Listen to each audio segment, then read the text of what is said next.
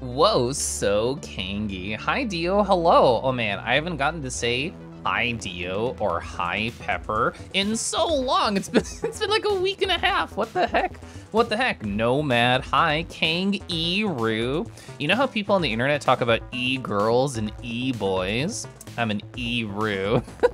A whole stream but a recap. Gosh, I'm jealous. I have so many stories to tell. I do have a lot of stories. Golly gee. A king return. Hi, Mista. You want to hug an E-Roo? I mean, I do too. I want to hug an electronic Roo. Is that basically a proto-Roo? Or is that just any Roo on the internet? Throw a Roomerang and it comes back. Sometimes it takes a while. Sometimes it gets lost in the woods. And sometimes it gets stuck in fursuit cuddles. And sometimes, you know, it just needs a bunch of naps. But it will eventually come back, I promise. Mythic, hi! Oh my gosh. Mythic, were you in the woods behind the cabin as a fox just exploring? It's okay, you can tell me. F-pop, hi! Oh, it looks like it's doubling. Oh, wait, no, it isn't. Okay, cool. Pop dance. F-pop dance. Chat, did you know that A, F-pop is cool, B, hey Delta, hi, I hope you're well. And then also, they were doing one of the cutest, like, fucking streams today. I'm gonna make this other icon appears. Yeah, there we go. They were doing a really cute, oh, I forgot about that. Shoutouts are like a real thing. I forgot they're a real thing. Anyway, they're doing the cutest, like, art stream today, where it was like they had a raffle. I've done art raffles before. We all love them, they're really cute. But they had a spooky wheel of like different outfits they would draw your character in. There was like Lightning McQueen, there was like Cactus. What other ones were there? There was Jail Person, there was a Pencil. Oh, and they also had a secondary wheel, which you could use not sexy or sexy, and it would spin. And then of course, Hiccups got Sexy Pencil, and watching F-pop draw Sexy Pencil in real time is so funny. Very good. Also, did I say thank you for the year? Because thank you for the year. Whoa, that's crazy. The Twitch's SO aren't as good as the bot command. So chat, did you know as the streamer, if somebody uses the /shoutout command, it appears in your notifications and it says X streamer has shouted you out in front of X number of people. So they've added more metrics and more funny numbers for you to stare at. And do we want to stare at Love Dragon? Because I sure do. Hi. Thank you so much for the 6. Caliph Squish Luvdra Heart. Oh, thank you so much. Your heart is so adorable. Look at that. Oh my god, Dragons in chat real. Pickle Pizza's in chat real. Hi. Thank you so much for the 10. Caliph Hop. Caliph Hop. Wow, 3 lovely beans flying in so quickly directly to my Twitch activity feed.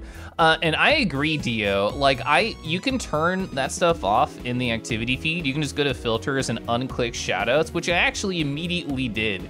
Because I saw that I had gotten a number of shoutouts over the day, which is cute and adorable and very nice for my friends to do. But the fact that it shows me the number of people it shouted me out in front of is weird, because I only care about one person right now, and that's Zuna. Thank you so much for the 10.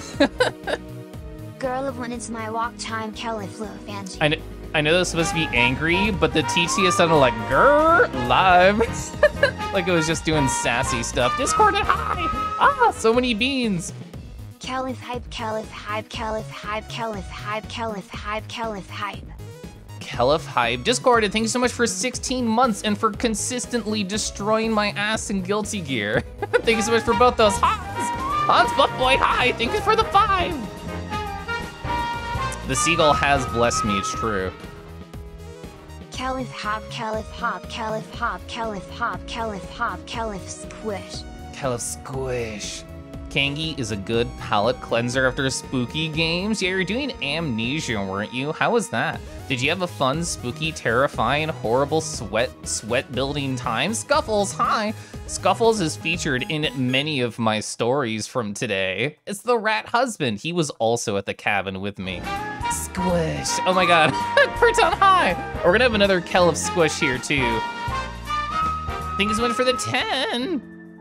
Caliph hop, caliph hop, caliph hop, caliph hop, caliph hop, caliph hop, caliph hop, caliph hop, caliph hop, caliph squish. Squish. Oh my god. Hi, Kurtan, thank you so much for the squish. 10 of them. Deputies, thank you for the 19. Oh! It was pretty spooky. Well, I hope it was lots of fun, either way. Caliph loaf, caliph loaf, caliph loaf, caliph loaf, caliph loaf, caliph loaf, caliph loaf, caliph loaf, caliph loaf, caliph loaf, caliph loaf, caliph loaf, caliph squish. It's Caliph squish. It makes like a weird like snap sound in the middle of that too, like Caliph squish. I swear it does.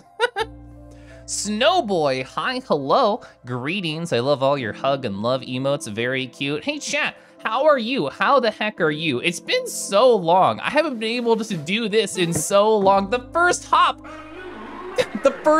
in like a week and a half, and it's nearly perfect. It's nearly perfect. You were charging, you were building up, you were holding all that energy in your thighs for like a week and just shot off like a stratosphere you did.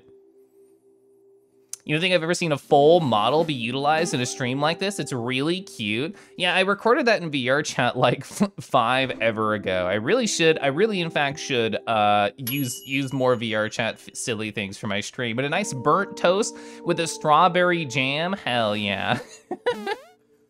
Ooh, gentle hops from Pickle Pizzas. You had to share this? Let me click this, what is this? Oh, Pop-Tart with brown sugar filling. Toasty, very toasty. Mr. Hi, thank you so much for 4 months. Oh, I'm excited for TTS to say this. I heard Aro American. No! Caliph Pog. No, it was a really good pun. I heard a rumor that a Kangi came back, but frickin' TTS had to spell it out like a jerk. That was funny. TTS did not give you the credit that you deserve for that, Mistus, so I will. Thank you for that funny pun and also for the 4 months. An R-O-O-mer. Is that the new, like, boomer? Is that like a rue boomer? A rumor? Anyway, chat, how are you? I'm gonna be talking about myself for like 4 fucking hours. So until I do that, hi, how are you? I hope you're all wonderful. What's a cool thing that happened to you this past week that I was not able to chat with you about because I was busy being in the cabin in the woods? You're playing Splatoon, listening to the Kangaroo. That sounds fun. Whoa, a Kangi, whoa, a Vincent, hi, hello. Oh, you got COVID and over COVID. Well, I'm sad to hear the first part, but happy to hear the resolution for you. Oh, let's go. Your permanent residency was approved. Hell yeah. You got your Quest Point Cape and OSRS. Super powerful. So cool. Let's go. It was awful, I bet. I fucking hated having COVID. It sucked. It sucked. I was very sad. I was very unhappy the whole time. You got silly commissions back. Is this the one? Well, I guess you showed all the silly ones. You got the flat one. You got the one where it's like the person being like, they want to order, and you were that person. Then you got the gremlin one with Enkoy. You think you told me all the big things you did recently? We have been chatting, and that's been nice. Loki, hi, hello, I hope you're well. Your art was really cute yesterday. Was it yesterday? Whenever I stopped by recently, your art was very cute, and I don't think I typed it in chat, so I'm using my mouth to forward these sounds towards your ears right now. You've still never gotten it? That's me clapping for you. Cabin trip, hi Joey, hi. Oh, so yeah, I'm in the woods right behind the cabin. As soon as we go over to my Pure Ref board, we'll be at the cabin. So I was there for like a fucking week. It was quite a long trip. It's the longest vacation that I have ever had. I've only ever done like, you know, weekend trips or con trips. This is a week, a whole week. So, and there's pros and cons with that, and I'll talk about my feelings and everything like that. But hey, we're gonna be here a while. So let's go over here, okay? So this is my board. Are you fucking prepared? This is my board. It's split between days, and you know, my affection is never split for Boba Yubi. That's always 100%. Also, hi! Hi, I would like to buy tickets to the next CJ Scuffles Festival set, please. Thank you, Caliph Jam, Caliph Jam, Caliph Jam. Can I find that really fast? Okay, so this is what Boba Yubi is referencing. Here we go. This is the DJ Scuffle set. I hope you all have your tickets. If you don't, I'm gonna have to kick you out of the chat room, but don't worry, you can come back after the set, so don't worry. Yeah, so I took this photo of my husband when we were at the cabin. He posted on Twitter. So that's what Bobby Yubi is referencing, which is very funny. Also, hi, thank you so much for 11 months. You ready for so many stories? Let's zoom out. That was on Thursday. We are not there. We are not there. So this is everything. This is everything that happened. I combed over this like 3 separate times, and all my notes in my bullet journal and all my photos. And actually I have like 5 videos as well that are recorded on my phone. So we have a lot to go through. So let's go start at the pre-cabin. So what were my thoughts and my feelings when I was approaching this entire trip? And in fact, let's first thank Grayscale the Fox for the raid. Hi. Are you doing Played Up? I hope that was a lot of fun. That game looks adorable. I've been watching like Kinji and Resdra play it, and I've been watching Grayscale the Fox follow right after they raided me. That was so cool. That was so nice of you. Also, hi. For people who don't know me, my name's Kelif, and I like to go on week-long cabin trips and then talk about them using my PureRef board. I do other things, like I wiggle weirdly. That's fun. And I like to play a lot of sad indie games, and I like to draw art on the internet. Those are all fun things that I enjoy doing, and I also enjoy welcoming you and all your friends on in. You think Twitch unfollowed you? Oh, you could have sworn you were following me? That's so sad. What a jerk. I can't believe Twitch, but I can believe that PJ Chilled is here, and I'm smiling that they are. Normalize wiggling weirdly, and normalize having anxiety about a giant cabin trip. Oh wait, I already did that. So let me talk about a little bit more, less about the day right before cabin and more about how this idea even came to be in the first place. The idea that Ezen would be subscribed to me for 8 months. That's a crazy idea, and I think we should celebrate that. Kangi is home, Kangi is home. Kangi is home, and I'm here to talk all of your ears off. Do crocodiles have ears? You're a mixture, aren't you? You're a combination, friend. But either way, do you have ears? I can't confirm. Remind me if you do. But if you are an ear haver, then let me speak directly into them as I tell my stories. Lots of unfollows recently. It's been happening to you? Weird. Oh, that's what it was. That's what it was. Alaguana, half gator, half iguana. You can hear. I'm so happy to hear that because you're just in time for stories. So like I was mentioning, like I want to talk about how we even got to this cabin. How did this even come to be? Well, it's funny to me that Yappy Fox Chats is so cool that they would follow. And it's also funny to me that just how this all came to be in the first place. So they like to stop by, and I think I saw them in chat actually earlier. Raccoon Tour. We became mutuals on Twitter. I think I went to like one of their Worlds in VR chat, and then I saw like a little poster sign. It must have been Big City. So I went to Big City in VR chat, and I saw a little poster thing that said, oh my God, Raccoon Tour, I'm so cool, follow me on the internet. And I'm like, you know what, you are so cool. I'm following you on the internet right now. So I did, we became mutuals. Oh, there they are. Hi, Raccoon Tour, hello. So we became mutuals on the twitter.com, and eventually they sent me like an invite request, or I guess a join request on VR chat. And I'm like, oh man, I'm nervous. I've never talked to this cool world creator or this cool person in mutuals with before. Sure, I'll accept it. And we started talking, and they said something which is very funny to me.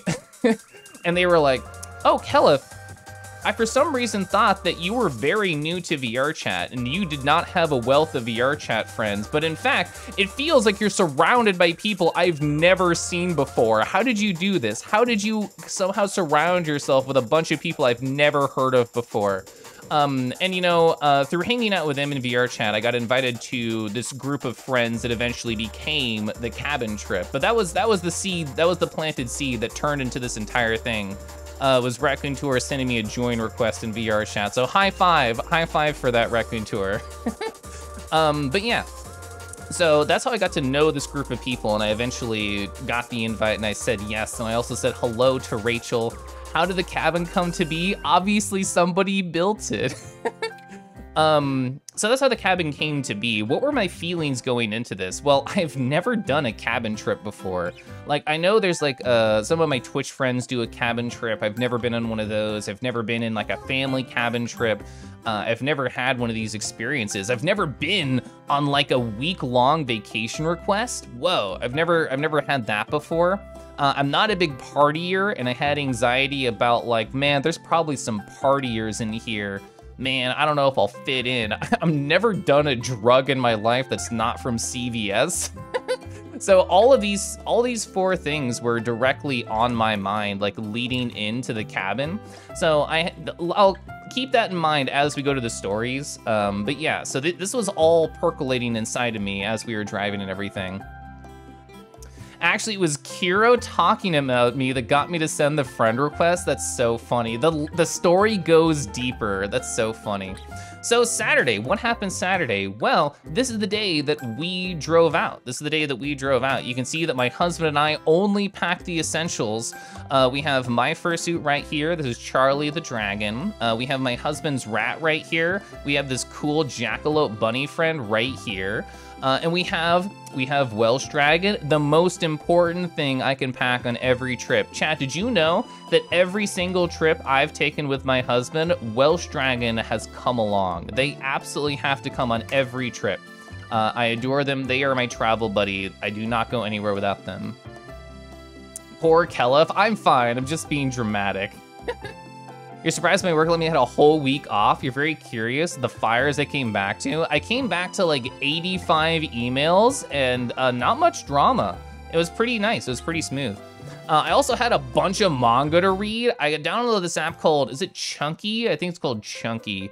But I downloaded this app and it's actually been so fucking sick. It's been so cool, just like Zephyr. Hi, Zephyr.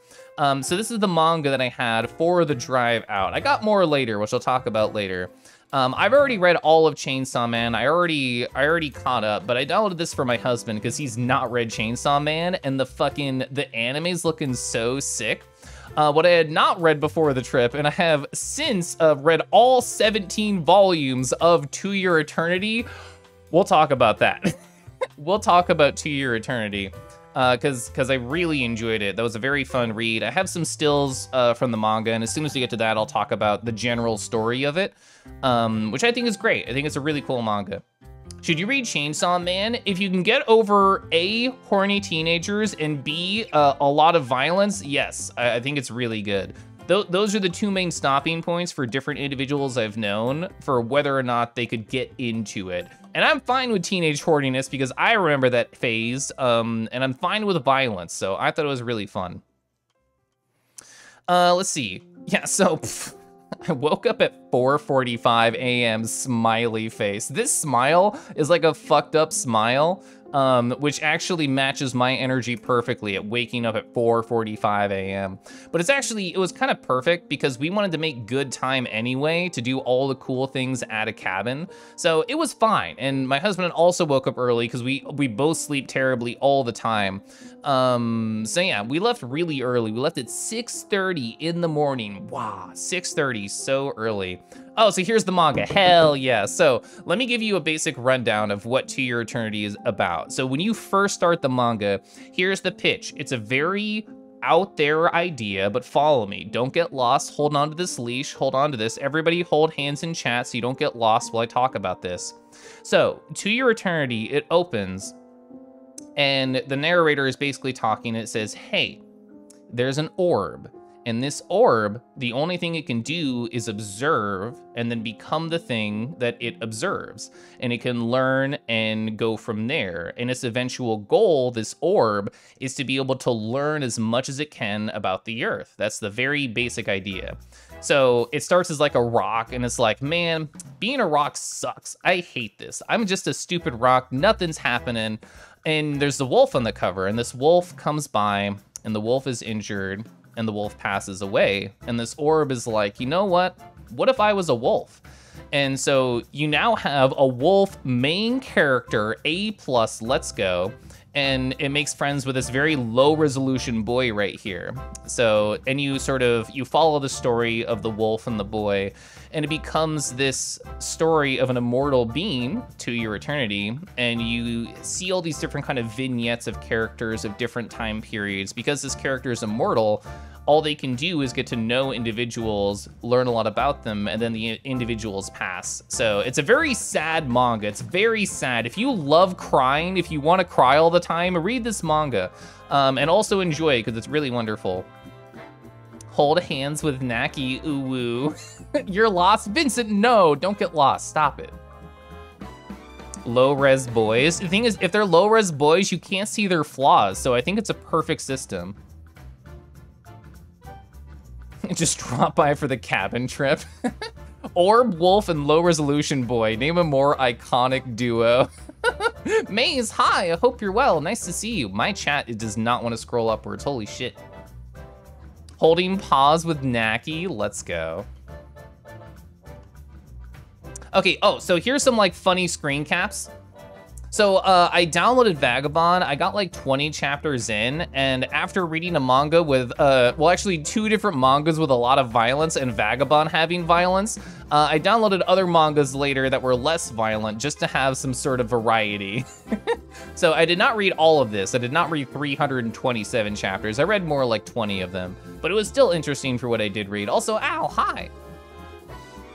So, hey, here's To Your Eternity. Here's some funny things.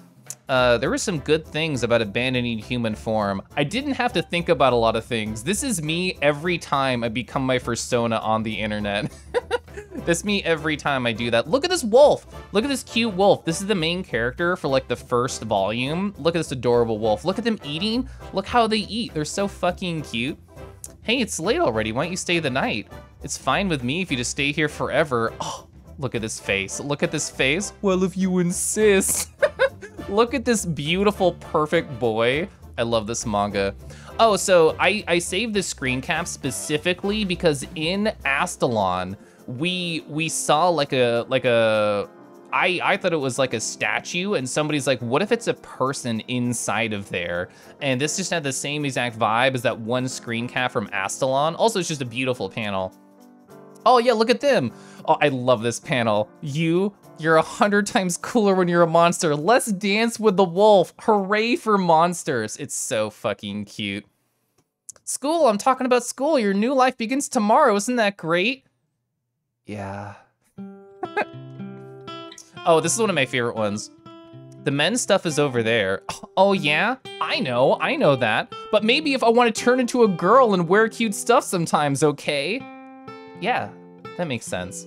Yeah, so the main character is pretty fucking cool for being able to say that. Hey, don't worry, I'm sure it'll work out. Based on what? Nothing. So this is just a couple of screen caps that I thought were funny from the manga. It's really good. Really the only thing that I would say could hold somebody back from enjoying it is the fact that it's really fucking sad. I am not saying that lightly. As an enjoyer of sad media, it's really fucking sad. So yeah, it's great otherwise if you can get past that. Oh, also it's a cool anime apparently. I haven't seen it. My husband said he watched like a couple episodes and they're all bangers. Also, lol, like, hi. That's the optimal level of sad. Oh, I do want to read Spy X Family. I actually have not read that yet. That's on the to-do list. Yeah, I was the backup driver. So in general, the drive from, so the cabin was in Ohio and I live in Kansas City. In general, the drive is, depending on like traffic and weather and good or bad luck, can be anywhere from like 10 to 12 hours. We made like a bonkers good time. We made like hella good time. We got it in like 9.5 hours. It was crazy. It was so wild. But I was the backup driver. My husband is a beautiful, perfect person, and he, in fact, didn't even need me. He didn't even need me. He drove the whole 9.5-ish hours, and I was just in the passenger seat reading To Your Eternity and losing my mind and sobbing.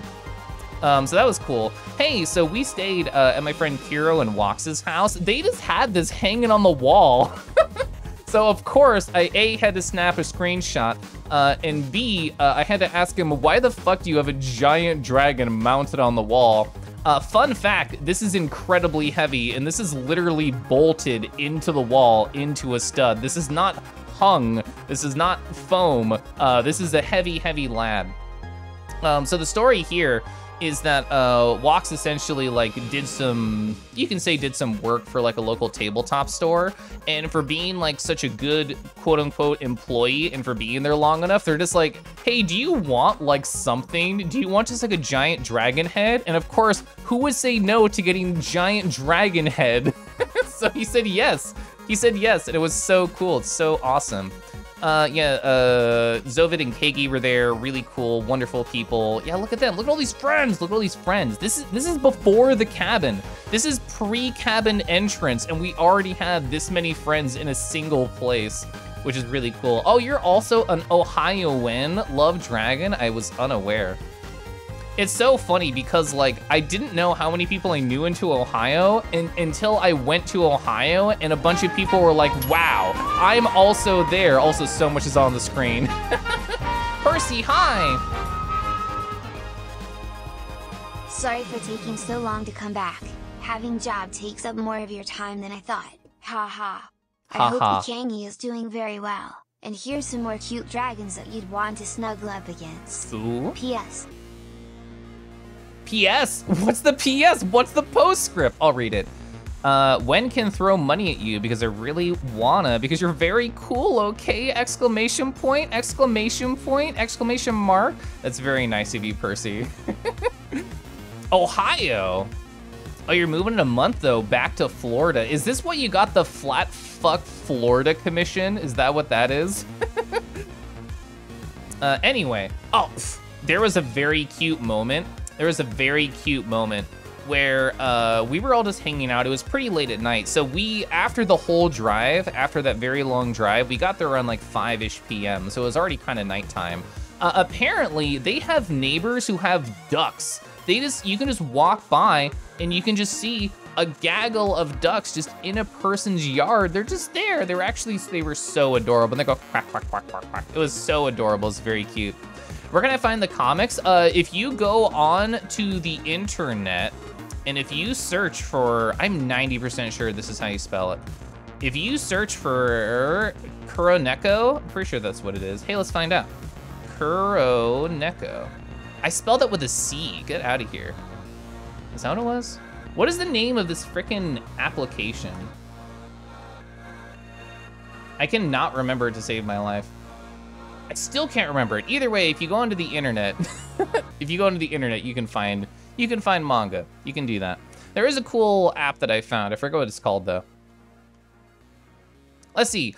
Yeah, so we had cool ducks and the neighbors. They were very adorable. I wanted to pet them all.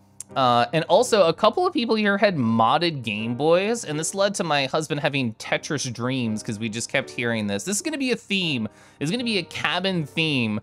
That Tetris is going to be a large part of this experience. So this day was pretty much all travel, and for me, it was losing my mind and sobbing the whole time at To Your Eternity. And we lead into Sunday, so this is the day that we actually get to the cabin. Also, Riz, hi.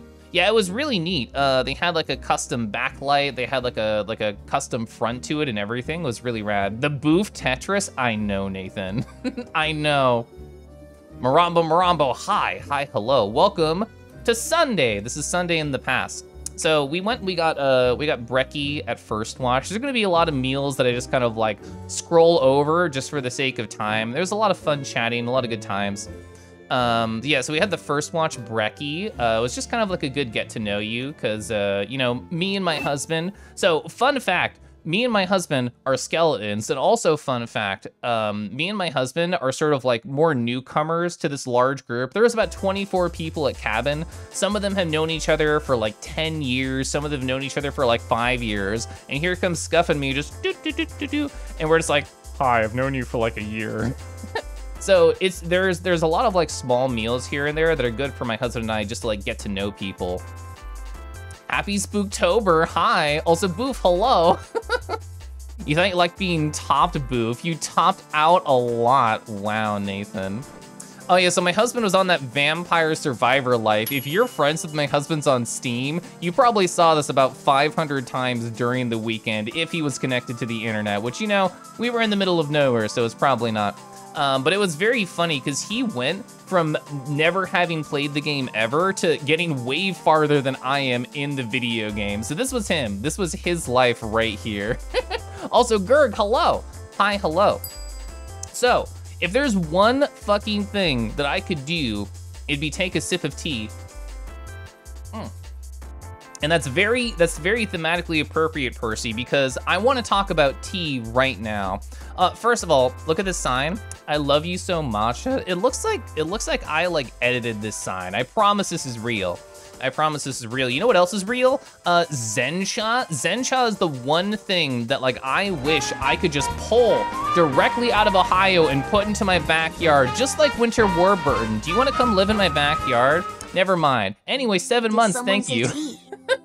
Yes, actually I have Earl Grey right now. It's like a fancy Earl Grey. It's kind of like more floral. Yeah, isn't it so Comic Sans? It looks so fake because it's Comic Sans right here. Yeah, incredibly comical. You know what's not comical? How much I love Zensha. Look at all this tea. This menu is two-sided. And you know who's not two-sided? It's Zima. They are in fact one-sided and incredibly lovely and a good color. T-E-A. T-E-A. What does that spell? T. We did it together, Zima. Hi. Did you know, chat? Zensha has, let's see, 51 possible T's on the first side of the menu, going up to 83. This is a very low resolution picture I have. But let's see, what did I get? I went here a couple times. I went here to thank Golden for the 6 months. Oh yeah, Naki was the first person I texted right after I took these photos. Uh-oh, spoopy.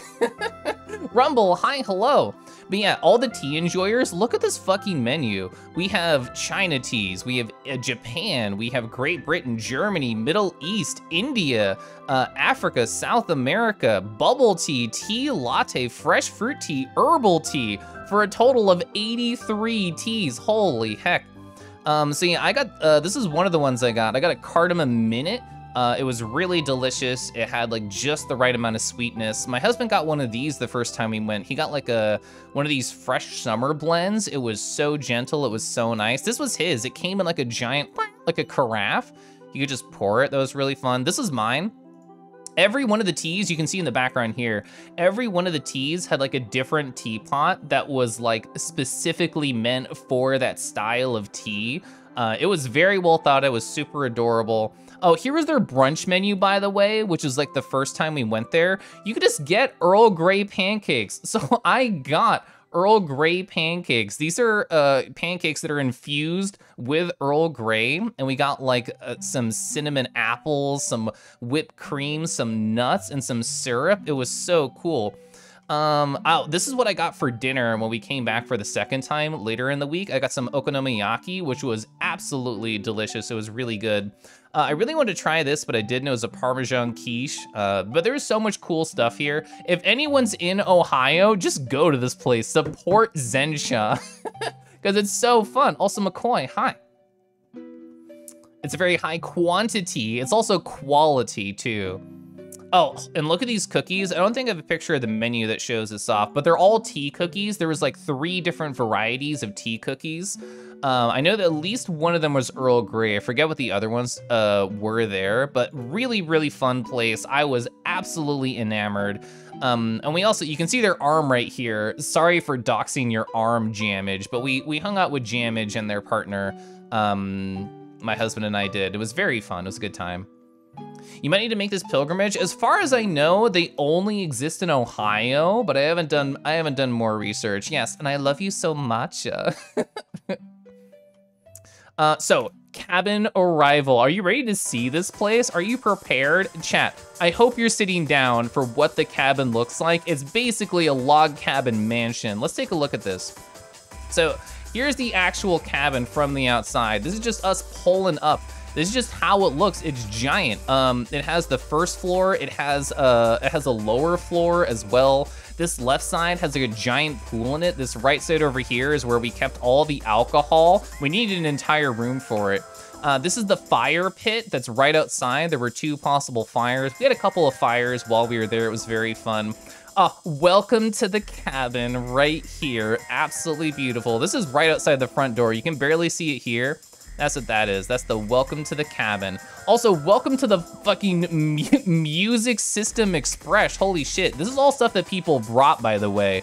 There was just, the alcohol room was also the jam session room. So this is just all tech that people own that went to here. It was really rad. I don't know anything about music. I don't know anything. For people who know music, I assume you think this is cool, because I sure think it's cool, and I don't know what the hell I'm talking about. Look at this. These are all like handwritten on with Posca markers. These are handmade by one of the people who went here, which is Mince. And look at this. Look at this. They just custom made everything here. We got 808. We got, I love how they did the double with like 2 different markers. That was so cool. All these different types of wood, just fitting everything together. We got a gradient here. Holy shit, it's huge. Look at this. It's so rad. Yeah, all these music buttons. Oh, so this is where we all had dinner every single night. So that's my husband's butt, by the way. Sorry for doxing your ass on the internet, hun. But yeah, there's 24 seats here, and any dinner that was not like too freezing outside, we'd all just come around here. We would all powwow. Oh, this is what we had. We had the bunk beds. We had the bunk bed room. Let's go. Yeah, many buttons. You've never done a drug in my life. Anyway, here's our room dedicated to alcohol. Did you have the place all to yourself? Well, there were 24 of us, but yes, other than that, there was 24 cool furries. Arm docks, butt docks, the kangi cannot be stopped. So yeah, it was the 24 individuals inside this cabin and nobody else. If you go to the website for this particular cabin in Ohio, it says 29 is like the max that they would suggest. So we were pretty close. We had a couple of people drop out for various reasons over the course of like preparing for this, which is fine. That's gonna happen. And you know what? Just made the cabin more roomier. It was very cute. Like I think this is phrased very well. Thanks, past me. It was very much everyone helping everyone else energy. So like there is this little like roundabout right here where whoever was unloading would park in front, and then we would all help them unload, and the next car would come, and the next car would come. And we just got everything inside. We just chose different rooms. And yeah, for all the 24 people here, it was a good mixture. It was some people I've met before in person, some people I had only met in VRC before, and some completely new people I had never heard about. So I had all like 3 possible people flavors for the individuals in the giant cabin to get to know, which was fun. System sensor, fire alarm system. How can you tell? How can you tell? That's the best energy, isn't it, Brandon? I think so. Did not qualify to celebrate the feast of maximum occupancy. I'm glad we didn't. It was a good cozy number. Chat, have you ever heard, oh, this is spelled wrong. Have you ever heard of the Instax Evo Hybrid? Kagi had one of these and it was so cool. This is the fake internet that I got. This is the fake photo that I got from the internet. You can just like take photos and you can print them out like an old Polaroid camera. But a fun fact, did you know you could just print literally any picture that you have on your phone? You can just print whatever the fuck you want into a physical Polaroid, which I think is absolutely hilarious. You can print any image from your phone. So this is one of them. This is one of the real photos that exists now in real life. It sounds dangerous. It is, and it's great. It is, and it's great. But yeah, Kagi had like a bunch of film for this camera, and they would just like make memories. Like one of the very last pictures over here is like a memory board that Kagi did. It's just absolutely full of physical things you can take home and just have to remember the trip by. It's very cool. It makes me want to get something like this for cons. And actually, speaking of, we met somebody, my husband and I, with this at a con or something similar, and they just like took a picture of his fursuit and just printed it out and just gave it to him. The government doesn't want you to know you can print anything from your phone, anything. So that was cool. Oh yeah, oh sorry, I was moving a lot when that happened. I don't know what you got, let's find out. Oh, it's still there. I can stick them in my journal, exactly. There's a couple of them. There's, I don't think I have photos of all the physical items I have, but one for sure I do because it's an integral part of the story. You have the Instax wide printer, 10 out of 10, recommend. I had never like touched one of these or seen one of these in real life before the trip, and I'm absolutely sold on the idea for sure. Oh yeah, so this is a fun just thing I overheard from an unnamed individual at the cabin, wink wonk. I have over $800 of weed that I brought with me. And so like this still remains true.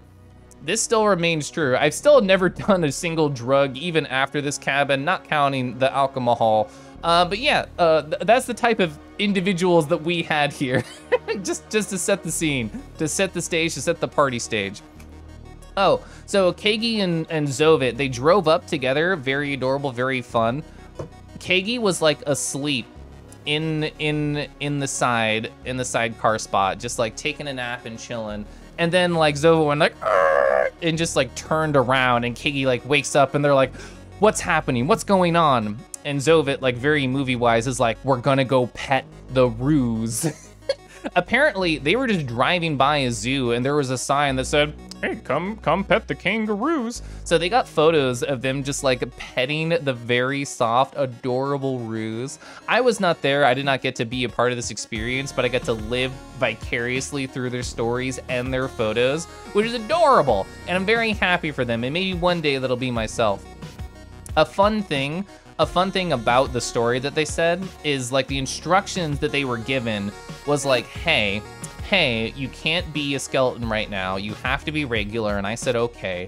And something else that they told them is that, oh, you know, you're not allowed to like pet the ears, pet the face. And Kagi was like, I just held my hand out and they just rubbed their face against my hands. It was a loophole. It was a perfect loophole, which I thought was very fun. Very adorable that they got to pet some kangaroos. Oh, so one of the people I had never met before going to the cabin was somebody named Bobby. This is a sign that they made themselves. I'll tilt it just a little bit for you, chat. It was Bobby's non-binary boutique, and all are welcome. So you might be asking, what is this? What does this mean? Well, Bobby brought a whole bunch of like very feminine clothing, like a lot of feminine clothing. They had dresses, they had skirts, they had everything you could imagine that was cute and adorable. And on the first night at dinner, they just like stood up and they made an announcement. They're like, hey, this is a space where like everybody is supporting each other. And I encourage you, if you want to express yourself, you want to play with some gender vibes, just come on up. Come up to Bobby's non-binary boutique and try some things out. And I thought it was very nice. I thought it was really cool that they just had everything prepared. And there was a lot of fun people just wearing dresses, wearing skirts, just the whole cabin trip. Because, you know, we're very isolated. We're very like away from all civilization. We didn't go like anywhere aside from Walmart like once. So it was a perfect place for people to express themselves and to feel safe expressing themselves. You suppose the reason why they might see it as a threat if you move the hand to pet the head instead of going head pats for me? You know what? That's true. Skirts do rule. Yeah, everybody got cute as fuck. Nathan knows. Nathan knows. Oh my god, look at this delicious plate of food, by the way. Also, yeah, I did bring my badges. I brought my badges. Like I mentioned, Scuff and I are like two of the newest people to this cabin trip. So I'm like, about half the people might not know my face or more. So I wore my badges for the first night. Oh, you can barely see it. I actually have not shown this on stream at all. You can barely see it. I have a badge that says Good Boy Advance, and it's me like poking out of a Game Boy Advance. That's a commission I got from AC. Anyway, look at this delicious meal. Every meal was as good as this or better. It was crazy. It was very, very good. Oh yeah, so at the end of the meal, Hero, the cabin runner, just like stands up and they're like, I'm gonna make some announcements. I'm just gonna talk about cabin and how it's gonna be. You know, it's the first day, so thanks for coming. And everyone just like starts pounding the table. They're like, come, come, come. So that was also the energy of this cabin. So just to set the stage for the type of individuals that are here. So that was fun. Oh, yeah. Oh, so I didn't take any, all the photos I had like people's faces in it, so I didn't want to like share that. But yeah, so we had some wonderful like fire pit times. There was 2 different times we did that. We did it on the first night, which is a great way to set the mood. Being in the middle of nowhere around a campfire is like absolutely perfect and wonderful. And it's a vibe that I will always be happy about. Oh yeah, so for people who have ever played Gartic Phone or, you know, a classic quote unquote telephone style game, you'll be very familiar with what they call tits in a box. So this is kind of like a get to know you sort of game where, you know, everybody has just like a stack of index cards, the number of cards match the number of people, and you basically just play like Gartic Phone and you just pass cards down, you do art, and, you know, one side says what you should draw, you draw it, the next person gets it, they write what they think it is, and the process repeats, and at the end you have a funny little story. I would show you pictures, but there was in fact, let's read this slowly, so much dick and ass that I will not be showing you the things that we did. I will not be showing you. But that also sets the fun tone of like the energy that was here. It sounds like it was a cabin full of furries or something. Yeah, weird, right? Oh, thank you, Javi, for allowing the term gay boy. I appreciate that. Also, Kay, hello. Also, Bobi Yubi, this is a perfect memory. I agree. So much dick and ass. Oh, so I had like an internal conversation with myself, which if you were at the cabin, you would scoff at the fact that I had this question. But I was just like, oh man, we're in the middle of like fucking nowhere. Like, should I even bother like having the Wi-Fi? Should I even bother like being on my phone and connected to the world? The answer was yes, because I'm utterly and hopelessly addicted to having that as an outlet of my life. But anyway, that was the first day. That was one day of the cabin trip. Let's go to another day. In fact, Monday, the next day in the sequence. Oh, hey chat, I have videos. So the beautiful dinner was basically my leftovers because we had a lot more food. It was like leftovers for my breakfast. So yeah, let's play outside turnaround.mov. You've already seen the front of the cabin. Let me show you what it looks like. This is just the background view. This is just, you can just go outside, you can have dinner. This is what that outside dinner spot looks like during the morning. It's so nice, it's so cozy. Look at that. Oh, we have a drone picture that I'll get to later so you can see like the top-down view of the cabin, because yeah, of course, somebody brought a drone. Sorry, the video's not on that scene. But yeah, it's just absolutely gorgeous. This was my breakfast view for pretty much most days. Yeah, there's the chicken that you thought was steak. Because I posted this in my Discord while we were still there. Internet escape is good, but when you need your time, it's valid. Yeah. Could have been the gay boy camera. Yeah. Automod, calm down. Yeah, the freaking lens flare here, I think really sells the like anime, like beautiful in the middle of nowhere vibe. Slaps cabin. This bad boy can fit so much dick and ass. We had that's right, we had 2 drones and also 2 Steam Decks. I did remember the 2 Steam Decks, I forgot about the second drone. But yeah, that's outside turnaround.mov. I have like 4 more videos. We also had a morning hike at the Hocking Hills State Park, so it was a great way to start off the week. Just like, oh my God, Jazzy's here. This is a great way to start off the stream here. Hello. For Halloween, will you be a kangaboo? A kangaboo, just put a sheet over me. That's a funny idea. Also, hi, thank you so much for the 7 months. Chad, did you know that Hocking Hills State Park is beautiful? All this top row are just photos I got directly from their website. So yeah, look at this. Look at these natural, beautiful like formations here. Got the bridge over this like just engulfing spot with the little river below.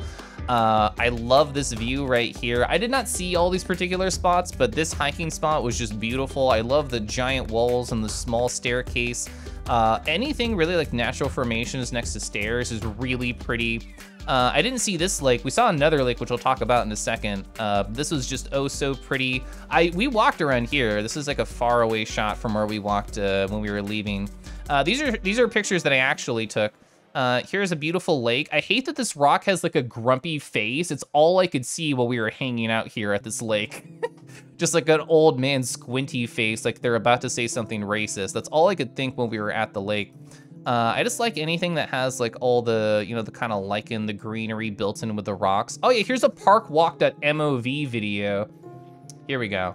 So this is the kind of like energy that the park had. It was very cozy, it was very nice. It was a beautiful way to start off the morning. Hikes are really good. I should do more hikes for sure. Macaroni and the chicken strips. That was my breakfast. Yeah, it was very nice. It was very pretty. Blah. Oh yeah, so we did some rock skipping at the lake. Chad, did you know that my husband's actually surprisingly good at rock skipping? He is. He's actually just good at everything. If you can think of something and you're like, I wonder if Scuff is good at it, the answer is probably yes. And he's also good at rock skipping. That also encouraged other people to skip some Rockies as well. Oh, so there were 2 incredibly fluffy dogs, and I would have called one of them a husky, but it was in fact wearing a badge on the back that says not a husky. So you know that they get that a lot. This looks like Ohio. It is in fact Ohio. It's very pretty. Also, hi Chaff. Also, I'm gonna take a sip of my tea here. But yeah, it was super fun. It was very nice. So you know how in some places you're just like, man, it's impossible to find furries wherever I go. Where are they? We were hiking here and someone was just wearing a fucking tail. This happened like sort of outside my purview, and then I heard about it later and saw them walking away. So I had to interact with these people, but apparently one of them was just wearing an FWA shirt as well, along with the tail while they're hiking. So you can just trip over furries. If you're just walking in Ohio, you're just like, oh, whoops, oh man. They just keep running into furries wherever you go. A very small world, a cabin full of 24 of us. We drive to a state park. Man, we just can't avoid furries wherever we go. It's kind of a cool existence. Can you hire my husband to smuggle priceless artifacts? Well, I don't know if you can get him to do anything illegal because he is a lawyer. It's good that they want to let everybody know. I thought it was very cute. Oh yeah, like Zima mentioned, this is a photo from the internet, of course. There were 2 Steam Decks here. I had not seen one in real life, and to see 2 of them next to each other felt like a, I don't know, like a meteor shower just happening outside of my front yard. I'm just like, whoa, a beautiful sight that nature says should be impossible. Chad, if I show you this picture, do you have any idea what these are? I was watching somebody named Fulner, who I was meeting for the first time, at this cabin, and they had the Steam Deck in their hands and they were wearing these funny glasses, and I'm like, I wonder, is the display showing up in those glasses? Do they have like an AR goggles for their Steam Deck? The answer is yes, but also it's cooler than you think. It's not just as cool as that. This is apparently called the Nreal Air, and what this is they were plugged, they had a cord going straight into the Steam Deck, and it not only put the screen right here in the glasses, it overlaid it over the real world. So it was like a projector, just sort of, they had Tunic on their Steam Deck, and they had me try the Nreal Air glasses, and I could just see Tunic overlaid over the cabin environment. It was like the coolest shit I've ever seen. That is one of their features. Can you do that with a VRC? As far as I understand, you can just do it with anything as long as it's on the screen. Yeah, I saw Tunic in real time, in real life. It was very nice. The future is now. Yeah, they were talking, Fulner was telling stories that they were like, yeah, I had to like import this shit from Japan. And somebody else was doing research after they tried it on, and they're like, hey bro, you can just buy this on Amazon right now. So if you have a lot of money to blow and you want to do something cool, just buy this from Amazon right now, because it's very fun. People brought a lot of cool technology. People also brought just a giant coffee machine. This is just like one from you would expect from a store. It had like the 4 different pots that you could make for the entire day. $380, there we go. Yeah, if you have money to blow, and you want to have a projector for your eyes and you want to be super cool, it's only $380. Wait, only $380, smile. You know, not a big deal, no big deal. Don't you want to see Tunic in real life? That's the price. That's the price to be a cute fox person in real life. So yeah, this is actually a godsend, having just coffee all the time, because I was tired as shit. So I didn't mention it over here during my pre-cabin anxieties, but I guess this sort of counts it too. I was, so somebody described me as this in my DMs at the cabin trip, and I'm like, what do you mean? And they said, yeah, you're kind of just a signed old man at birth. Which, to be fair, I do tend to go to bed around 10:30 to 11 p.m. and wake up at 6 a.m. So you know what? They were not wrong when they made fun of me. They were not wrong when they made fun of me that I was a signed old man at birth. I mean, growing up, my parents ate dinner at 5 o'clock on the dot. I had no hope. I had no hope but to be a signed old man at birth. Anyway, this was the ranch dressing distributor. I just thought you should know that because I thought it was very funny. You just turn the eggplant upside down, squirt some ranch dressing on whatever you're eating. That's where it was stored. I just wanted you to know.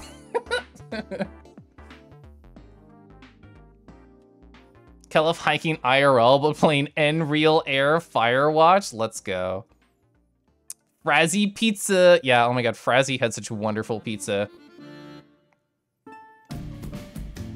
Oh, hey, did you know that my shirt was actually real and a bunch of people were wearing it during the cabin trip?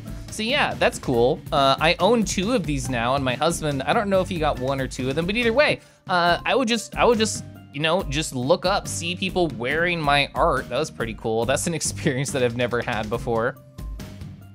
5 p.m. dinner is something, though. I still eat dinner at 5 p.m. or earlier. It has not left me. It has not left me. That's been with me my whole life, basically. Holy shirt, exactly. Oh, hey, speaking of handsome people, look at my husband. Look at them stealing the cheese balls from everything. Can you believe this? So, as you could tell, there's a bunch of like cool technology here. We've only touched the iceberg of cool technology. Do you see how like beautiful this photo is? Somebody named Freeze, who I was also meeting for the first time, had like an amazing camera, and they just took some really cool fursuit photos while we're here. And also, chat, what do you think this is? Does anyone in chat know what this is who wasn't at the cabin? You sometimes eat dinner after midnight? Holy shit, you eat dinner at 8. So at the cabin, because, you know, it was more of like a, I don't want to call it a party atmosphere, but, you know, people were just chilling and hanging out. And ding, ding, ding, it is in fact liquid nitrogen. We had two giant containers of liquid nitrogen. But anyway, yeah, because the cabin, you know, had more of like a party, fun-friendly atmosphere, we would normally have dinner from like 7. No, 8 was the earliest dinner we had, and I think 10 p.m. was the latest dinner we had. So I have one funny video from this, and actually a couple of fun things in general that happened with the liquid nitrogen. Oh, let's look at the husband moves.mp4 video. Hey, look at him moving. Oh yeah. Do the groove to the Murder by Numbers song, husband. But yeah, so my husband is addicted to fursuiting in every possible way. So he of course grooved and ran around and just was an adorable rat many different times during the, I was gonna say the con, it was basically a con, but during the cabin. You eat dinner whenever you're hungry, which is never, oh, I love eating food so much. It's delicious. Yeah, he do be schmoovin', that huzz dance. Oh, of course, Rat Jam. Kangi Cabin Con. Boop. Send me that video right now. You'll have to bug me later. I'm busy. I'm busy.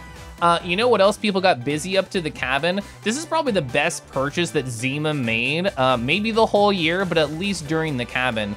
Is they got this inflatable beer pong, and this thing got so much fucking use.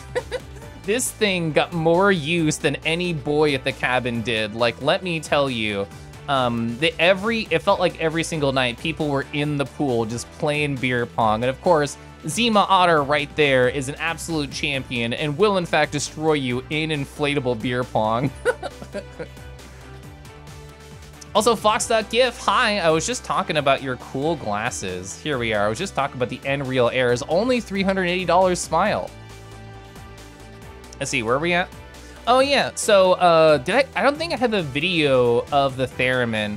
But there was a theremin also brought by Zima, and it just tickles me that there was a consistent narrative of somebody walking up to somebody else and they're just like, we're gonna go play the theremin with our dicks now, and then they would walk away. I don't know if it ever happened. I don't know if Zima can confirm whether or not it did happen. But I feel like I heard that said at least 3 or 4 different times during Cabin. So I thought it was funny enough to give you the mental image of somebody playing a sound, but with, in fact, their penis. So that was just a funny mental image I wanted to put into your head. So I think it's semi-well known now that I can puff my cheeks, and then I have facial tracking on this kangaroo right here. And I also had that on my phone for people to try out. So I did this a couple times with a couple people. Well, it would just be like, there'd be like a lull in the conversation. I would just pull up my phone and I'd be like, hit this app with the anime girl, and people could just, you know, they could do the cheek puff or like whatever they wanted to do with my model because I had it there. So here's a menacing screenshot of what that looked like for some people. Your second coolest purchase. Yeah, so Zima just had like a theremin there. Oh, you're probably meaning the second word, but yeah, there was a cool theremin there. Inflatable beer pong. If it lands in the cup, you take a shot of helium. Much better than the shot of liquid nitrogen. New phone background. It's too menacing. I want a cute phone background. Oh my god, yeah. Scuff and I were so tired. We were so tired after like the trip. And you know, this is the second day here at the cabin. We did the hike. We stayed up late probably. I mean, the earliest we got to bed during the cabin was 2 a.m. And the latest I've ever stayed up in my life is probably 2 a.m. Well, you know, until later days in the cabin.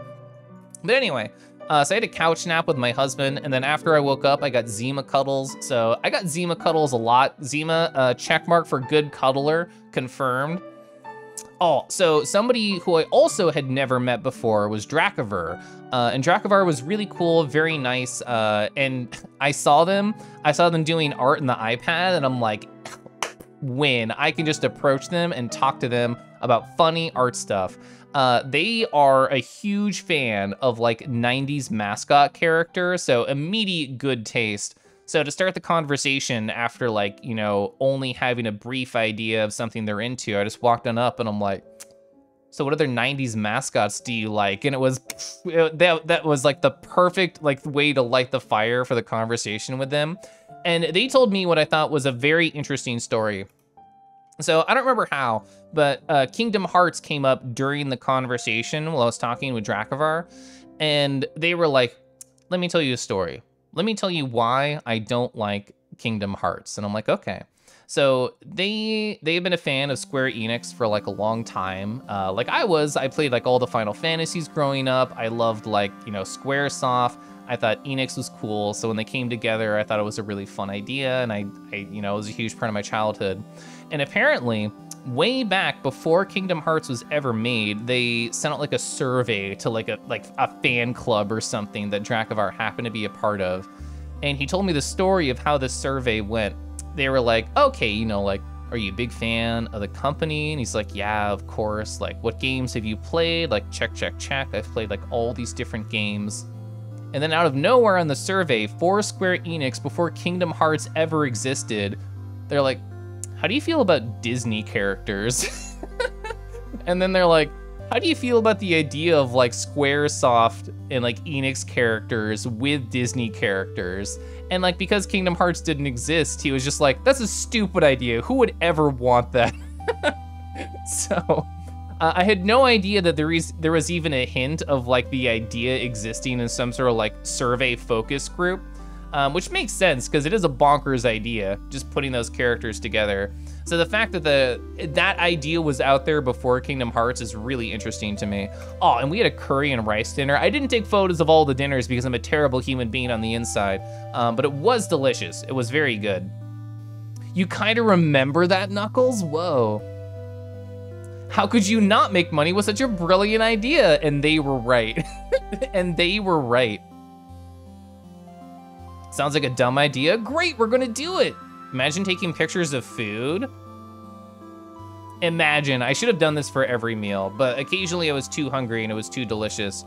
I did have some alone time to end the night because I was, aside from, unless you count falling the fuck asleep alone time, I actually didn't have too much alone time during this entire long Monday. So I got it at the end of the night. I read some more manga. I was not done with To Your Eternity at the time, so I was still reading more of that. Jove, hi, hello, and welcome to Tuesday. Welcome to Tuesday. So this is Frolic Night. So the thing with Frolic Night is out of all the cabin, you know, we got here on Sunday.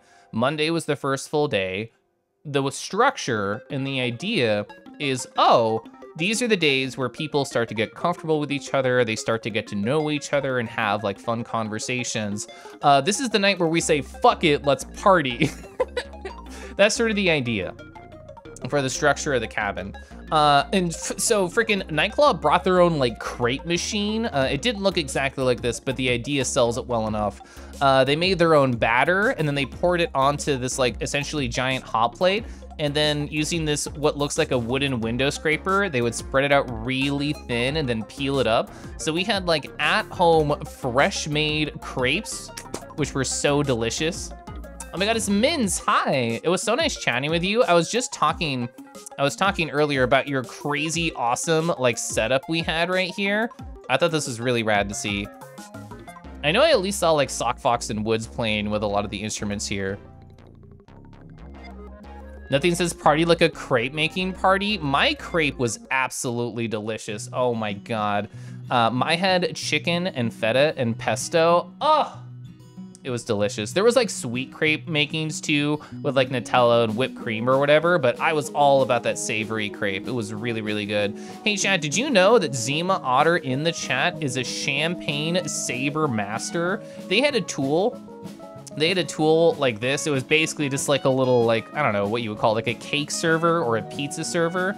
And they would be like, all right, everybody, I'm gonna go outside. I'm gonna saber the champagne.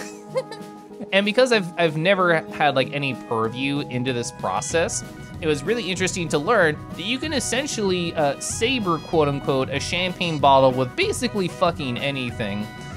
He was talking about it after he did it, and like, it's a clean cut. It's anywhere from like, you know, a flat horizontal angle to like a 45-degree angle. It just destroys the head of the little bottle right there and shoots the cork off, and it's really cool. So he did it with the champagne bottles with a tool like this, probably like, I don't know, anywhere from like 4 to 6 times. There was a couple of photos and a couple of videos, but I intentionally didn't show anybody's face around here because I didn't want to make anybody uncomfortable. I mean, I already doxed my husband's ass, so that's the most I'm going to dox during this entire trip is just this. You've never had a savory crepe? I really enjoyed it. I think it's kind of rare. I think more people want like sweet crepes, but I really enjoy savory ones too. Skuru has such good emotes. Who gives a rat's ass? Comment for the night immediately goes to K. We don't even need the rest of the stream. Apple and cheese crepes? That sounds really delicious. You didn't tell us you had cake on this trip? You've never heard of that term before, champagne saber? So yeah, you can just like go to Google, and you can say like champagne saber. Here we go. Yeah, there's California Champagne Saber Company. You just go to like images. This is more of like, yeah, this is the traditional sort of look to it, where people like ka-ching, they saber it, but it's all for the look. It's all for the show. He was telling me you can do this just with like a wine bottle, like the bottom of a wine bottle. You follow the spine, the seam. Oh yeah, that's a good sort of visual. It literally looks like that. Oh, chat's blocking it. It literally looks like this. Do-do-do. Where it just has like a ching. That's exactly how it cuts in real life. You're gonna be off, gotta prep for work as usual. Have a good night, Percy. The Champagne Saber. Also the RAN competitor for the Beat Saber. It's a drinking game you play with Beat Saber. Oh my God, you had a seafood crepe? That sounds delicious. Yeah, I didn't even finish your comment. I'm like, that sounds good. I would totally eat that. You have something like a saber? You should get some champagne. You should. It actually looked like delightfully simple. Alton Brown has a good video on how to saber bubbly. That sounds fun. Alton Brown's a cool individual on the internet. So Zovit and Woods like put together a computer while they were there just cause. They had all the parts. I think it was part of the original plan to make it happen at Cabin. And I was just sitting on like a comfy couch and I was watching Woods pull up Sifu and I'm like, oh, you know, that game looks interesting. I've never tried it. And Woods just like holds out his like PS5 controller that's attached to the PC. So I played Sifu for the first time while at Cabin, because while you're in the middle of nowhere, why not play some video games? Why not? So he's put so much time into this game, so he could tell me like all the ins and outs of the interesting combat system. It's actually more interesting than I thought it was. For people who don't know the idea, it's essentially like, it's like a martial arts kind of video game. And every time you die, your character gets older. And because they're wiser, their attack power increases. Because their body is more frail, their health decreases. So your goal is to not die and not get older and to make it through all these different like fights and cool scenarios while staying as young as possible. And it is interesting. It makes me want to actually pick it up for myself because that was my first time trying it out. Also, Pronzo, hi. Hi, hello. I hope you're doing well. And glad I think so. No one believes you when you say it's good. I mean, I like seafood. I would try anything before dissing it for sure. Your goal in general is to not die, and you're so good at it. You're so good at it. Look at you. Oh yeah, so here's another one of those Insnacks photos of my husband. Look at him. Look at him. So absolutely fluffy. This is one of the ones that I brought back home. A Sifu crepe? What would that even taste like? What would that even taste like? I don't know. Would it taste old? Would it taste young? Also, Bennett, hi. I don't think it said hi, Bennett. Oh, Skelly. Oh, so Skelly was a purchase by Bangaroo. And we got so much fucking good use out of this. Is this next? Oh, let's watch the Scuzzy.mov. So to set the stage, where is it? So we made mention of the liquid nitrogen. What can you get up to with liquid nitrogen? What funny ideas could you possibly do with liquid nitrogen? You could in fact make the skeleton blow it out of its ass. So that's a thing. That's the thing that happened. We giggled so hard about this. This is like the second take. This one doesn't have like any audio, but the first time, we had quite the chortle. We had quite the giggle about this. Happy Halloween, everybody. So, yeah, this is probably the funniest video from the cabin. You picked a good time to come back? You sure did.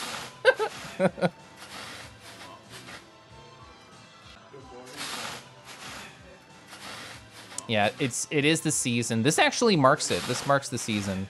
We had a lot of fun with this friend. This is I think the funniest thing that happened with a skeleton. But there's some other things I'll show later. But yeah, they're in the pool too. They're on the little fun pool toy. We gave it some facial hair to show that it's actually, you know, an adult skeleton. That feeling when you get drunk off your ass. Oh, that's right. So, since we're talking about the pool, I didn't make notion of that, but Nathan's correct.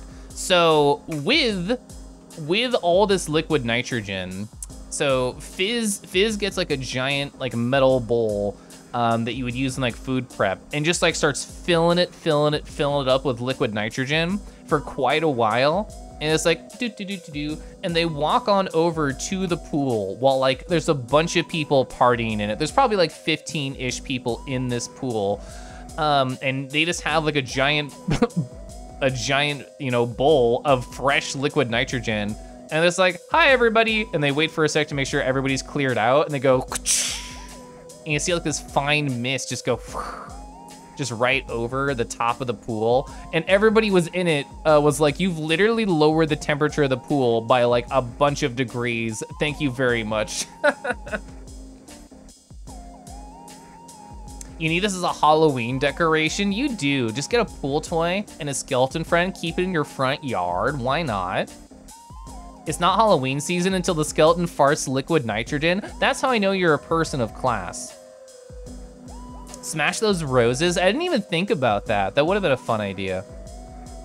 Oh yeah, so another thing they did with liquid nitrogen is they made liquid nitrogen ice cream. This is a photo from Google to show you the basic idea, where it really does make like these bite-sized chunks of ice cream when you put all the ingredients together, and it looks like little rocks. This was some liquid nitrogen ice cream that I pulled out of a little bowl.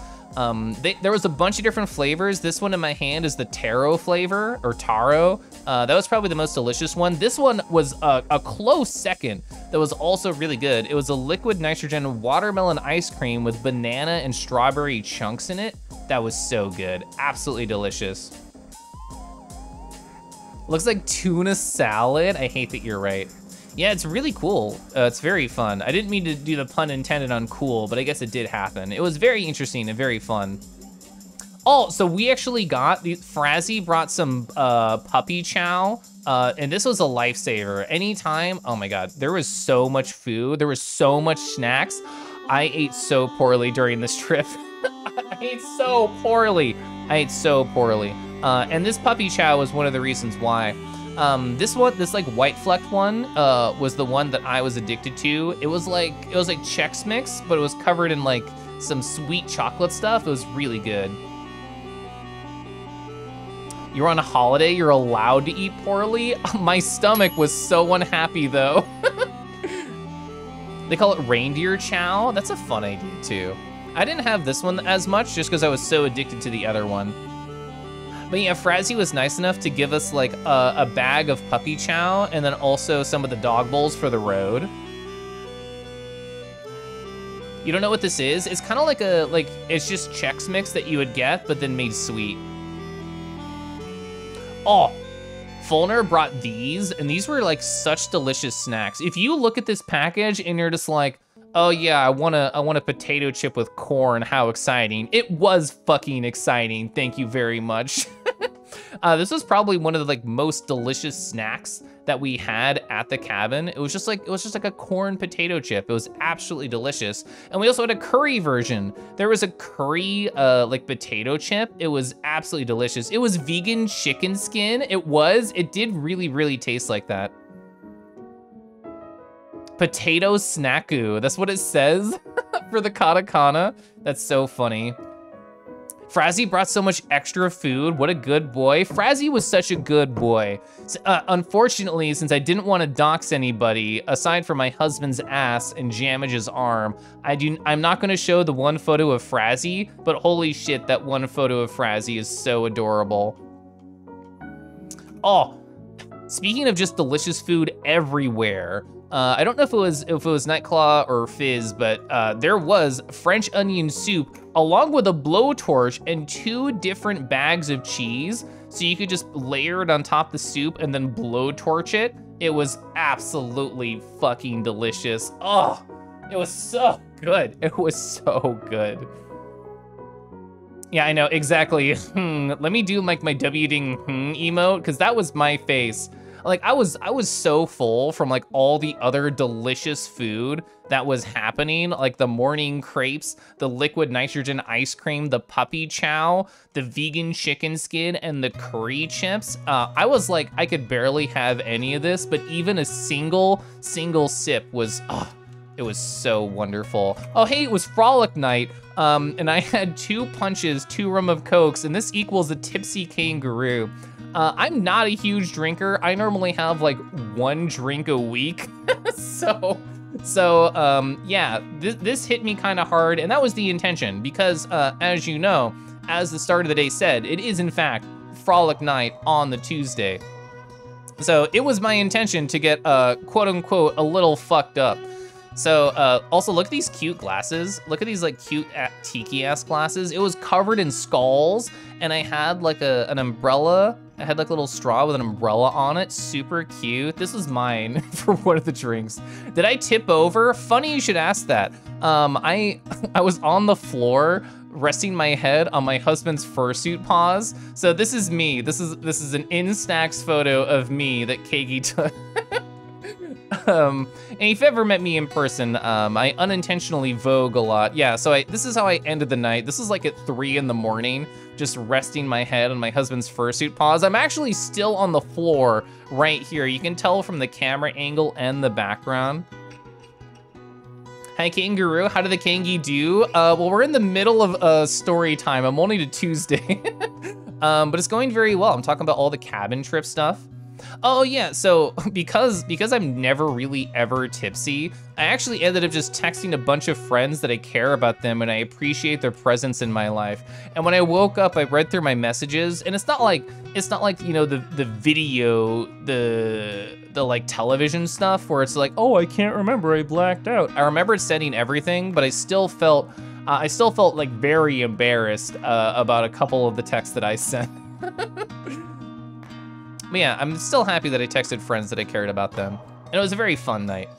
Frolic is a very dainty word for getting drunk and partying. It's a perfect word. I love the word for it.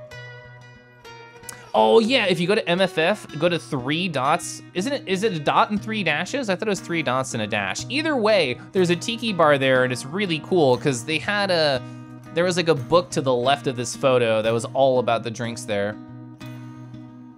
There's a tiki bar by MFF now. It's probably not as good as 3 dots.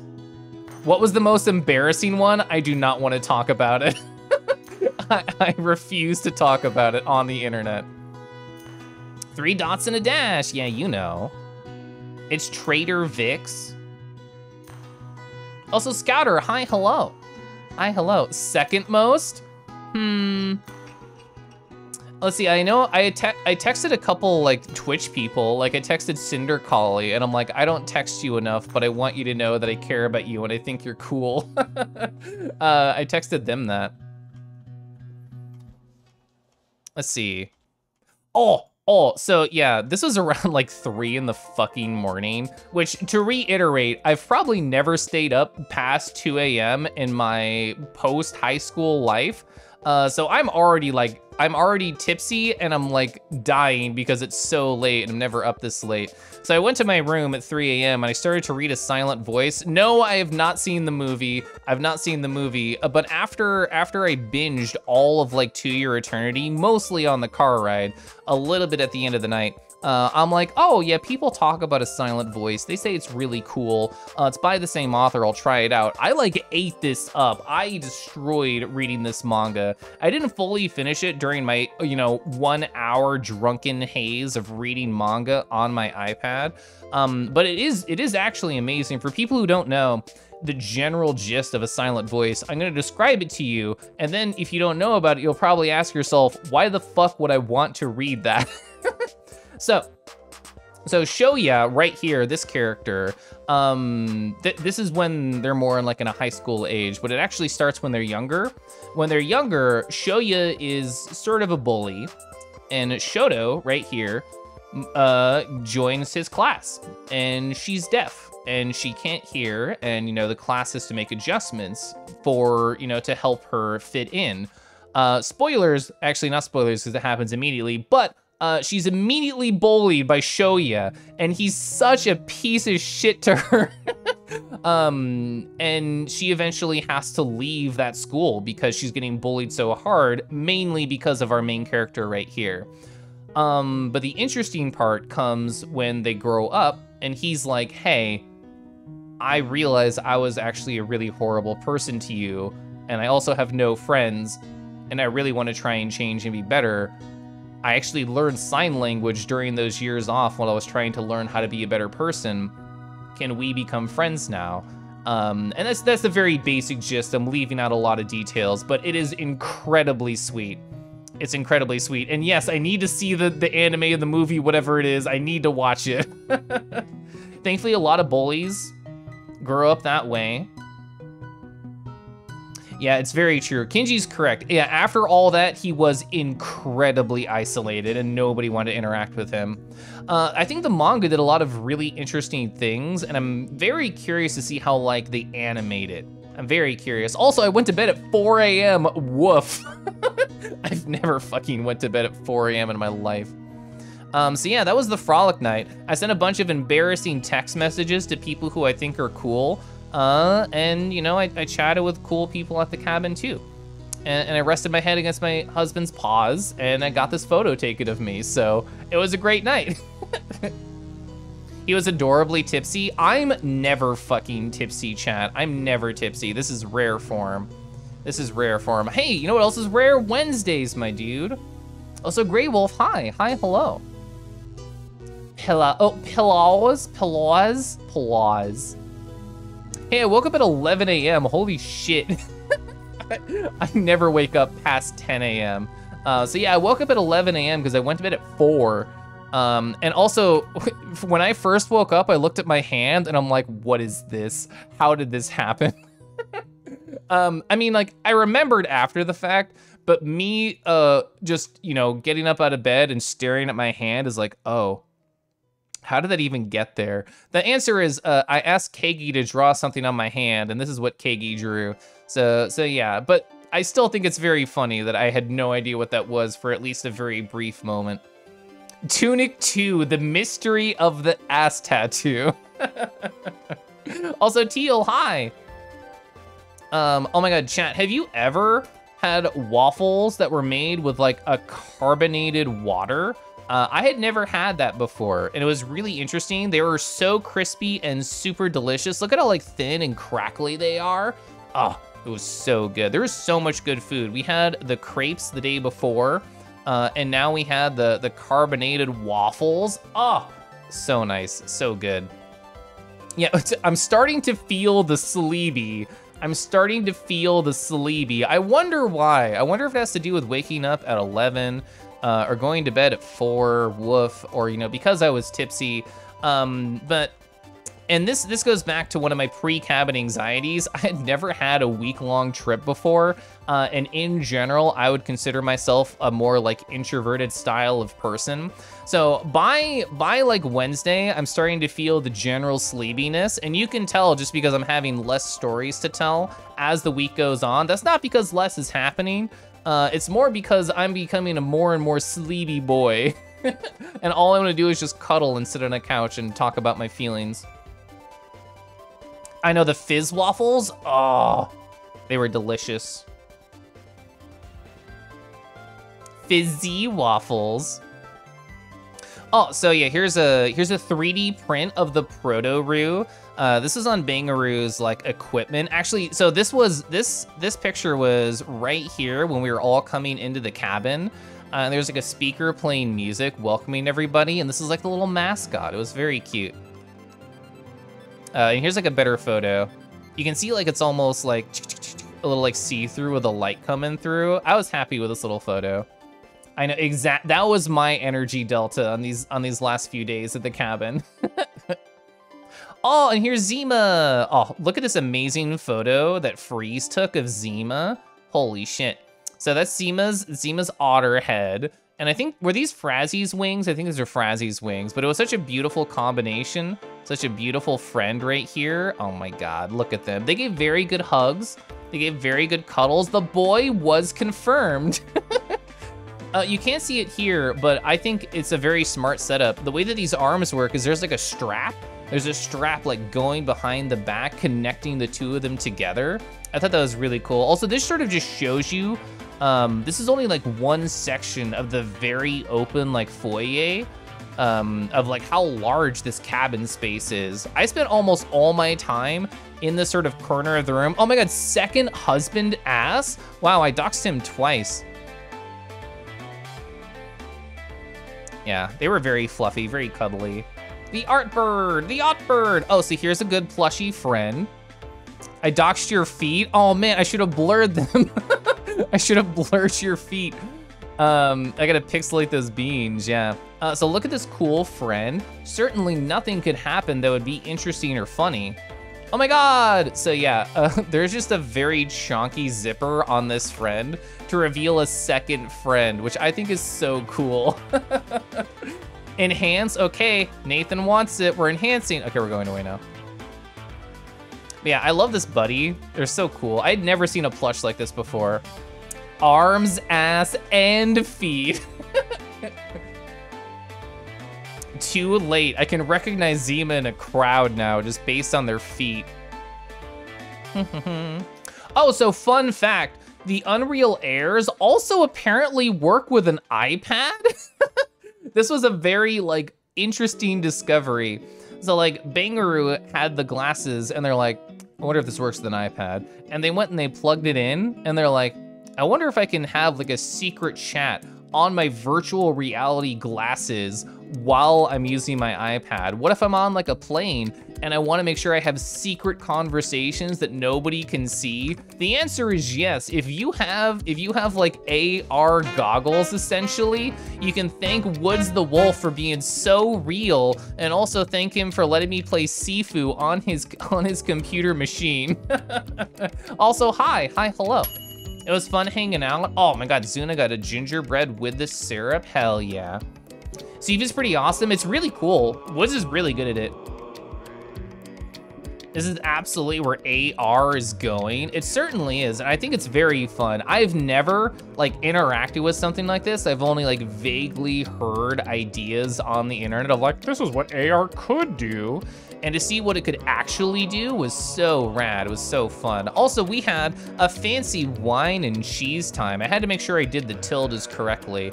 Look at this amazing fucking spread. We had some sausages right here on the lower right. We had a delicious Parmesan. We had some more soft cheeses. We just had a smorgasbord of cheese. This was a dangerous fucking room to be in. With all the other delicious snacks and food that are around, you also add wine and cheese and my incredible lack of self-control. This is a very dangerous room, and also, oh, so delicious. It was absolutely amazing. Oh my God, thanks for subbing too.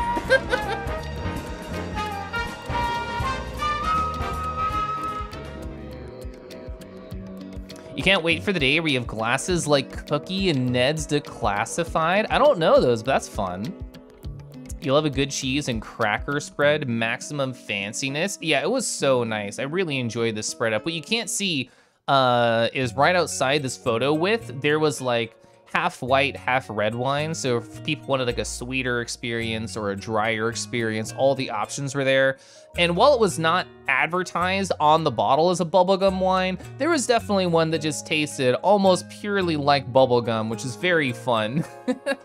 I'm one of those like alcohol drinkers where unless it basically tastes like sugar and also burns a little bit, I'm usually not interested. So like cocktails or tiki drinks, that's really all that I want. That's all that I want to be pushing towards.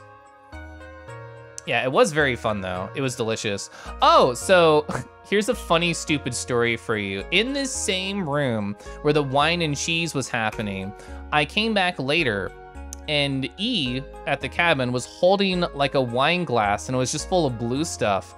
And I'm like, what do you have there? And she's like, oh, it's Kira's cum. I hope that explains everything you were looking for. And then she just walks away. Which, it really tickled me. It really tickled me in the moment that's all she gave me. So let me show you. Let's see, frontofcabin.mp4. So this is the front of the cabin. Oh, hey, look, it's Kira's cum. So yeah, that's why I kept both of these together. So you can see kind of like the front section. That's where the campfire was. It was actually really good. It was like a tiki drink sort of style of drink with a blue curacao in it. Yeah, it's a very cozy area. Every part of the cabin was cozy. I made sure to get the pinky out for the video right there. Ooh woo, says Kiro. Ooh woo, says Kiro. You worked very hard on that. It was very good. I don't think I talked to you about your cum at all, but good job on the cum. Anyway. Oh, so I again was too much of a hungry lad to fully appreciate taking a photo of the elotes, but holy shit. This is I think one of my favorite bites of food. So I've never had elotes before. For people who don't know what it is, it's essentially like really good corn. And then you sort of like roll it in sort of like a Mexican crema, and then you cover it in cotija, and you might have like a sauce on top of it after that. But it was so fucking good. Oh, so good. One of my favorite bites of food from the entire cabin was right there.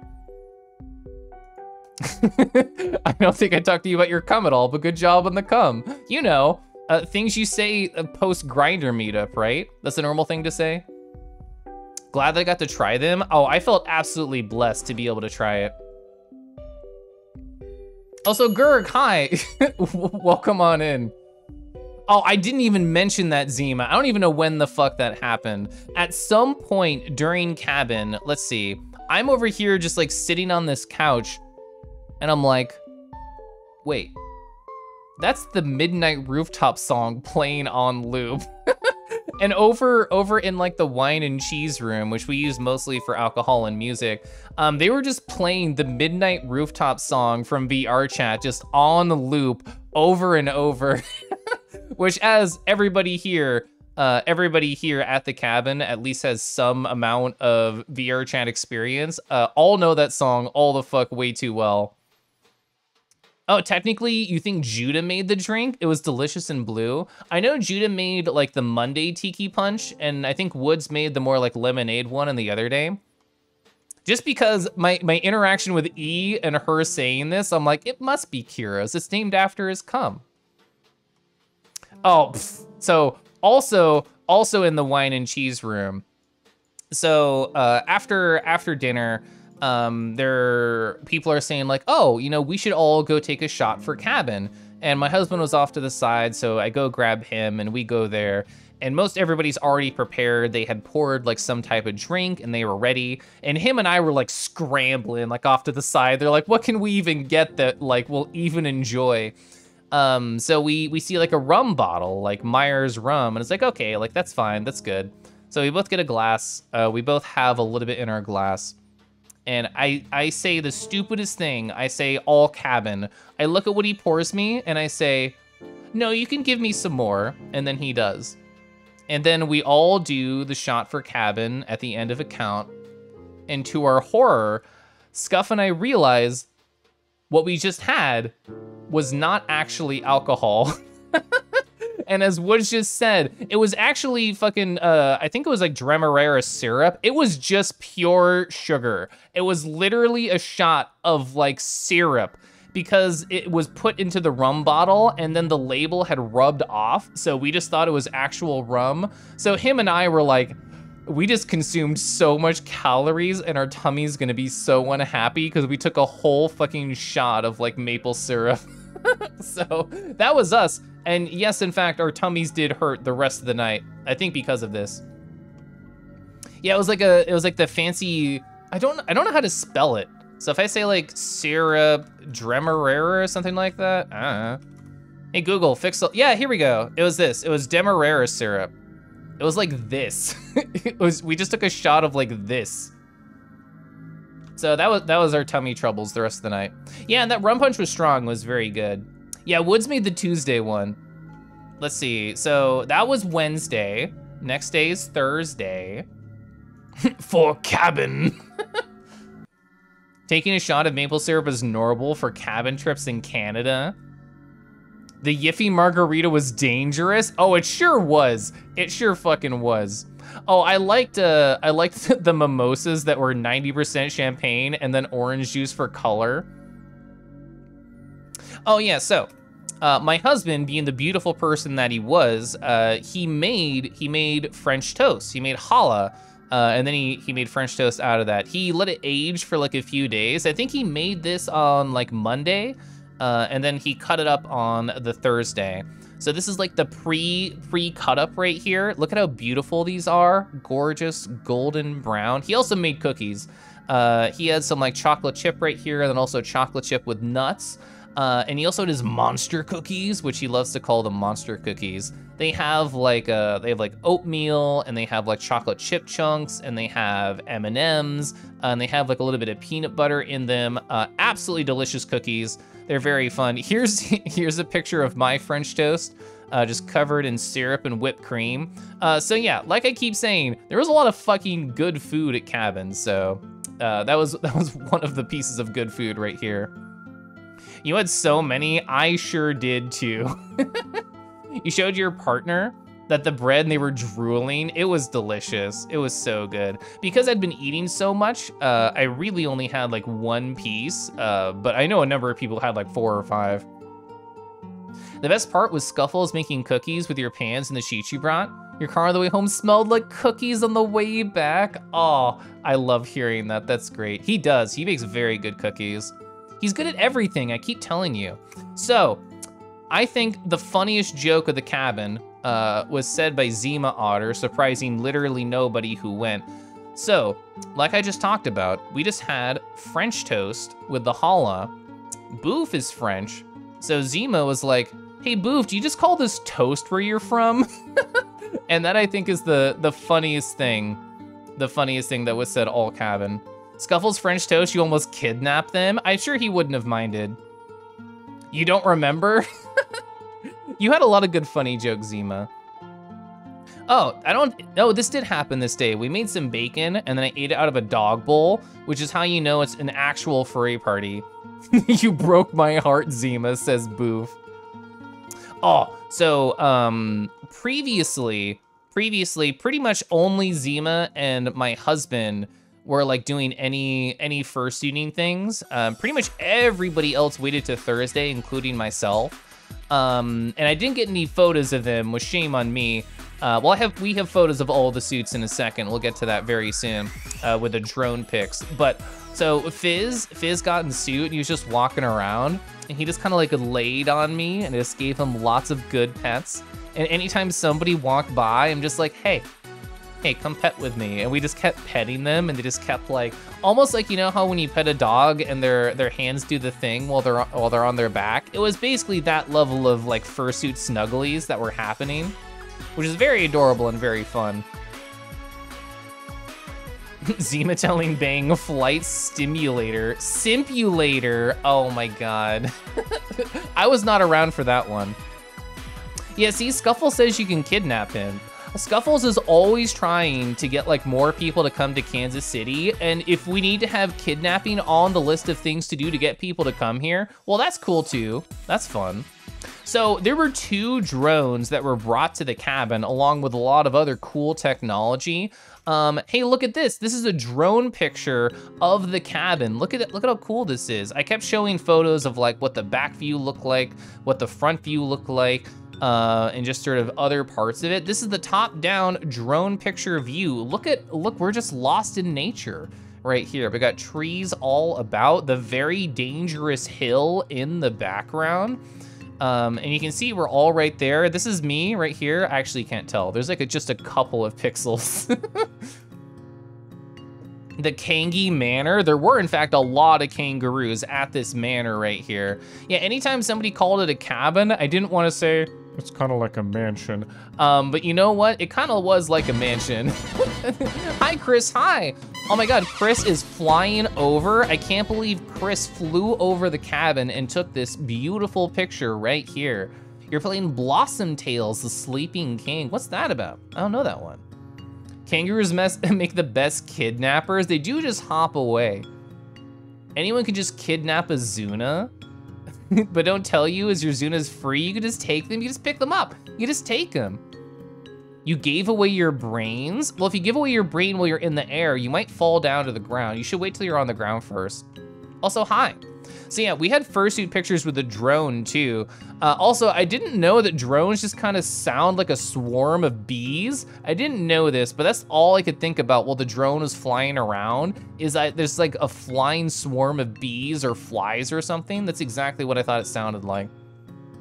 Oh, so that's the game I saw you playing the other day. That was Blossom Tales. Okay. I fell asleep. What day are we on? That tickles me that you said that. We're on the Thursday. So Friday is like the cabin leave day. So this is like the last full day, which makes sense because it's right, oh, I guess it's 2 days after Frolic. Chris, thank you so much for 4.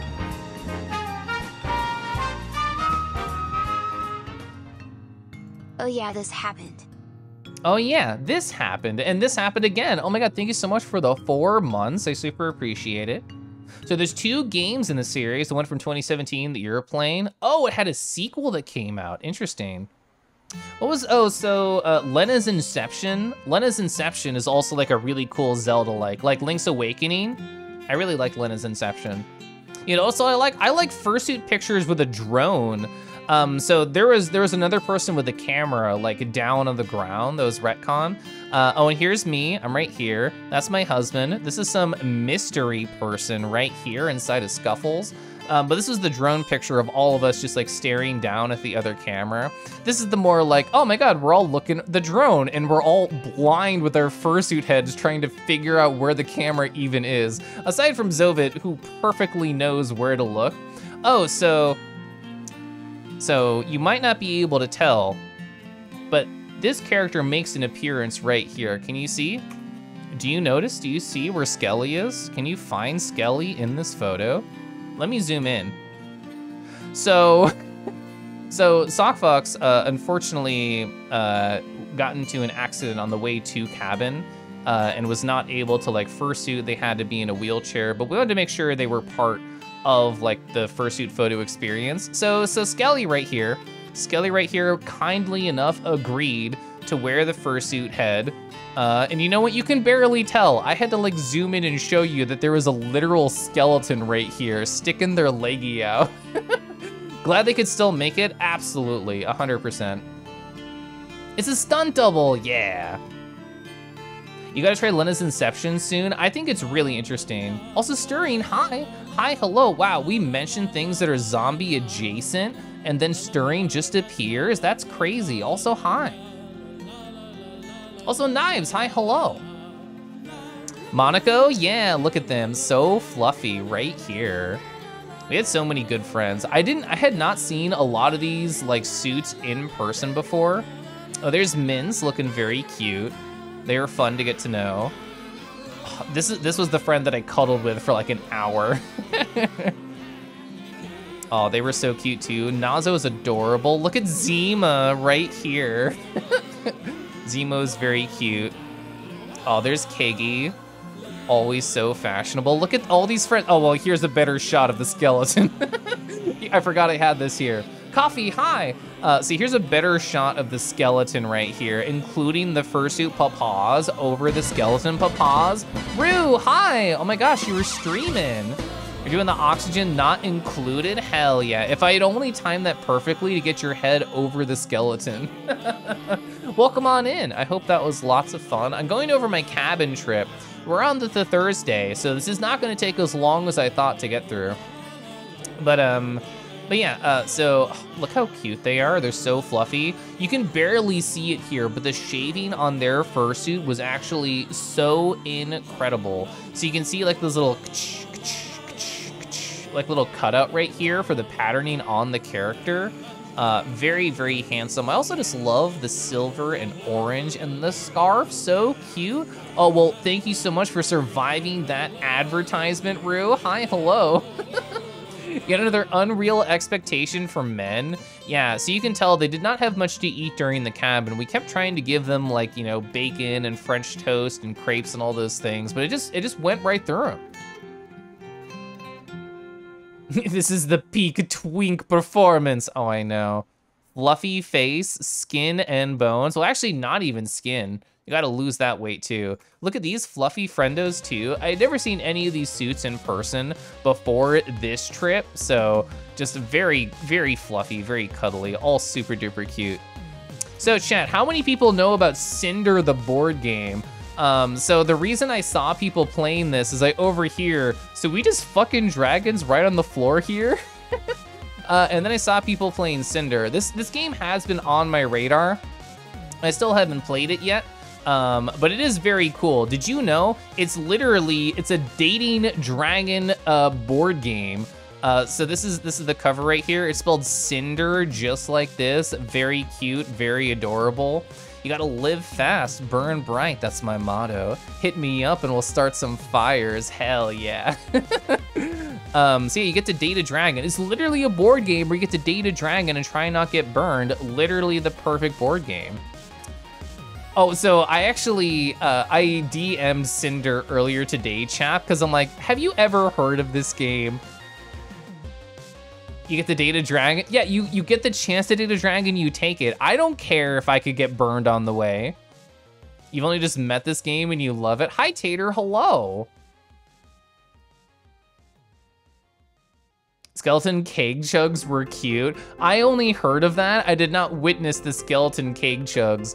And the thing is, like, this feels exactly like a con sort of thing to me, where like a lot of people who were at the cabin are in the chat right now. And I think that's part of the fun of one person's experience at a con or at a cabin or any sort of like longer trip.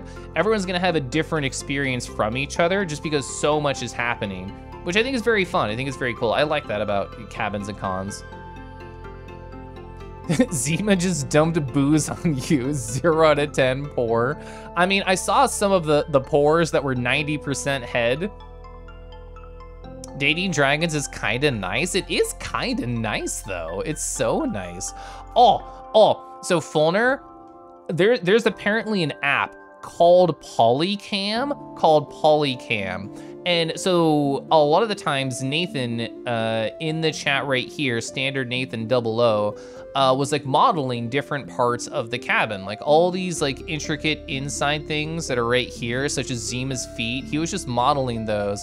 He was also modeling, like, there's like a chandelier overhead here, which is really cool. He was modeling that. Anything that was like very unique about the cabin, which I don't think I actually have a very good picture of. Oh no, the bunk beds. Yeah, so he was like modeling everything unique to the cabin, just like sort of going like object by object to try and recreate this. And then also Fox.gif in the chat was able to find this app called Polycam and just held the iPad up and kind of like walked around. And I would say it did a pretty amazing like approximation of the cabin itself, just like turning it into a 3D model. If anybody's ever been to the Blue Lick Road world in VR chat, it was kind of like that, but less fucked up. But more cool. Yeah, LiDAR is getting so crazy. It's bonkers, like this state of technology that we're at now. The address that lives in infamy, yeah. Yeah, Nathan did so much cool modeling during the trip. That's what burn wards are for? Yeah, you can date the dragon. You can get that skin back. They have graphs and stuff. You got to keggy imposter with my phone. You're very sus. You were very sus. The cursed troll be down. Oh, they removed the tour page for Blue Lick Road. That's so sad. That's so sad. Like if you cry every time. Yeah, hopefully it can be archived somewhere. I hope the VR chat world still exists because it's fucking terrifying. One of my favorite stupid stories from Cabin. So Zima was on their Steam Deck and they're like, I'm in the middle of the woods, my internet sucks. What should I do? I wanna log into VR chat because I can. And that was absolutely hilarious because one of his friends was just on and they got an invite from the friend and they were just chilling at the cabin with their Steam Deck, talking into it with their friend in the middle of nowhere. And it was so fun and so cool. And I mentioned Woods earlier had like their whole computer set up and we played some games on it. And while Zima was in VR chat, just like chilling and talking with his friends, we just see like an invite pop up on Zima's UI, and they're like, I just got an invite to play VR chat from Woods, and like him and I like we like swift to the side and we just see Woods like staring at us.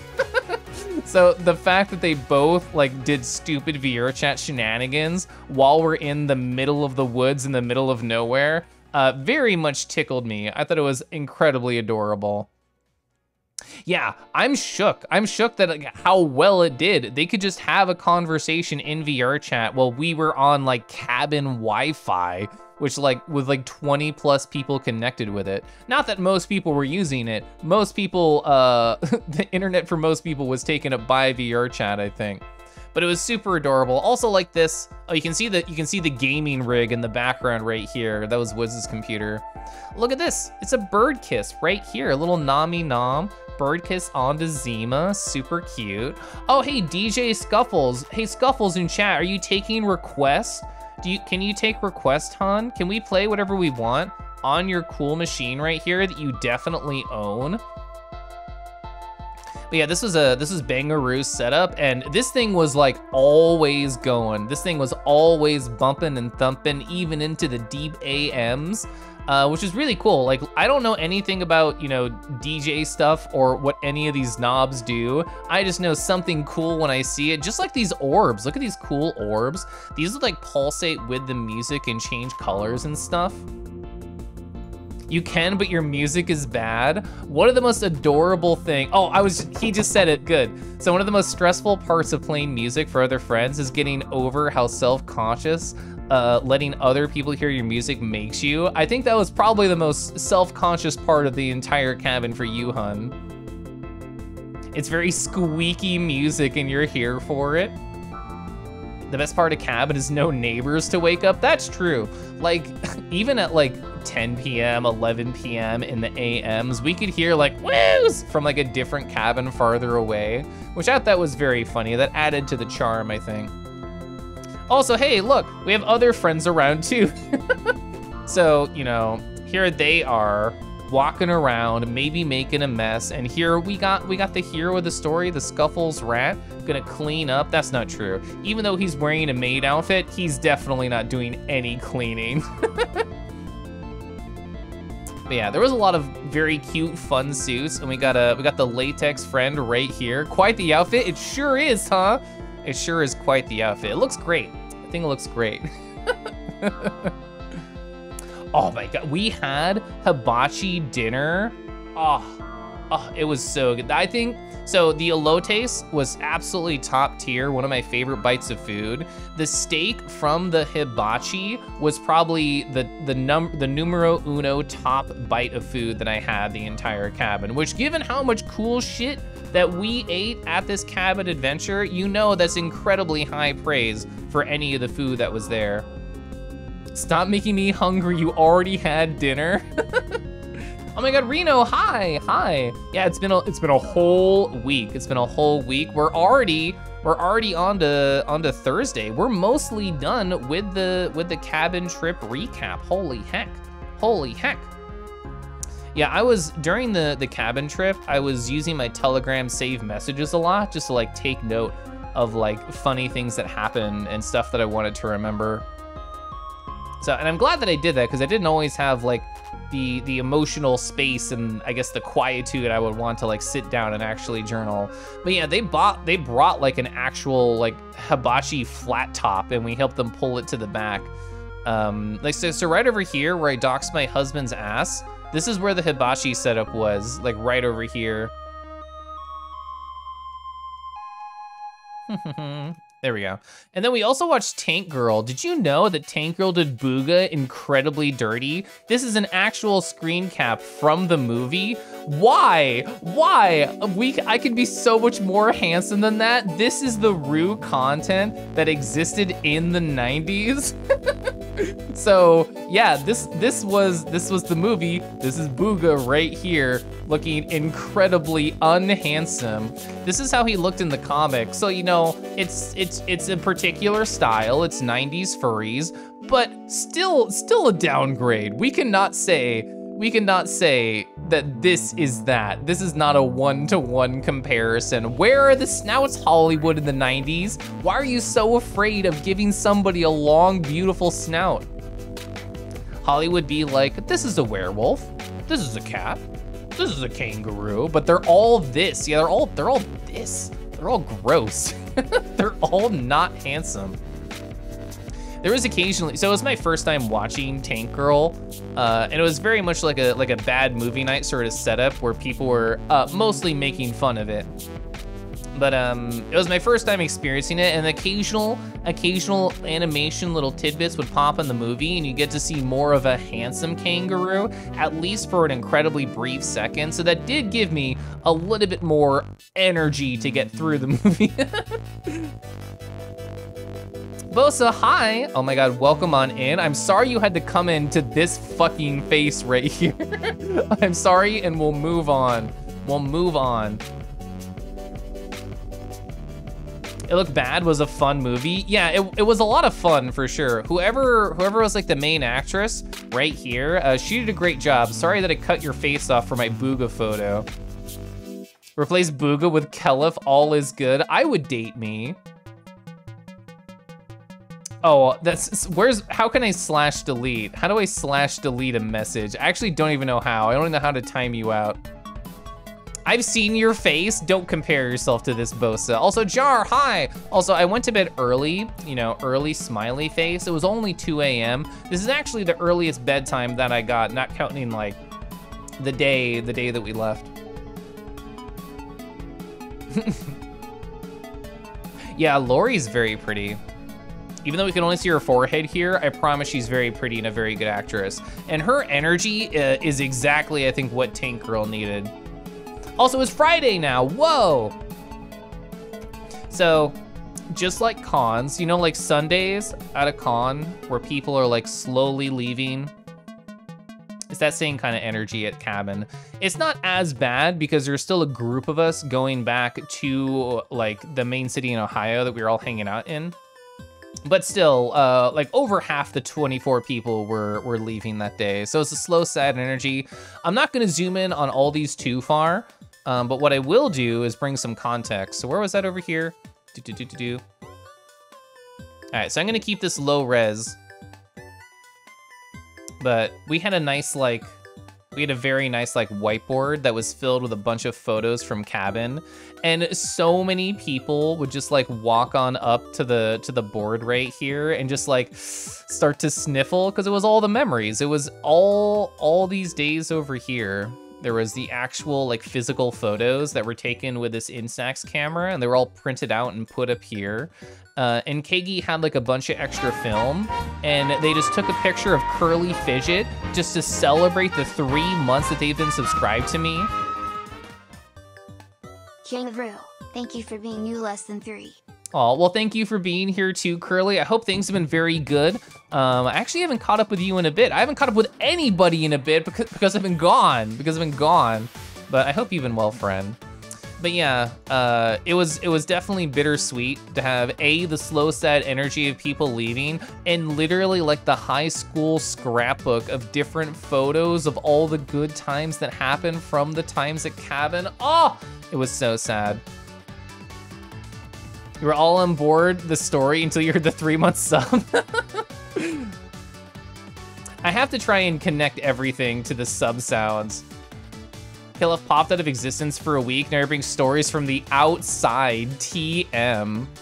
Oh yeah, so I mentioned that I'm mostly sort of an introvert style person. I was so tired by Friday. Apologies to everybody at Cabin for my lack of fucking energy on the Friday.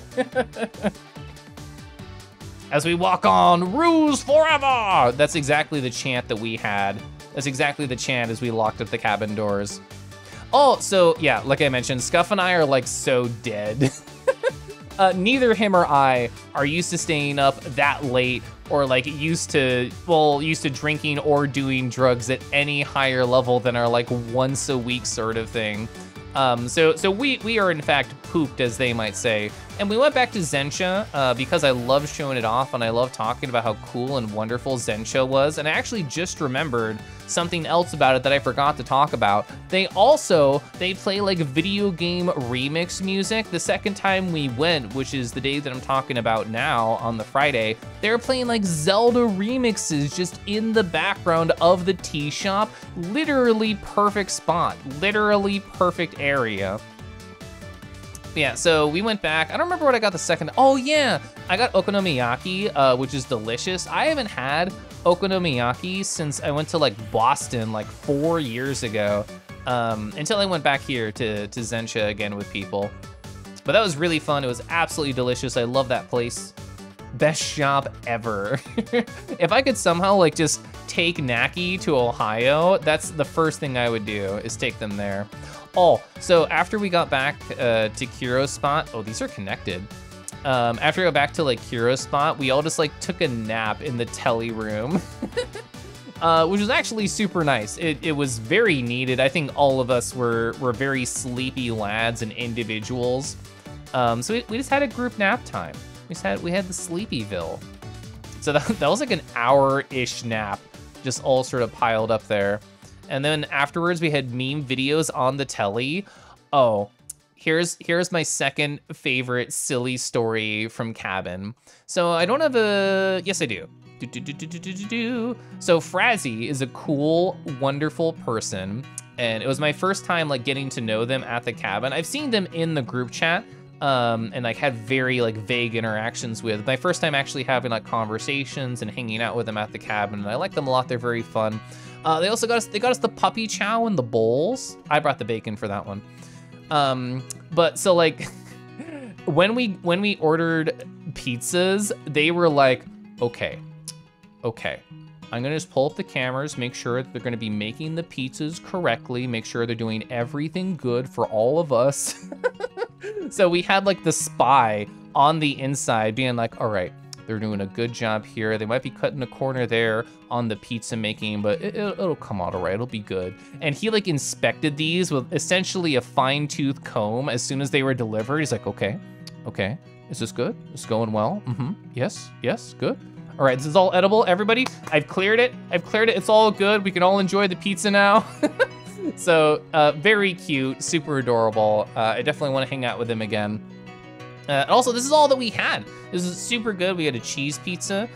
We had kind of like it had like the beef and the pepperoni and the onions. Delicious, very good. Oh, the green peppers, the ham, the pepperoni, the beef. It was all so good. That's like a Kentucky Fried Chicken pizza. Dang, you love Frazzy? I also love Frazzy. Can I get an I love Frazzy in chat? Sky, hello! Kangi, welcome back. Oh, so frickin' Pickles was asking earlier, who did you send embarrassing text to when you drank too much? Oh, it was Sky the Shark. They were one of the people I sent embarrassing texts to. But anyway, moving on and not talking about any details. I already told that story. So Scuff and I were gonna head out Saturday morning incredibly early. Shut up. Anyway, Scuff and I were gonna head out incredibly early on Saturday. So they had plans, all the other people who came back to the house, to like go out for the night and have like one last sort of party and hurrah. We did not go because we wanted to make sure we were all well rested for like the 11-hour road trip on the way back. But they all went to Otherworld in Ohio, which I've only seen pictures of. But here's it's like essentially an art installation that you can party in Ohio. They specifically went to a silent disco, but look at the inside shots of this zone. It's like a sci-fi exhibit. You just kind of like walk around and like jam to. So they had like music pumping inside the headphones. If people don't know what a silent disco is, essentially the idea is everybody who's a part of the disco all have headphones on. So the music is not blasting in the hallways or anything like that. It's coming directly into the headphones. And I don't know if this was the case because I didn't go.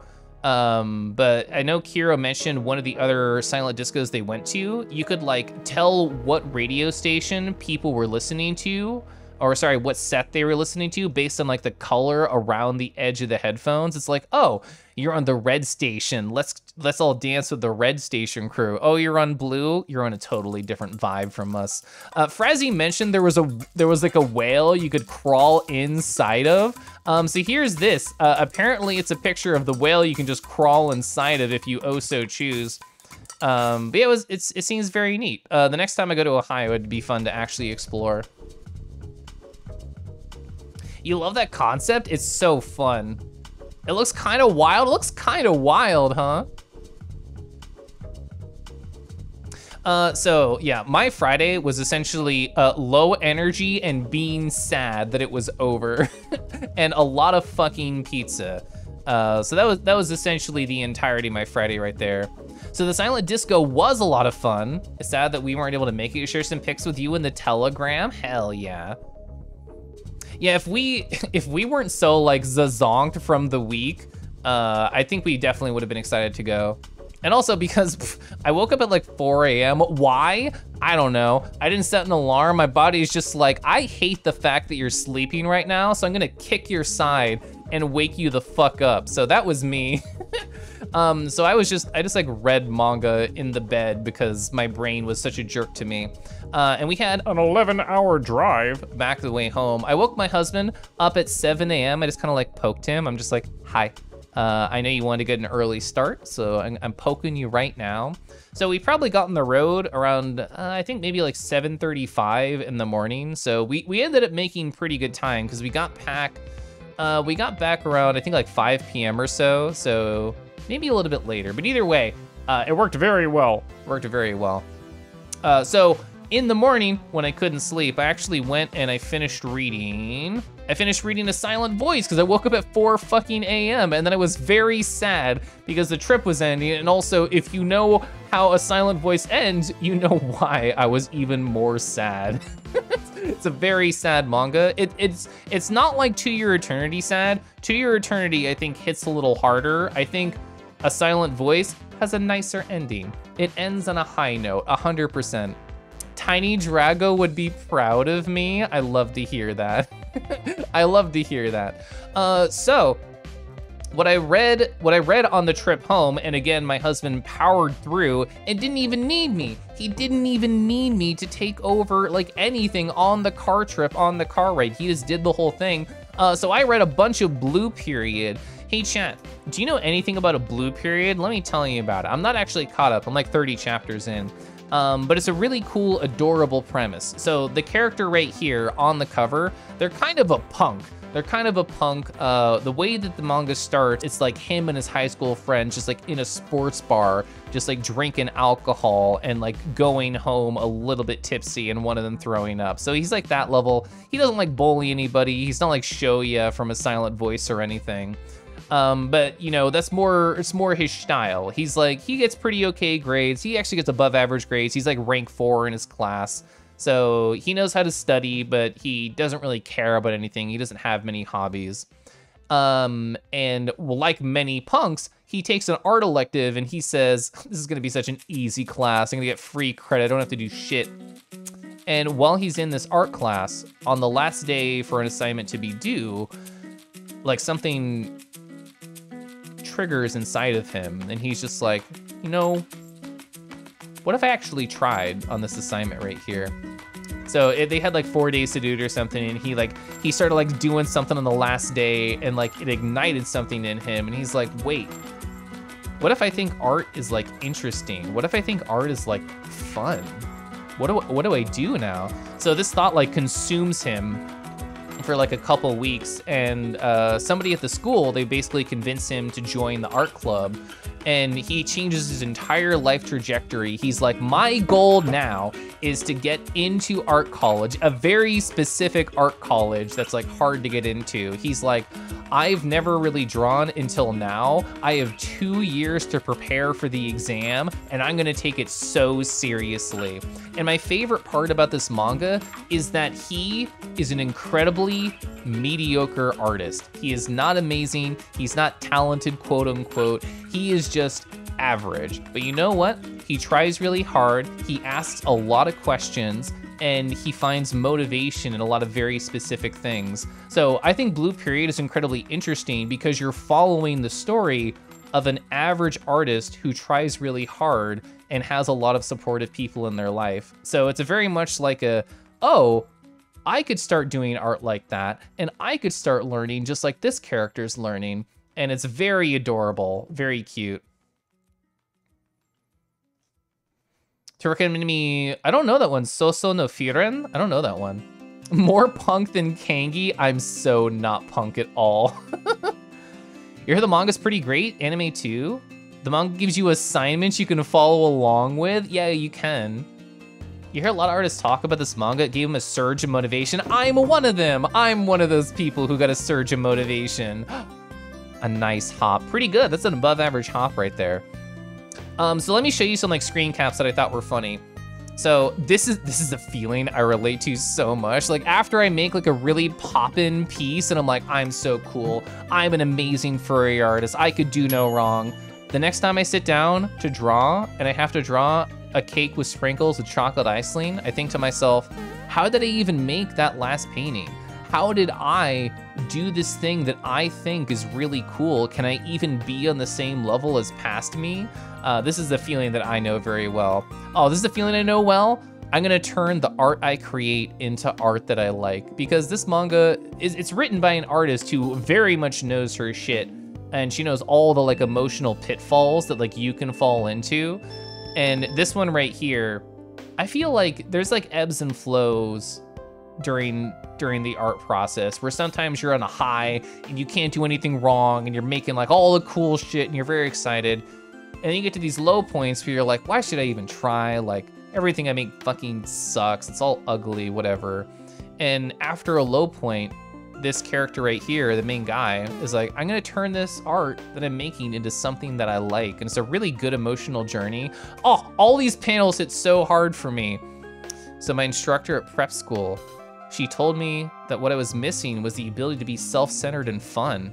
Are you not having fun? I don't know. I had fun in the past, but I don't even remember what that feels like anymore. I know people who enjoy themselves are attractive, and I want to be like that. I've been working hard to be like that, but enjoying yourself is such a real feeling. I love him. I love his emotional journey in this manga so fucking much. Doing something you like doesn't mean that it's going to be fun. Ah, yeah, I relate to him on every level. Oh, this too? It was good. He got a compliment. It was good. My art's actually good. He's so fucking cute. Oh, this happened. This was in a 4 coma at the end of a comic just to be funny. So apparently, Umino-san's recommended works are always a hit. Oh, you know, you should read Ghost in the Shell, Paranoia Agent, Knights of Sidonia. They're all great. Thanks for letting me borrow them. Speaking of, hey, you like animal characters, don't you? I'm gonna loan you Black Sad. The fact that this was in the manga was just very funny to me. That's just like, oh, you're a big furry, right? Just here, read this furry manga. Also, speaking of, I wanna read Monotone Blue. That's a furry manga that's got on my radar. Also, so Freeze, jumping back before you go to that panel, where's a picture they took? Well, I don't want to dox Nathan. I don't want to dox Zima's feet anymore. Here it is. So Freeze took this photo. It's a beautiful, gorgeous photo. So Freeze said something that made me think of this panel and that I related to. They were like, I'm so sad that Cabin's ending, because there's been like a lot of really wonderful connections, a lot of fun times. But also, I'm really happy that Cabin's ending, because fuck you guys. I don't want to go home and I want to be alone. So that was kind of my energy at the end, or especially during the drive, where I was so like tired and zonked. And it was like this good exhausted of like, I'm really happy that I went. I'm really happy that pretty much all my anxieties right here did not come to fruition.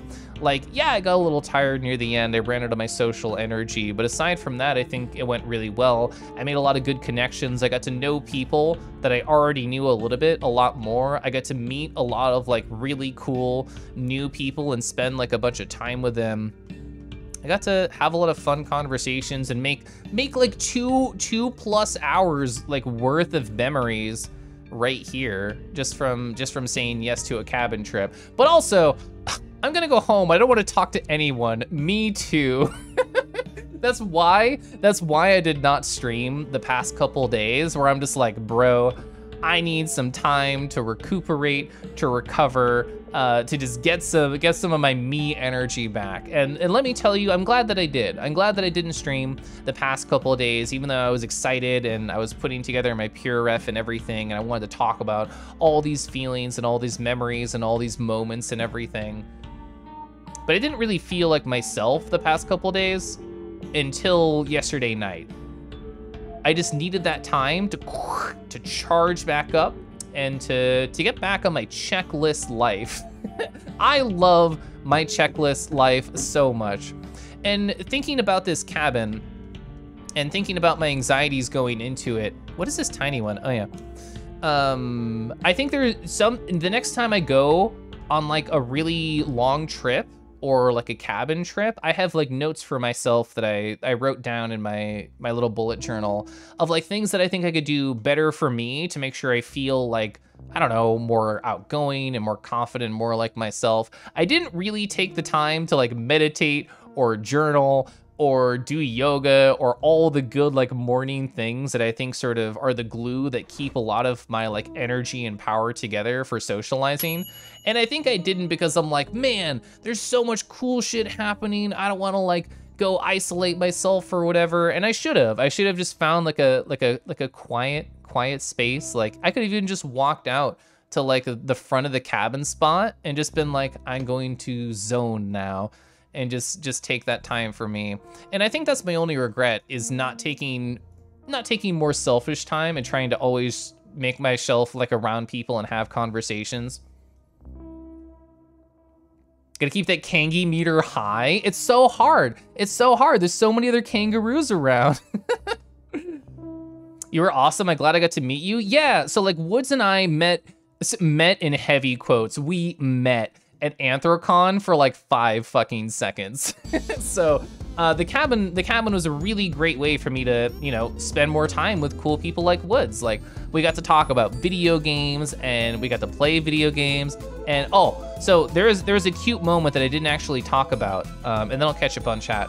I forgot like a cord in my car and I was just in my bed like decompressing at the end of the night, and I'm like, oh, you know, husband's not here. I'm gonna go to the car and grab a cord. And it was like fucking 2:30 in the morning or something.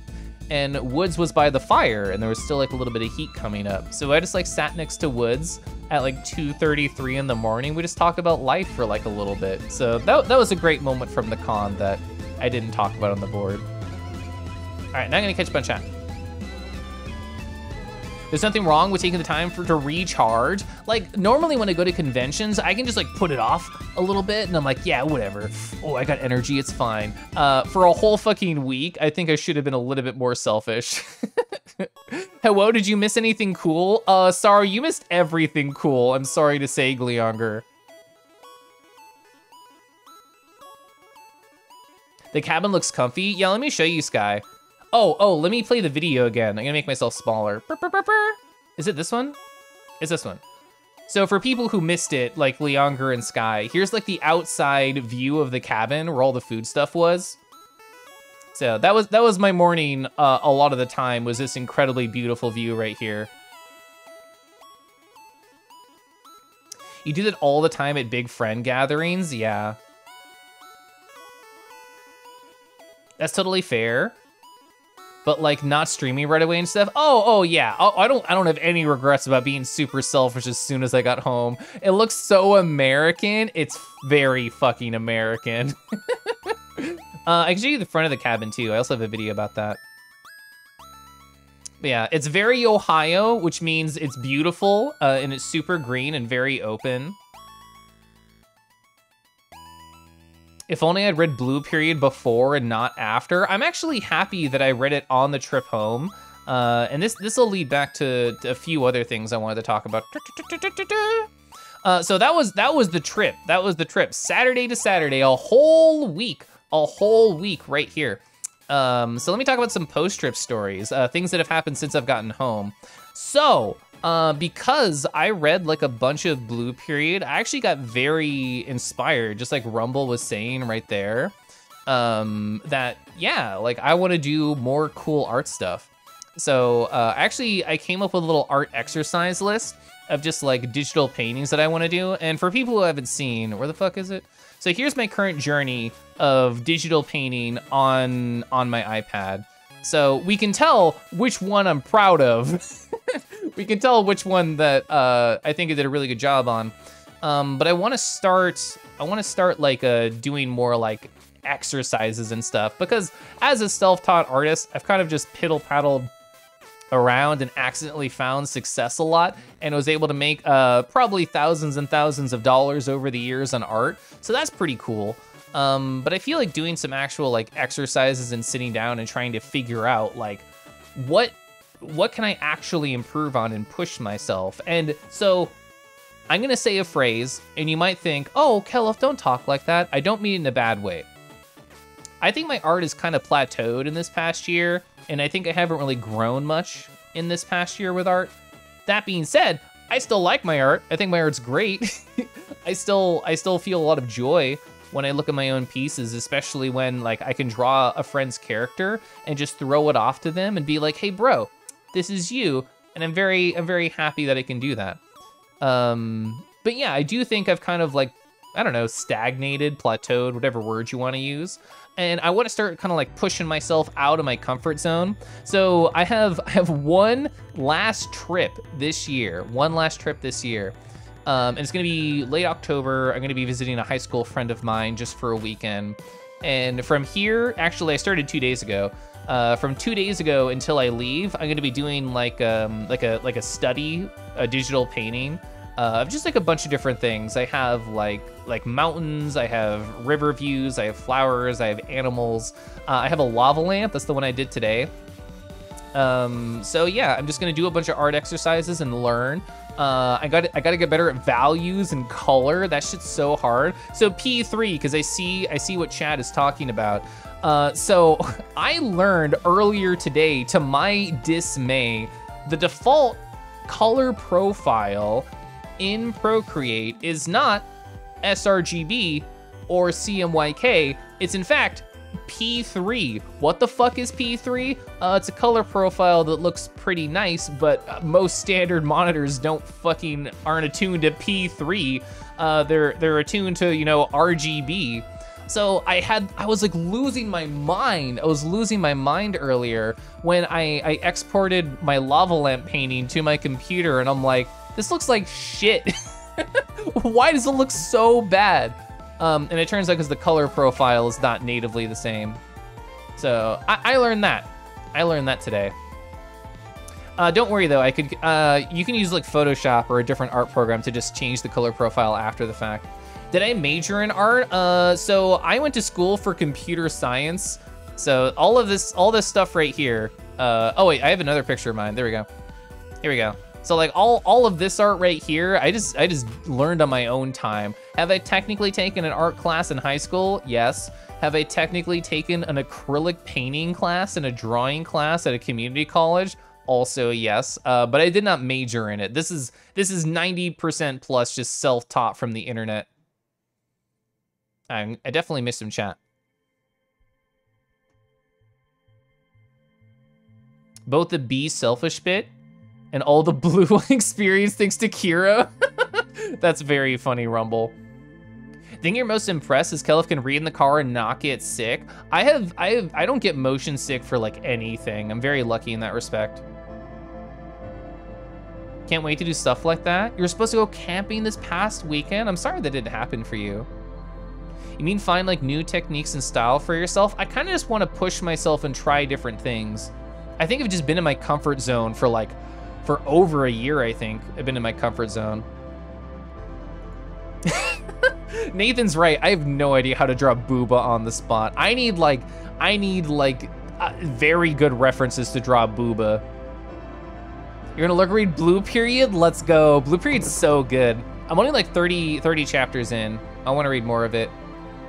Yeah, I think Blue Period's great. I don't think you have to be an artist. Like the nuances of this panel hit me as an artist, and this one hit me as an artist pretty hard. But just in terms of like a good read, it's a very good read. And I normally see this in anime, but it's here present in this manga, where I'm sure you've all experienced some anime or manga like this, and Dr. Stone's a good example, where like you can tell the person who wrote it did so much fucking research. They're like, you are going to learn today because I had to research so much bullshit for this. I'm gonna teach you literally fucking everything. And like Dr. Stone has that stuff all the time. But Blue Period, it feels more natural because it's just about learning art. And all of the author's advice for like learning and teaching is like really good. It's very on point, IMO.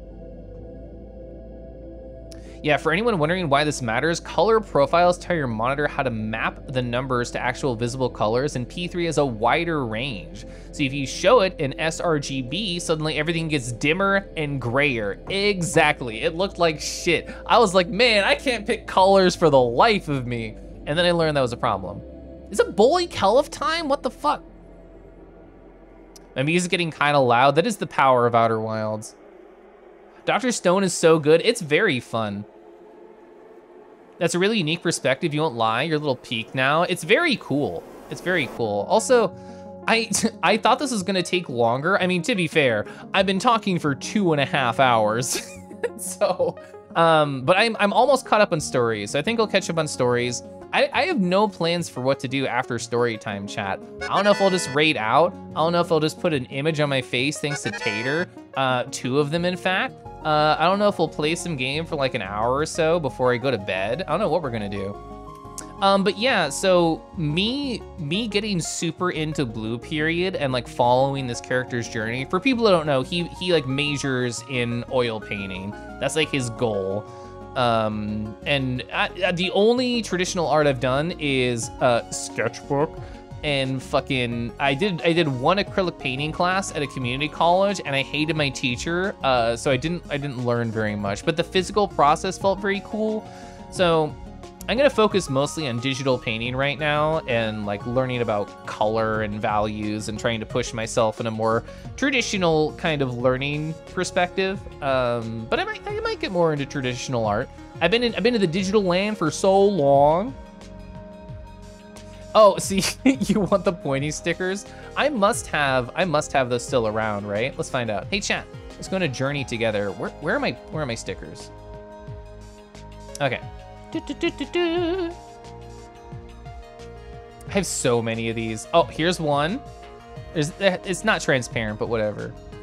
Oh, this one's transparent. Get out of here. I'm gonna kill the non-transparent one. Hell yeah, there we go.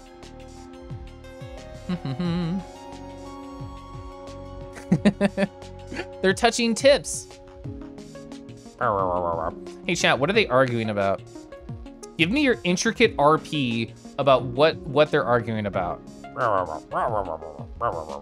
They're like not, Tater's not on my ear correctly. Where are they pinned to? There, that's what I want. Okay. Hell yeah. Is a hot dog a sandwich? I think they would be doing that. Oh, the Kelf with the guitar? Yeah, so Ketchy-san, I'll make this really big for a second. Yeah, Ketchy-san did this. Isn't it so fucking cute? Look at this. Look at this friend. They sent me another piece of art. Oh, here's like the walking version. Here's like the walking version. Yeah, Ketchy-san's art is so fucking cute.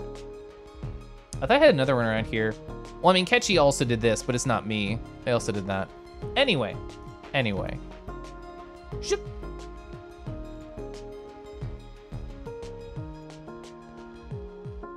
Traditional Kelafart, golden sickos.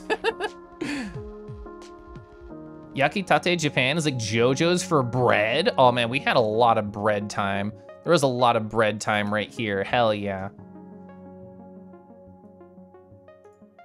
They're arguing about who loves each other more. That's also very valid. Ketchy wah! Yeah, Ketchy's so cute and good. I'm gonna restart my facial tracking app because my phone's been on for 2.5 hours. Oh, there we go. Anyway, hey, you probably saw little bits and pieces of this. I want to shove it directly in your face. This is by Cinder Calling. Did you know that Cinder likes to do, what is this, embroidery? Whatever it is, crochet? I don't know. It's really cute. It's really cute. Look at it. It's me. It's me. It's the Kelf Hoppy mode. They sent me this DM like yesterday, and I like, oh, it's so good. I love it. Cross Stitch. Thank you.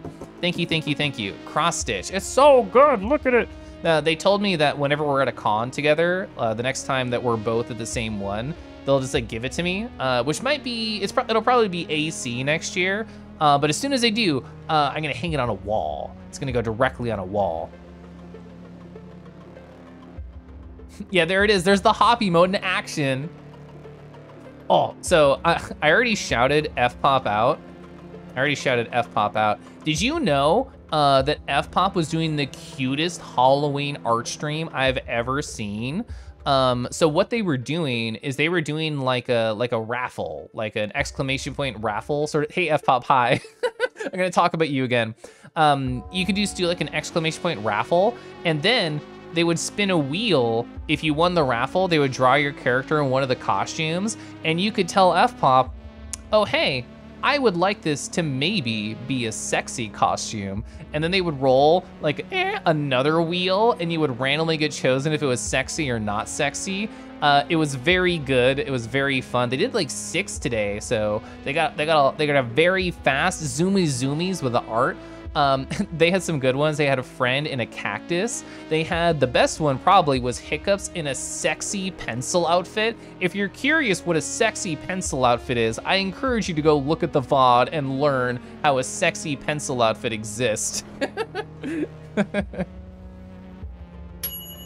F-Pop scarred you for life by suggesting someone get the sexy version of their flesh Sona as a costume for the fur Sona. Never mind, don't go watch F-Pop stream. In fact, I say don't do it after learning that. So yeah, that was my Cambid summary chat. We had 2.5 hours of the fun times. Unshout out F-Pop. Oh, so yeah, the clip. Let's see. So the clip that Kay posted, I'm just gonna show you again. Hey chat, for people who came in late, did you know that we had a skeleton here? And did you also know that we had liquid nitrogen here? What's the funniest thing you can do with a skeleton and liquid nitrogen? It's that. That's the funniest thing you can do. So yeah, that's the clip that Kay's talking about. He gets a pass from you. He lets you have the fun custom commands in his stream. What's the new video? The one where it's like the panther. It's like, why is the panther sniffing your underwear? But yeah, so that was part of story time earlier that Kay apparently clipped. Oh yeah, so this is my husband Groovin. There we go. He told me I have to send him this video, which I still haven't. It makes you laugh every time. Maybe that should be my custom shoutout command for F-Pop. Why is the I don't know the history of that video that Bosa did. Yeah, there we go. Why is the panther sniffing your underwear? That's apparently the quote from that video. Yeah, I mean, my husband's super adorable. I think so. But yeah, chat, I don't have like anything else to talk about. I have no idea what game I'm gonna play next either. Story's done just in time for bed. Good night, Kangi in chat. Have a good night, Golden. Thanks for hanging out. Thanks for chatting. I mean, we could just chat for a little bit, and I could stretch my legs, or I could raid out. I don't know what people are feeling. I don't know what I want to do either. It is cozy time. It is cozy time. I'm stretching in my chair, which is why I lost my hands. That's true. Yeah, the panther is a guy in a fursuit, just in a pile of underwear. Take a break. Okay, I'm gonna respond to Gleonger, beloved chat member, and then I'll stretch my legs. Have I seen Beacon Pines yet? I have. I was actually watching Hoop the Dog King play a little bit of that earlier. I already knew it was up my alley, and then a scene happened that was very emotional that I'm like, this is actually very up my alley now. But fine. I'm gonna go stand up. I'm gonna stretch my little leggies. And I think I'm gonna just talk with chat when I get back for a little bit, okay? Yeah, if you haven't been here while I take a break, every approximately 2.5 hours on stream, I wanna stand up. I wanna stretch my legs. I wanna make sure that I take care of myself. I wanna make sure that you also take care of yourself. So if you need to stand and stretch or get a snack or water, whatever it is, I encourage you to do that. Also hydrate, yeah, I'll be right back.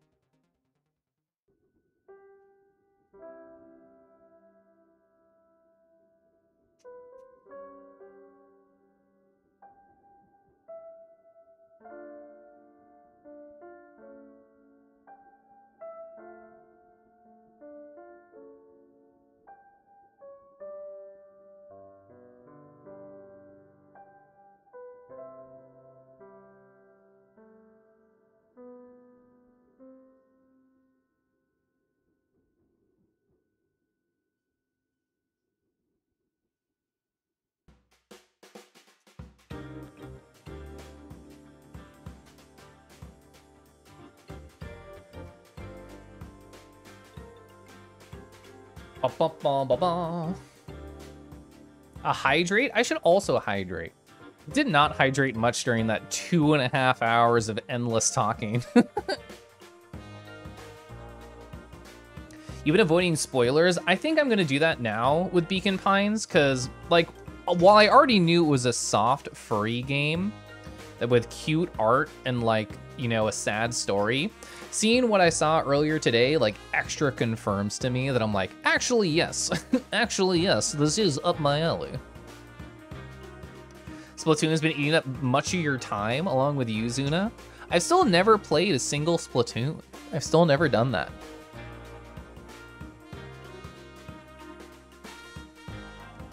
Ba-ba. Wait, let's go full screen. Hell yeah. So yeah, chat. I just kind of want to like piddle around with you a little bit. I hope you don't mind. I like spending time with you, and we were gone for like a week. So chat, you can ask any questions about the cabin, or you just want to talk about anything cool that happened on my week off. I'm happy to do just that. No splat, Tim. He does not do it, in fact. Oh, thank you for making a memory, Woods. We'll get a nice screenshot of my summary that will automatically be posted in my Discord. Splatoon is all gay people and furries, and apparently Germa fans, if I can believe what I've seen on Twitter. Furries do some good art in that game. You kind of love browsing the plaza just to see it all. All I've really seen is just the stuff posted to Twitter, and like what people can do in like that small pixely environment is crazy to me. It's very much reinstated itself as your comfort game. Hell yeah. Since I'm on like such an art kick right now, like anytime I have free time, that's not like, you know, a lunch break or whatever, like I'm just like, okay, like we gotta draw something cool. You at least can use the touchscreen for drawing. That is fun. That is great. I made a tweet like after I started reading Blue Period. One of the first tweets that I made was just like, who is your like furry inspiration for art? And I got a lot of really interesting responses. And I thought about mine, and mine are probably like Nomax Art and Hersha. I would say both of them have very different styles than my own. They're more both like painterly. It bums you out. All the stuff you've seen of Splatoon 3 is the controversial banter stuff. I have thankfully no idea what you're talking about. I love that I have no idea what you're talking about. Splatoon is just free form art. Hell yeah. I don't know what manga I'm gonna go to next. I want to read Monotone Blue. Because Jamage's partner, whose name's escaping me at the moment, recommended it. Also, the cover is cute furries. So, do I even need to know what the story's about? I don't think so. I don't think I need to know. I'm very shallow. If you tell me that your board game allows me to date dragons, I immediately want to play your board game. If you tell me your manga has cute furries in it, I immediately want to read your manga. I'm incredibly shallow when it comes to that sort of stuff. Also, Kadama, did I say hi? I hope I said hi. Woods, what have you been doing to like, in the post-cabin sadness? How have you been coping, I say is the right word. I've mostly just been like drawing and sleeping. Oh, holy shit. So like after all this, the Sunday after I got home from cabin, I just slept for 11 hours, which that never happens. It's a very out of the box thing for me. Outside that box. It was nice though. My body super needed it. I wanted to be just kind of a lazy hoe for a while. Did the Kangi go to sleep at 2 a.m.? No. I went to bed at like, I think like 10:45 or 11. Making VR cabin, it's a lot. So how much, let's see, I'm trying to think of all the things I remember you modeling. You made like the bunk bed, you made like the chandelier that had like the deer antlers on it. You did like the table. Those are all the ones that come to mind. I know you said you took like photos of all the unique things from Cabin. Do you also have like the 3D scan that Fulner did, or are you still just doing like the from raw? Playing Destiny and work. I know a lot of people who are like super into Destiny. I haven't played it since like the first 3 months of it coming out. Oh, I know what I can do. Give me 1 second. I need studio mode for this. And I'm gonna do it like this. Burp. I'm gonna go here and then I'm gonna studio mode. Hell yeah. For the streamers who don't know, studio mode is kind of awesome because you can edit a scene without anybody seeing while you're live, which is pretty rad. All right, here we go. So how am I gonna do this? I wanna talk about something, but I don't wanna show everything. I don't wanna show it all. All right, here we go. Use studio mode almost every stream. It's beautiful. Aha!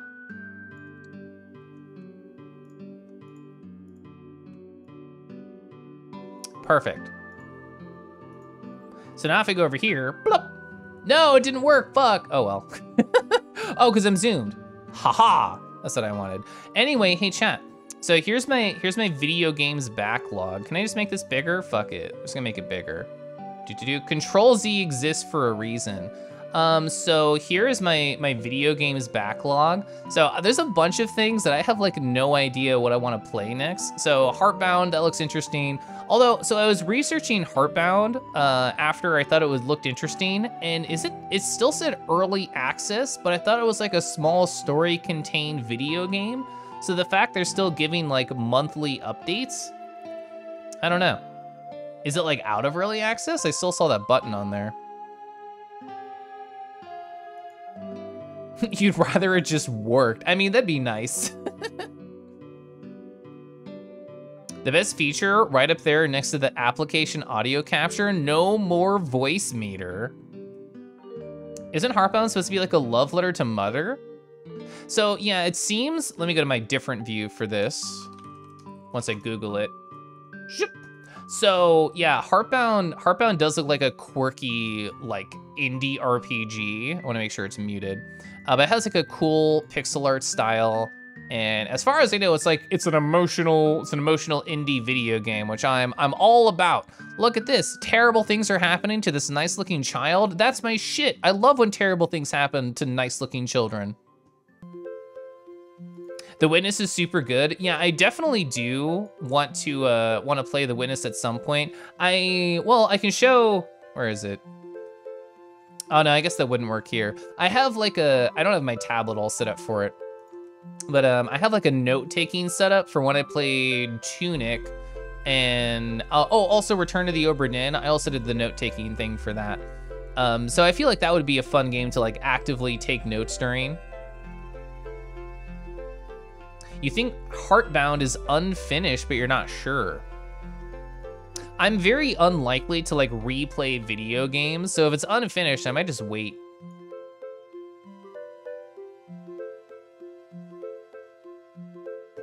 Let's see.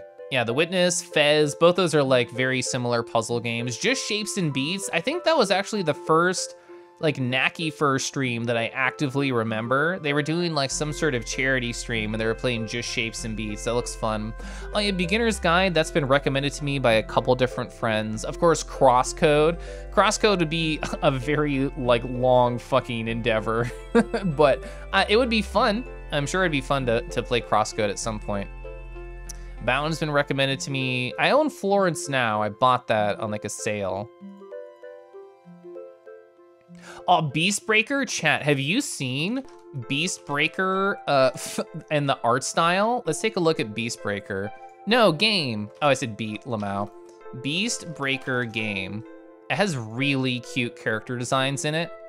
Look at this friend. Look at this friend. I'm gonna go in the corner. Look at this little buddy right here. Cute. Look at this adorable bird. I love this bird. This bird's very good. I didn't even know them. It's like a cute chipmunk or a squirrel. Whoa, look at them. I love them as well. This is the first thing that drove me to this game is like the cute character designs. This also have good jams. Poppy, they also have pronouns? Hell yeah. Knowing that it also has good jams makes me want to play it too. Oh, good. Everyone's so cute in this hecking video game. Look at them, oh. Oh, big smile right here. I think Loki's the only person I've seen play even like a little bit of this video game. But it makes me want to try it for sure. Browsing Google on stream? Listen, I'm just having fun talking with chat. No sharks, maybe they're like a secret character. Well, I don't know, it seems very woodland creatures, but who knows, I don't know. Crosscode, you love that game so much. I do think of you when I think of that game. Also, Fallon, hi. I hope you're doing great. Nice to see you. You had a movie night tonight, right? How was that? And Remus, hi. Let me go over here so I can go full screen. Hi. Oh my God, it's a Remus Cobalt. Oh, you're playing Overwatch 2? Does that exist? Does Overwatch exist in the world again? If this is that reality, huh? I hope you had a lot of fun. Fun fact, the Overwatch beta released on May 24th. Why do I know that? Because May 24th is my birthday. So when the Overwatch 1 beta came out forever ago, whatever the year that was, I'm like, oh man, a video game came out on my birthday? So I always think about that when I think about that game. A lot of server problems, that does not surprise me. Overwatch 1 is gone. Number 2 is a cryptid myth. The movie was good. Glad to see I survived the cabin in Ohio. I sure did. For the Raiders and also Fallon and really anybody else, I forgot that would happen. That's okay. I can just make myself small into the corner. It's not a big deal. So for people who didn't know, I went to a cabin trip for a whole week and I talked about it for 2.5 hours, but I can give you some highlights such as this is the cabin. This is the cabin right here. Happy B-Day, Kelf. Well, how many days are we off? We're off a couple of days, a couple hundred even. Yeah, they officially murdered the Overwatch 1 servers. They say it's there, but no one can experience it. I also have a drone photo. I have a drone photo of the cabin too.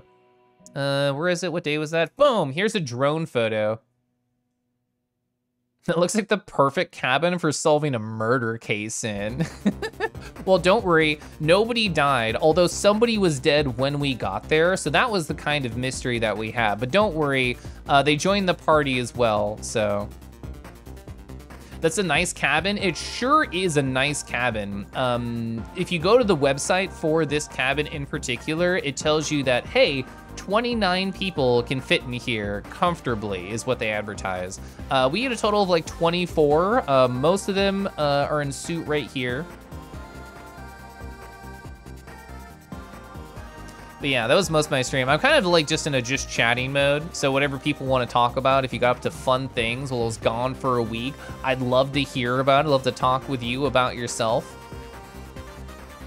Wow, nice. It was fun. It was a very good time.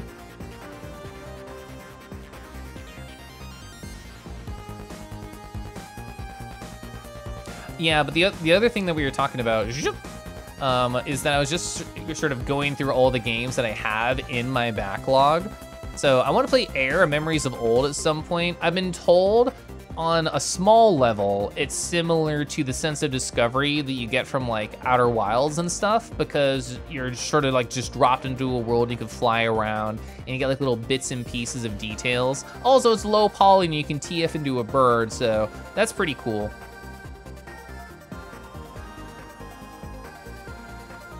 Kelf area of effect. That's me spinning my tail, just whoosh.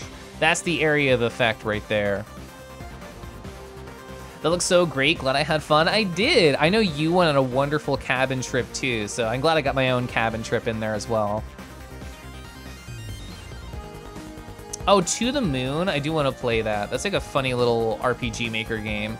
I've already beaten Star Wars Jedi Fallen Order, but it'd be fun to replay. I should tell the story of how I got my travel friend. I should tell the story. Zhup. Where's my travel friend? Let's see. My travel friend is here. Hell yeah. So, the story of my little travel buddy. So this friend right here, they're just Welsh Dragon. I say just, they're actually very important to me. So the first, well, going even further backwards, when I first like moved to Kansas City to live with and date my beautiful husband, well now husband, they had just gone on a trip like overseas, and they had a little stuffed dragon from Wales. It's the Welsh dragon right here. So that was their first gift to me. My beautiful husband Scuffles Radis in the chat. And I've had them with me since then. I hug them, I love them. They're not my sleeping buddy, they're in fact my travel buddy. So any con I go to, any con I've been to since I've known my husband, which is literally every con I've been to ever, they come with me. If I go on a family trip, they come with me. If I go on a cabin trip, they come with me. This is the one stuffed animal I brought with me to the cabin. Oh, did Fallen Order get some updates and stuff a while back? I haven't played it since, I don't know if I should say near release, but definitely closer to release than now. TF? Yeah, so Air Memories of Old, let's see, because I don't want to show my whole Trello board. Air Memories of Old. Zhup. Yeah, it's a very pretty low poly game. I'm gonna mute this. It is muted. Yeah, look at this low poly style we got going on right here. I assume they will show in this trailer you TFing into a bird. It's how could you not show you TFing into a bird if it's one of the main selling points of your game? I would be shook if they don't do it in the next 30 seconds. It is very cute. I've watched a number of friends play through like different parts of this game. There you go. That's you as a bird. I don't know if they'll show the TF animation, but.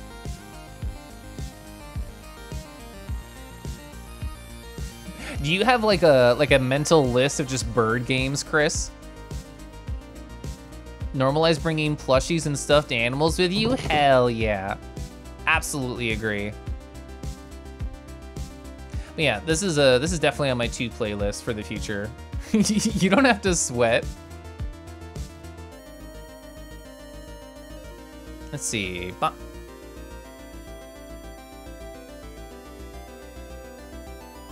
Side note, have you seen those game dev previews of the guys TFing to do a noodle dragon? No, I have not. You think you finished Vampire Survivor? Hey husband, did you know that I put you on my board right here? I know you've been lurking like the whole time. Where's that stupid photo? Here it is. This is all I saw for like the past day or so. Scuffles is now playing Vampire Survivors. You've been watching me all night? I thought so, but I think it's funny just to point this out. You don't know the game premise, but Dragon TF? I'm all about it.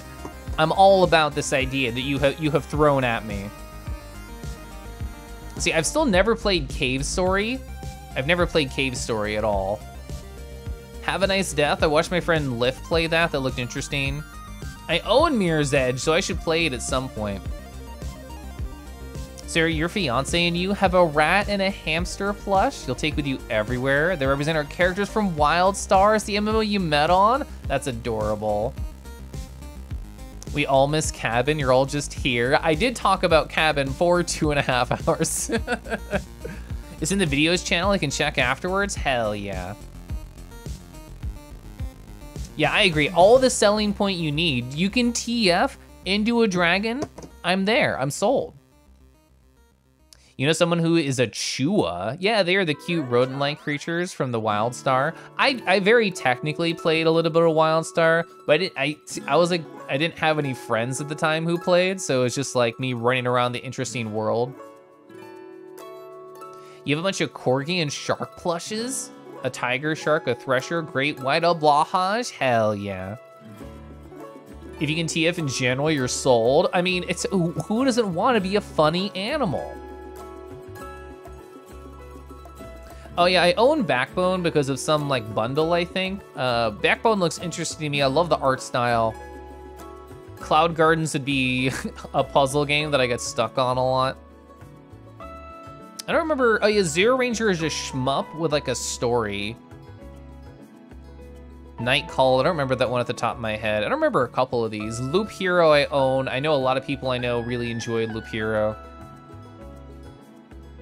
Oh, I want to In Stars in Time, but as far as I know, it's not fucking out.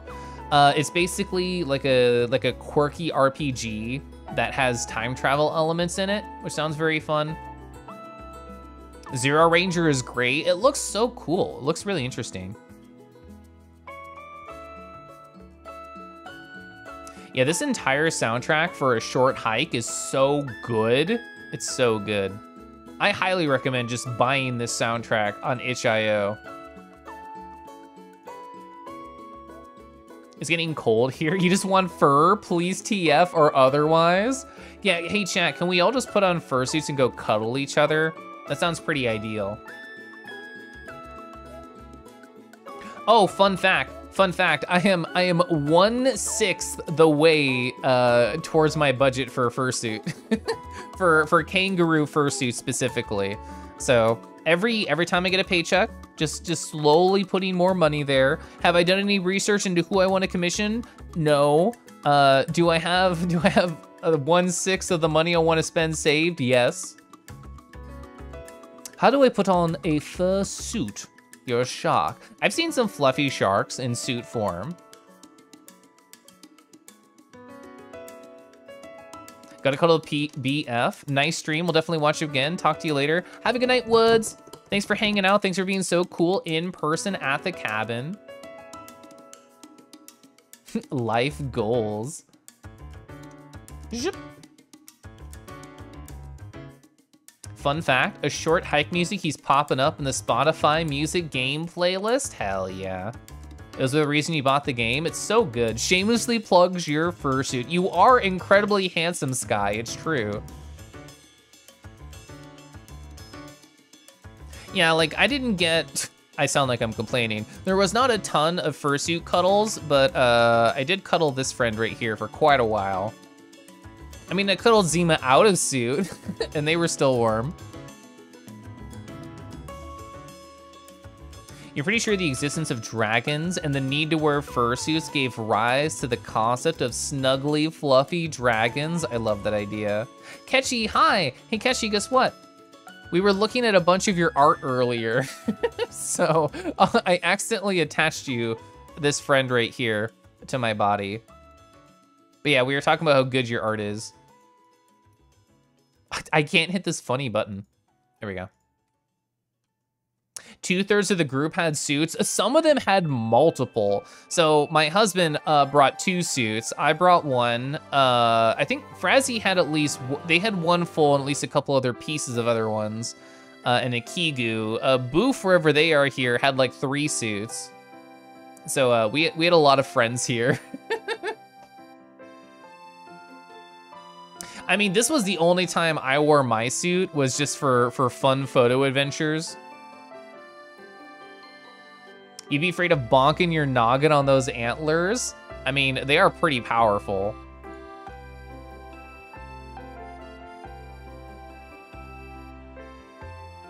Yeah, Ketchy has a great pixel style. Let's appreciate it one more time right here. There we go. BNC? Yeah, I think so. So many good fluffy friends. Yeah, I know, they're so good. Woods, who is just here, has like a very good stoat suit. I know, look at all these good lads. You just came to say hello. Hi, Jahatan, hi. Yeah, Kegi, Boof, and Peppercorn are all B and C, thank you. Yeah, my husband has all the fursuit knowledge. I just live here. Skeleton Bro, I know, look at them. They fursuited for the first time. They had a great time. A stoat? Yeah, I don't have a great picture of the stoat, but it's a very cute suit. That was the first time I ever met Woods at Anthrocon, is because our mutual friend Photographer was wearing the stoat suit and just running around. And Woods is like, Hi, that's mine. And that's where I got to first meet them. The true twink body, unrealistic body expectations. Oh yeah, I think you were there, chap. When you see the group photo, you're just glad the balcony didn't collapse. I promise it's very sturdy. Every night we had dinner outside, unless it was too cold. This is how that looked. All these tables and chairs are right behind us, and also my husband's ass. Sorry again for the third time doxing you.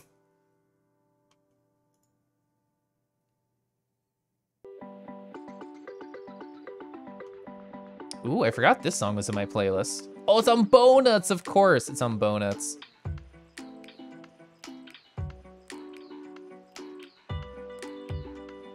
But yeah, it was a very fun, good cabin trip. Oh yeah, a random story that I forgot to tell. Oh yeah, they have to fight from this direction.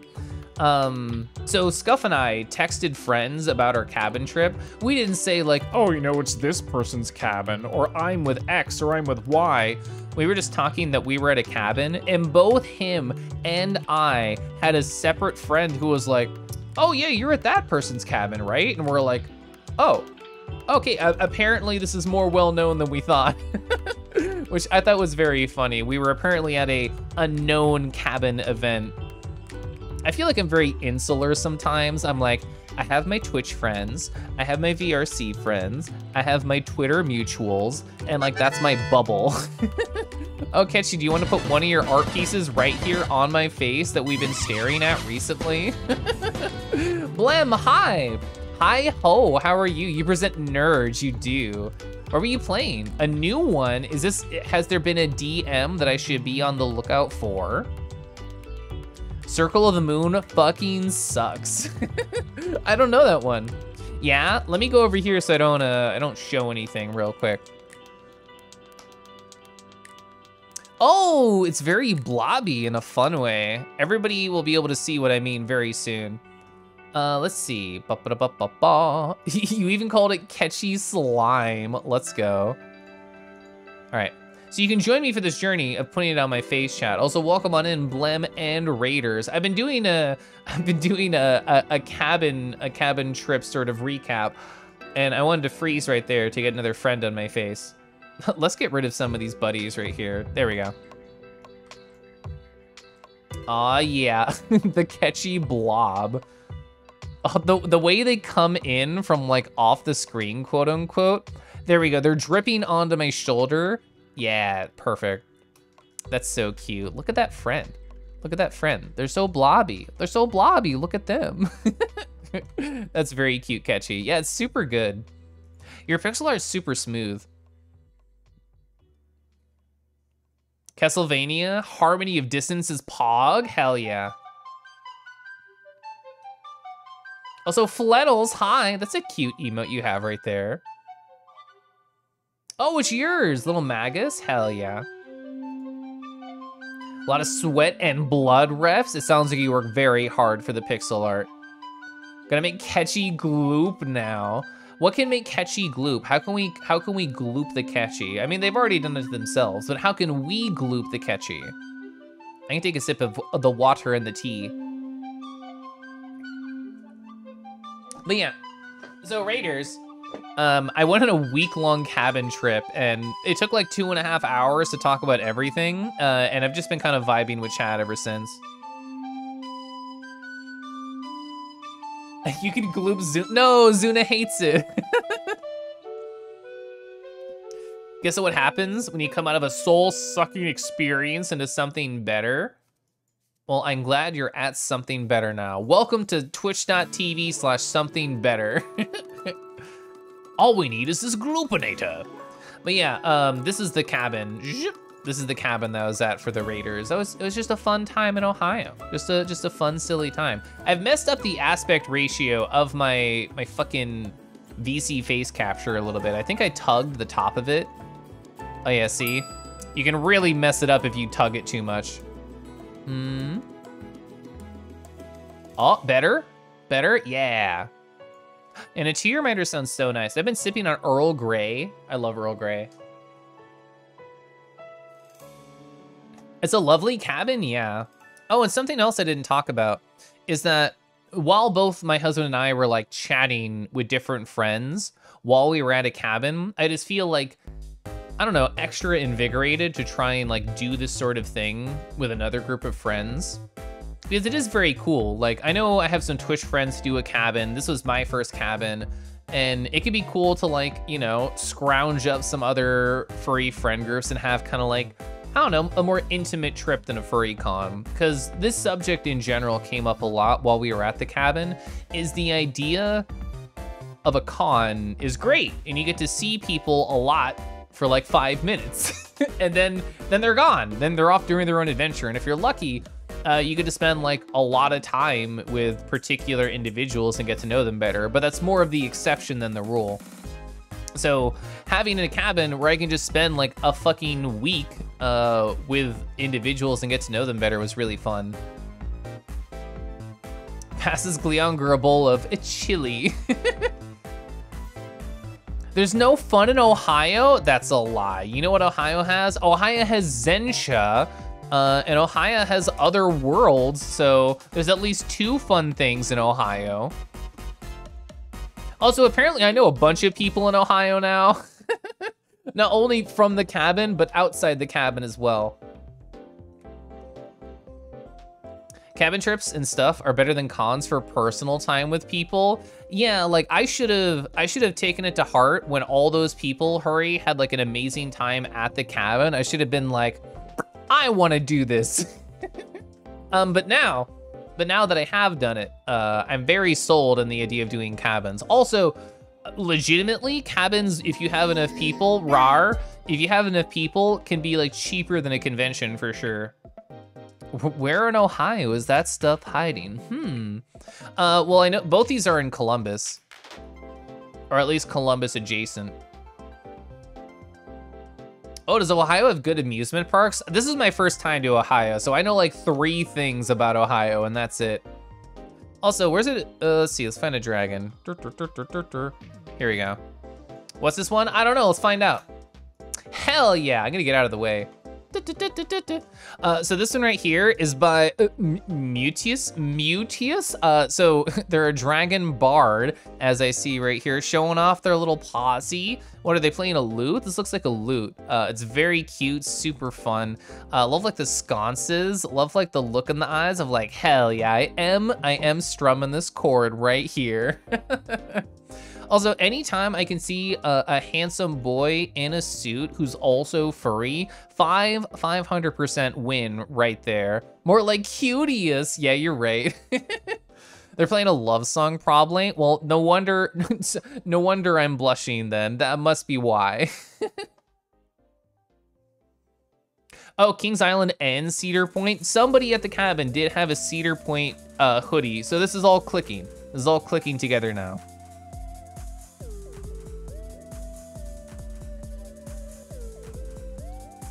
Good old dragons. Dragons never let me down. God, imagine being gone for a week. That's so many good dragons I was not able to show on the Twitch.television. But yeah, like, oh yeah, what I was talking about before is it did not feel very expensive.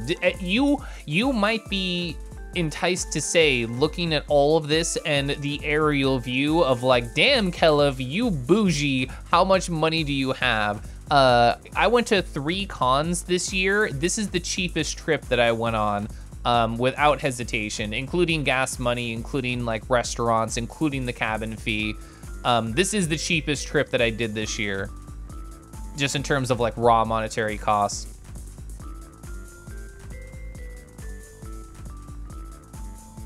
You wonder if this was near where you always went for cabins?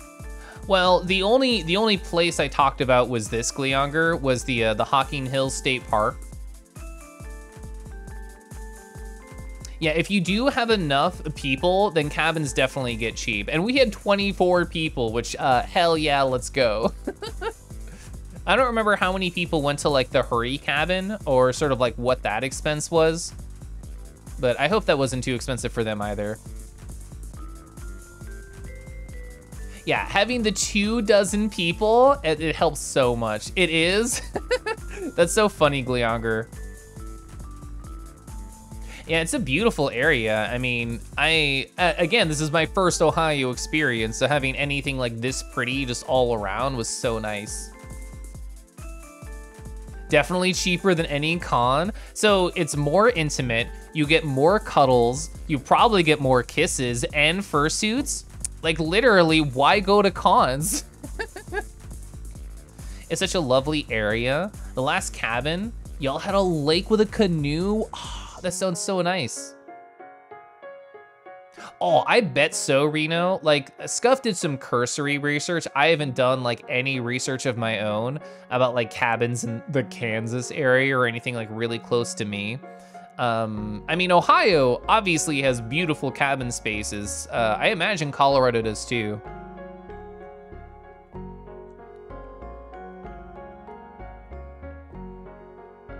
You think the train is gonna cost more than the cabin for, oh, cabin to hurry? Oh no.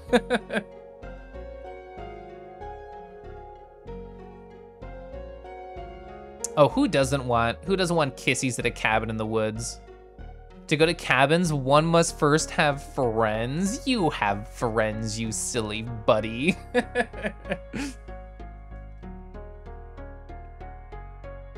Well, and I know at least some other furries who live in Colorado, Reno. I don't know how many you know, but if you could be like, hey, who wants to like go to a cabin in Colorado?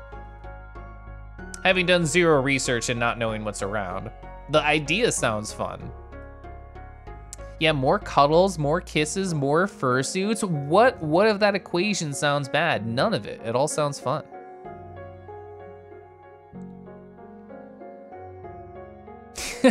Colorado is populated entirely by furries, judging by Twitter. This is very true.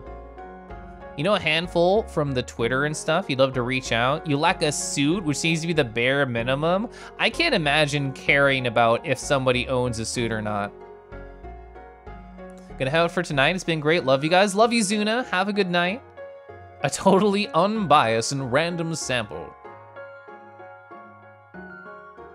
Yeah, even though like a bunch of people at the cabin had like, you know, a lot of cool tech like Steam Decks and Nreal Airs and drones and fursuits and DJ equipment, I'm sure if I just walked up to any one of them without anything cool, they would have been just as friendly. How many people did know prior to going? That's a great question, and I talked a little bit about it right here. Here we go. So it was a good mixture of people. Like, there are some I had met in person, like I had met Kiro and Walks and Woods. Some people I had met in like VR chat. Well, I met Nathan in person too. Some people I'd only met in VR chat, like Boof I had met there, Bangaroo I had met there. There were some completely new people that I had never talked with before, like Mince. And so it was really every possible like scenario for getting to know people. Like Dracovar, I talked with both them and Mince a lot, and they're both super cool. And I had never interacted with them before. Like we're all on like a giant group chat, so you see bits and pieces of people, but that's a lot different, of course, to actually talking with somebody, getting to know them.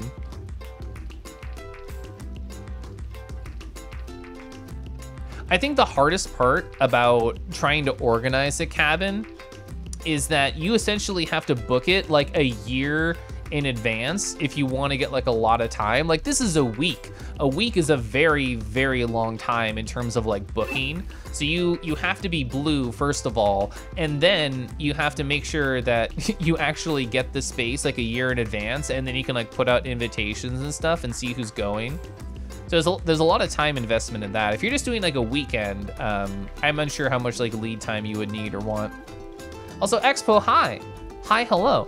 We were speaking of dragons. I don't know if you've played this video game, Expo. And by video game, I mean board game. If you can just date dragons. I feel the need to play this. I was already aware of the idea of it before the cabin, but now that I've seen it at the cabin, I'm extra aware that I do in fact want to date a dragon, you know. Just date a dwagon, you know. Just date a dwagon.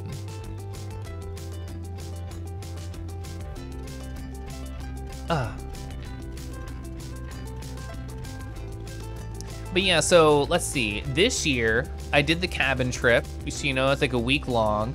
And then I did 3 different cons, and we had some friend visits, like Tone, Naki, and Brig came to visit, and Eggers came to visit, and I'm doing a trip at the end of October to go visit a friend in Virginia, like a high school friend. So that's a lot of trips. I cannot tell you, chat, how excited I am to have no more trips at the end of October. November, December, I'm not going anywhere. I'm not doing shit.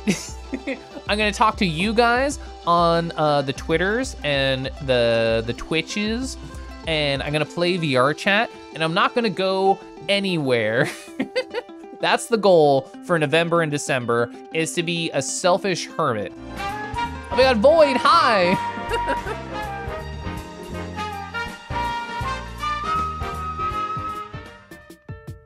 Radwoo, Caliph Squish, Caliph Squish, Caliph Squish. Caliph Squish. Oh my god, thanks for the rars, Void. Thanks for the rars. What is this an ad for? Well, it's an ad for Cinder, a game where you can date dragons. But honestly, any experience that lets you date or TF or even be around dragons, I'm going to simp and also try and sell. Yeah, so Expo, the basic idea is that, well, the tagline, I think, says it very well. You're trying to date dragons without getting burned. So essentially, have a fun time with them without any of the repercussions that could possibly happen. That's every month for you. I'm a very like introverted person. Like I like to come on to the Twitch, and I like to come onto VR chat, and I like to just like kiss and wiggle and be very energetic. And then I immediately fucking crash afterwards. Just fall into the bed. So after like a lot of trips this year, I'm ready for some staycation energy. I wanna have like my boring regular life. I wanna stream 3 times a week. I wanna draw selfishly. I wanna do the VR chat. I wanna just vibe. I wanna just vibe and be incredibly selfish for a couple months. My husband and I are planning for TFF next year. So that's one confirmed con that I do have for the upcoming year. Other than that, I don't know. I don't have any plans for the upcoming year aside from that.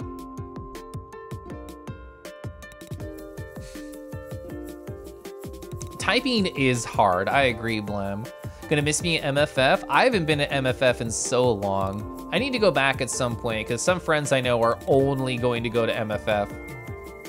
Cute dragons sounds hot, I agree. I agree. As a fellow introvert, you can only imagine how much energy it takes to stream multiple hours, multiple times a week, not just stream, but entertain and be good at it. It's fun. I think it's invigorating because like this is the only time that all of the people who stop by my stream are here at the same time. Like this is the only moment right now where I can be like, oh my god, Gleonker and Chap and Blem and Voidlord and Fallin and Chris are all here. And if you know, of course, everybody else in chat. I don't know, that I think is motivating, that I get to have these shared experiences and be a part of all of your lives. I think is, I don't know, it's really special to me. I think it's special to have all these shared moments with all these people, some of which who I get to talk to, who interact with chat, and some of people who just sort of silently lurk, which is also cool.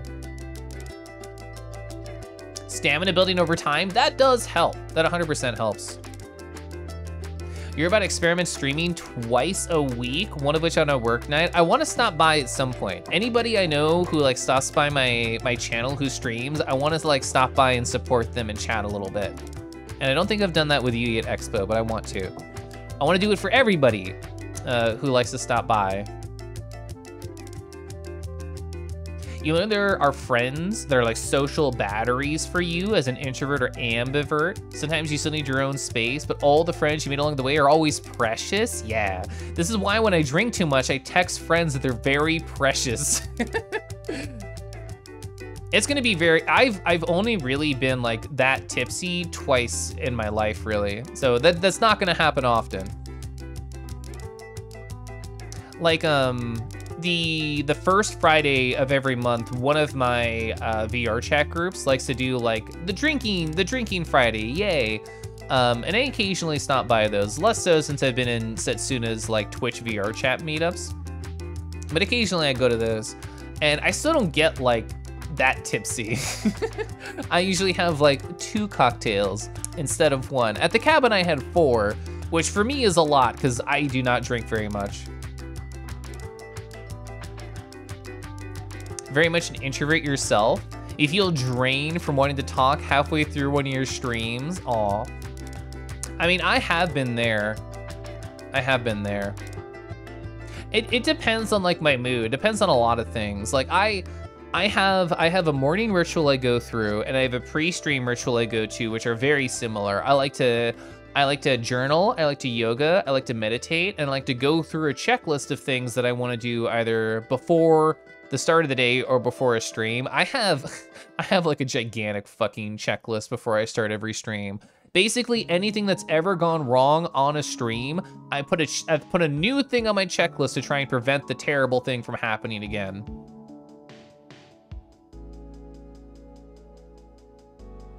Yeah, I do think you said that well, Reno.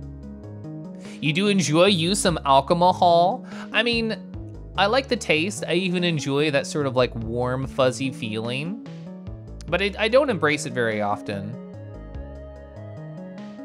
Like, my husband and I have been out of like a couple of alcohols I enjoy for like a month and a half or 2. I just haven't bought more because I don't do it very much. You're an introvert? You're able to endure it, keep going, gonna get loopy and stupid after 4 to 6 hours? As long as you're not too surrounded, you feel Gucci. Yeah, and that's an interesting point too, because I hide every single funny number. How many people are watching me? Don't fucking tell me, because I don't want to know. I hide all of those numbers. I hide every single metric that I possibly can. So in the moment, while I'm streaming and I'm talking, it just feels like me and, you know, maybe 4 or 5 people having a conversation at once. Like that's a small group size that I can feel comfortable and like socialize in. Number go up? Mm-mm. Number go away. I agree. Also, Nazi, hi. It's an so I was just being sentimental. I'm gonna be sentimental again. And if it feels so nice for like disappearing for like a week or so and coming back and seeing all these familiar names just appear in chat. It's all nice. It's all good. Oh, speaking of funny numbers, I told this at the very beginning of stream, so I'm gonna retell it here. Did you know that when somebody does the /shoutout, the new shoutout command that is integrated into the Twitch.television, it pops up into the person you shouted out activity feed, and it says, X person shouted you out to Y number of viewers, and I'm like, oh no, this is another funny metric that can be used to trigger anxiety in me. Oh, I was shouted out to 95 people and nobody followed? Oh no, I must suck, or like some other stupid, like anxious thought that can come up. So I just turned it off in the filters. As soon as I saw that there was another funny metric for me to keep track of, I'm like, nope, immediately turned that off. I do not want any more numbers that are already there.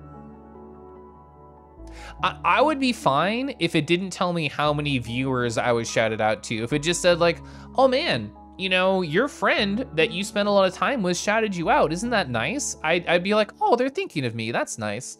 But the fact that the numbers are there too of how many viewers it shouted you out to, not a fan. Don't enjoy that. I turned it off. And I do like tea though. Turn that tea on. Oh, it's so nice. It's like a high quality Earl Grey. Pretty much all the Earl Grey, I'm gonna pour more tea. Pretty much all the Earl Grey that I ever drink is just like the cheapest stuff you can possibly get from the supermarket. But my Sip Spy box, AKA my monthly tea box, came in today. and it's nice. It has more floral notes to it than I'm used to for an Earl Grey. All right, I poured more tea. You weren't the only one thinking and feeling that. If there's numbers, I do wish to destroy them. Stream element shoutout is better. Just tell them what's gained than playing on the stream. Yeah. I'm not gonna get rid of my standard like !SO command. I feel there's no reason to. One thing I do really enjoy about the /shoutout command is that if I'm in somebody's channel and the /shoutout happens and I don't follow the person, there's like a little window that comes down and it says, hey, you don't follow this person. And I don't know if anybody here has had this feeling, but sometimes I'm in a circle around somebody who I've like had interactions with, I've like chatted with in streams, and I just don't follow them. And they get shouted out, and I'm like, oh, okay, yeah, that's my friend. They're getting shouted out. And I don't realize I don't follow them yet because I already interact with them. The /shoutout command does tell me that I don't follow them, so I guess I do appreciate that.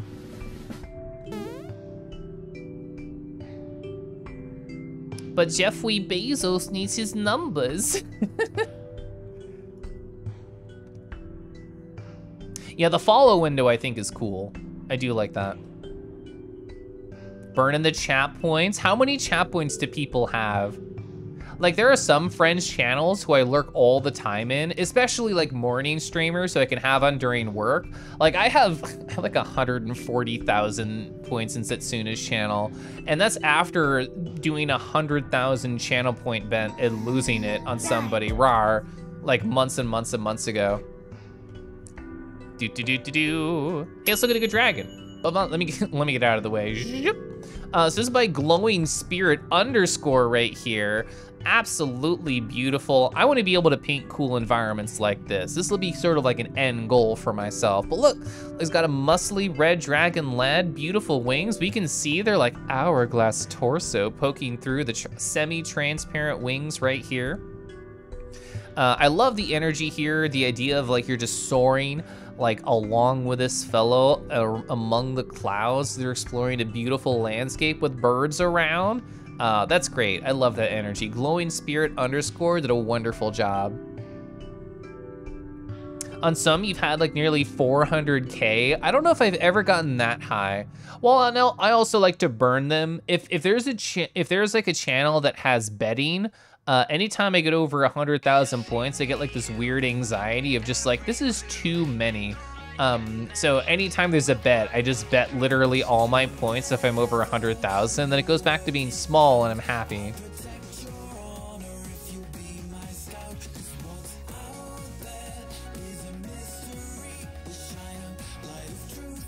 You've already had this happen? You followed several people through it? Same. The landscape looks very impressionisty. A very nice scaly friend, hell yeah. You have like 240K in Connie's stream, hell yeah.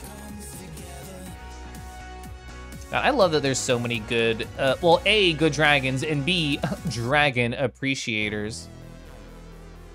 But a speed painting for 20K? But so interesting you bring that up, Jahat Den, not through the channel points, but you know, doing gift art for friends is such like a huge motivator for me. I love doing gift art for friends. Now, F-Pop has it down. I think they do it in a very smart way. They're just like, I want to draw all the cool people in my Twitch channel. Hell yeah, use your channel points. We're just gonna draw.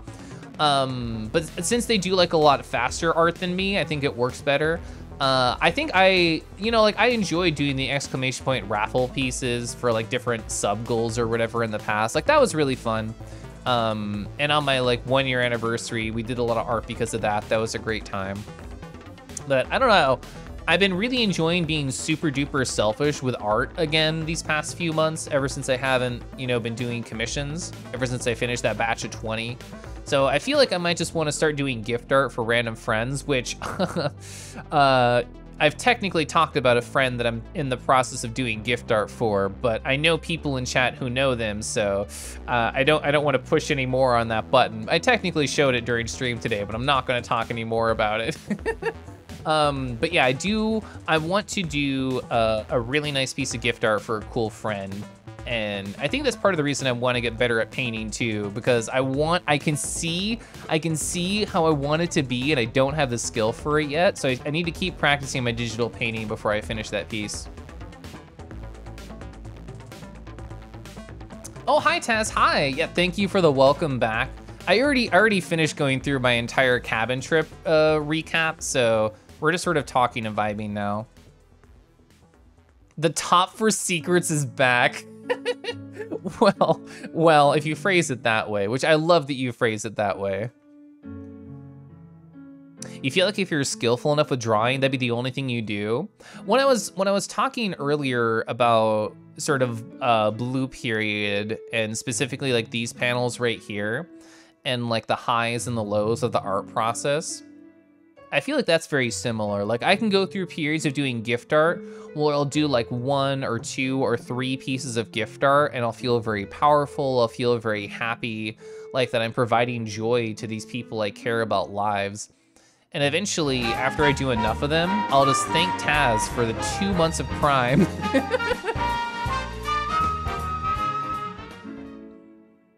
Oh, there's no message. Well, thank you so much for the 2 months. I super appreciate it. Also, hi, it's nice to see you. It's nice to see all the lovely friends after my week and a half off. But yeah, like after I do a couple of gift art pieces for my beautiful, lovely friends and I help, you know, make them smile with some surprise gift art, I feel like I start to go, my emotional state starts to dip again with art, and I'm like, man, all these pieces are the same. I'm not really growing, I'm not really doing much. Like, I should be doing other things.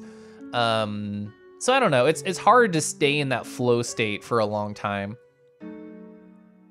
And like I mentioned earlier, even though I feel like I've kind of plateaued for art for like the past year or so, I still am happy with it. It's still really good. Like if I drew anybody in chats for Sona right now, I'm sure they'd be like, hashtag Pog, so cool. Just as cool as Jahaten for the 4 months. Jeez, I forgot to subscribe. How dare, oh my god. It's quite all right. Arcade also, hi. Thank you so much for the 10. I super appreciate it, along with your Kelif Pets. Kelif Pet. Kelif Pet. But yeah, like, you know what's fun? I'm sure I could draw anybody's persona in chat right now and you'd be like, oh my god, this is great, I love it. And that would be the only reaction. And inside internally, I would feel happy that I made somebody's day, but I would also feel the feeling of, oh, you know, like what if I did this better? What if I did that better? Like there are plenty of pieces I've done for friends in the past, either by my own volition or for commissions, where I look at it and I feel the hashtag cringe of just like, I feel like this is not at the level of skill it should be. It's so easy to get into your own head with art. You just go back from work, gonna watch the VOD if it stays up. It'll stay up for like 2 weeks, and then I'll like eventually transition it over to the YouTube, which I'm so bad at talking about, but I technically do have a VOD channel. I do try and stay up with it. I haven't missed one since I started doing the process. Also, Arcade, hi, I know you did the hug. Thank you so much for the hug and also the sub. Sorry, I literally never talk about it. Yeah, I even have like an exclamation point VOD, sorry. I literally never talk about it because I'm so bad at advertising myself, I'm incredibly bad. Blue Period anime manga? If there's an anime, I'm unaware, but the manga has been incredible for sure. Also, Knuckles, thank you for the 100, I appreciate it. Kangi wipe. Kangi Hawaii. I think this is a good imitation of the TTS there. So you feel the same way with programming, highs and lows. During the highs, you feel powerful and useful, and the lows, you feel the opposite? Yeah. I think I've actually sort of felt that with my job recently. You don't know about the anime? No, I've never seen it. I didn't hear about it before. But I feel that way with my job, Fallon, because it's like, oh shit. Ba-da-ba-ba. Oh my god, Jahaten, thank you for 5. Holy shit. Thank you, thank you, thank you. Oh my god, you hit Nathan, a fellow cabin goer, Nathan. I don't think I have any pictures that revolve around Nathan. I should have grabbed a picture of their silly gremlin 3D model that they have. Oh, Delta. Delta's really nice. Olianu, also very sweet. Everybody you hit there is a very sweet person. So I got Kinji. I got Kinji with blue period. Look at this. Look at this. 10 chapters in, I'm so absorbed. Exactly. That's how I felt. I was binging this on the whole drive. Another way to subscribe to Kangi. So you've realized, oh wait. Before I catch up on chat, I'm gonna finish my story. So yeah, Fallon, I felt very similar at work before, where I go through these periods where I'm like, I'm the smartest motherfucker on my team and no one can calm me down. And other days I look at my tickets and I just feel, I guess, useless for the lack of a better word. I'm just like, man, what do I even do? So yeah, I've been through those highs and lows. So you've realized, or at the very least come to grips when it comes to art, you might not be going anywhere, you might have plateaued for the time being. You can still feel cool about it, or a smaller thing like how you drew the Sona's hair or something. Usually pretty happy about it. It's easy to get in your head. Yeah. I think you're going about it right though, Blam. Like celebrating any small thing that you can feel proud or happy about is 100% the right way to do it. The self-motivation, I think, is the hardest thing when it comes to art. And any artist who's struggling with feelings, I wholeheartedly do recommend this manga. It's been very good. It's definitely inspired me to try and push myself and do better. After 18 years at your job, there's days where you're like, just why? Sigh. I'm still kind of in the honeymoon phase with my job. I'm sure it's gonna end at some point and I'll start to see a lot more flaws with it. But I've been there not even a year, I guess, in a full-time capacity, because I started full-time in middle of December last year. So we still have a couple months till I hit that point. But I still really like my job. I still accomplish a lot of things that I enjoy. I still have a fun time. But the longest I've ever been at a job is 3 years, and I was burning the fuck out after 3 years. So, kudos to you, like, holy heck, for staying 18, that's really awesome. You know those work feelings too? Yeah, woof. My workday today was kind of lame and boring because the VPN was down for over 150 coworkers and I was one of them. It was like inexplicably down for some people and not others, but I was one of the 150 who could basically not do any work, which, you know what, I was hella cool with. Let's go. But even though I should, you know, be like pogging and excited about like not being able to work, I wanted to do my stupid little projects. I wanted to make progress on other things that I had going on at work. Oh well, it's fine. The system is down. What's the name of that one game that has the metal ass fucking soundtrack? Is it Hellsinger? Because the System of a Down lead singer did a track in that, which is crazy to think of. Was it Surge? It's Surge? I don't remember his last name. It starts with a T. You were at a job for 8 years and then COVID happened. It got made redundant. You've been at your new job a year and a half and you're loving it? Hell yeah. You get those VPN outages too. It's annoying because you get back to school with online courses to fill time. Ugh, that sounds annoying. Have a good night, Jahaten. Thank you again for the gifted subs and also just being really nice and stuff. I care more about the nice and stuff than I do the gifted subs, but I also appreciate those. IMO, our VPN is not down enough. Yeah, I think their name's something like that. Yeah, my husband has been feeling the positive job vibes recently. So like he's been doing like operations for a New York-based company for quite a while now, and he's kind of fucking hated it for quite a while now too. And it's been nice seeing him doing more Law stuff now and like being so excited, being super into it, actually wanting to talk about his work. I love to see when the rat's happy. You know what happens when the rat is happy? Oh, I have to go to the other screen. Ah, shit. Let me undo my stuff here. Hey, oh, perfect, let's go. There we go. The rat does a little jig when they're happy. Perfect. So you were close to burning out with your job, but long weekends, New York County, Toronto vacation, getting pretty near helped. I'm happy to hear that for you. Job stress is so hard to deal with. Look at that cute jig. Look at that cute rat. Look at that bum. So for people that don't know, my husband and I both have Fuzz Factory suits. This is a Fuzz Factory suit. Very specifically, their bums on all their suits are top notch, as you can see right here. Happy rat, happy life, exactly. So it's been better on. It's been better on you. It's about half the pay, which is not poggers. You're looking at career pathways to earn more. I was getting more tired with the routine than stress. It's almost, whenever I have like job problems, stress is the first thing that happens for me, I think. Shadow, oh my God, we were talking about manga for so long.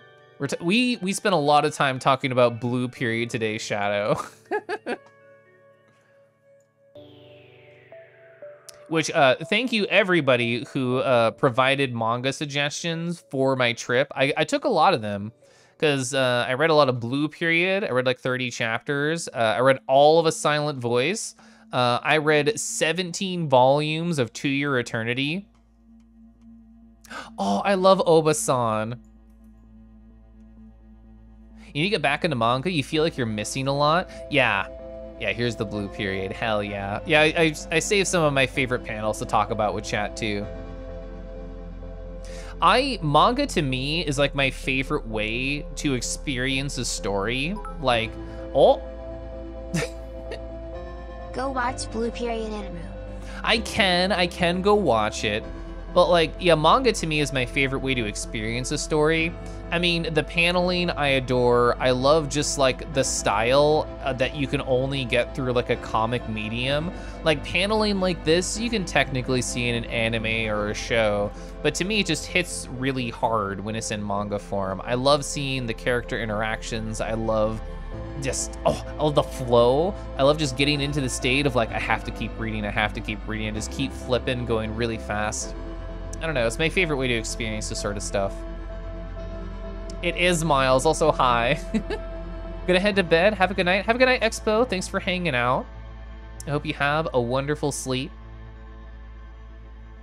The only thing about manga, you'd rather have a physical copy. It sucks online. It does kind of suck online. I really enjoyed this app that I use. I'm pretty sure this stands for Chunky. I talked about it on Twitter during my anime thread. What? I just grabbed my iPad. All right, so here's my iPad. Pretty sure it's Chunky. Let's find out. Yeah, it's called Chunky.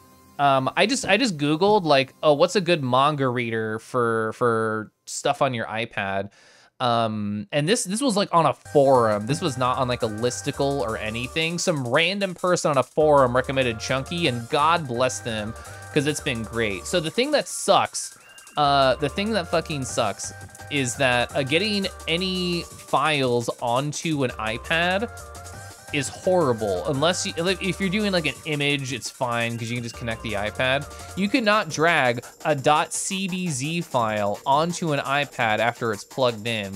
I just use Telegram. I sent like a bunch of CBZ files to myself, and then I took them from Telegram and I saved them locally on the iPad, so I didn't have to deal with iCloud, because iCloud sucks and you barely get any space, and I lost Tater. And then you have to pay for more like immediately. So yeah, I use Telegram to circumvent all of the iCloud bullshit shenanigans. And then Chunky's been amazing. Like while I was using Chunky, you can just click, give me a screenshot and save it locally. And you can just go, screen grab, and then you have it. This is how I got all these, is the built-in app. You just drag and drop, it's so fun.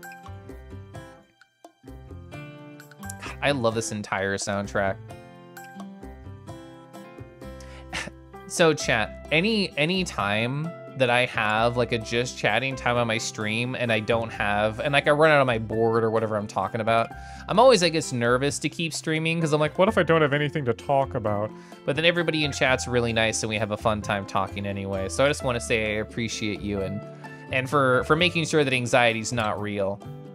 Gonna do a snoozy, thanks for streaming. Glad I had a good vacay. I did, I super did. It's funny, I was texting Foul-Lin on my drive to Ohio, and they're like, oh, the thing is, once you enter, you're not gonna be able to leave. And I texted them as we were driving home, and I'm like, looks like I just escaped, and now I'm orange. I appreciate Kelf, I appreciate Sky, hi. I want a sip of water.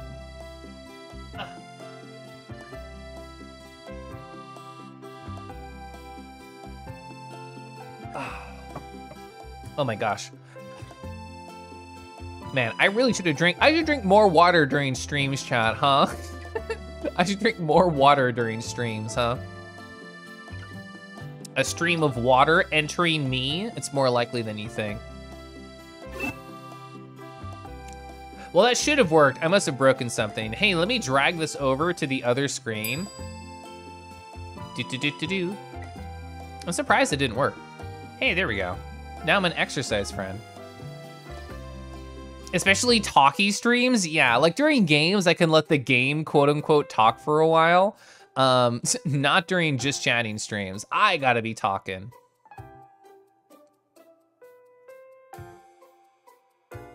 Is this like a little thing from Super Mario Galaxy? Oh, that's cute though. A-star eyes.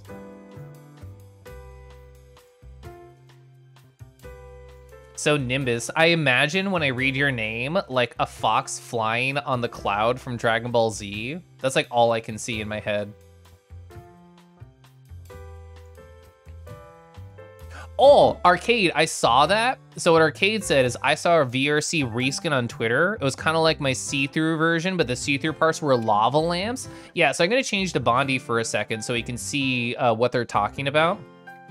So Bondi right here has like see-through elements, like this tummy tum tum right here. And I saw that video. Somebody had, I think it was the Proto-Roo, and they set up the internal parts of this to be a lava lamp shader. It was so cool. I saw that while I was at Cabin. God, people are so cool and so smart on the internet. I love to see it. I was just talking about this with a friend the other day, and I feel like every week, I see like a new cool avatar for VR chat out there. Yeah, if you have the link, Arcade, you can post it. I think I retweeted it, but I retweeted a lot of things over Cabin. You love the see-through? It's really cool. It's very fun. My friend Patrol made that texture. It's so good.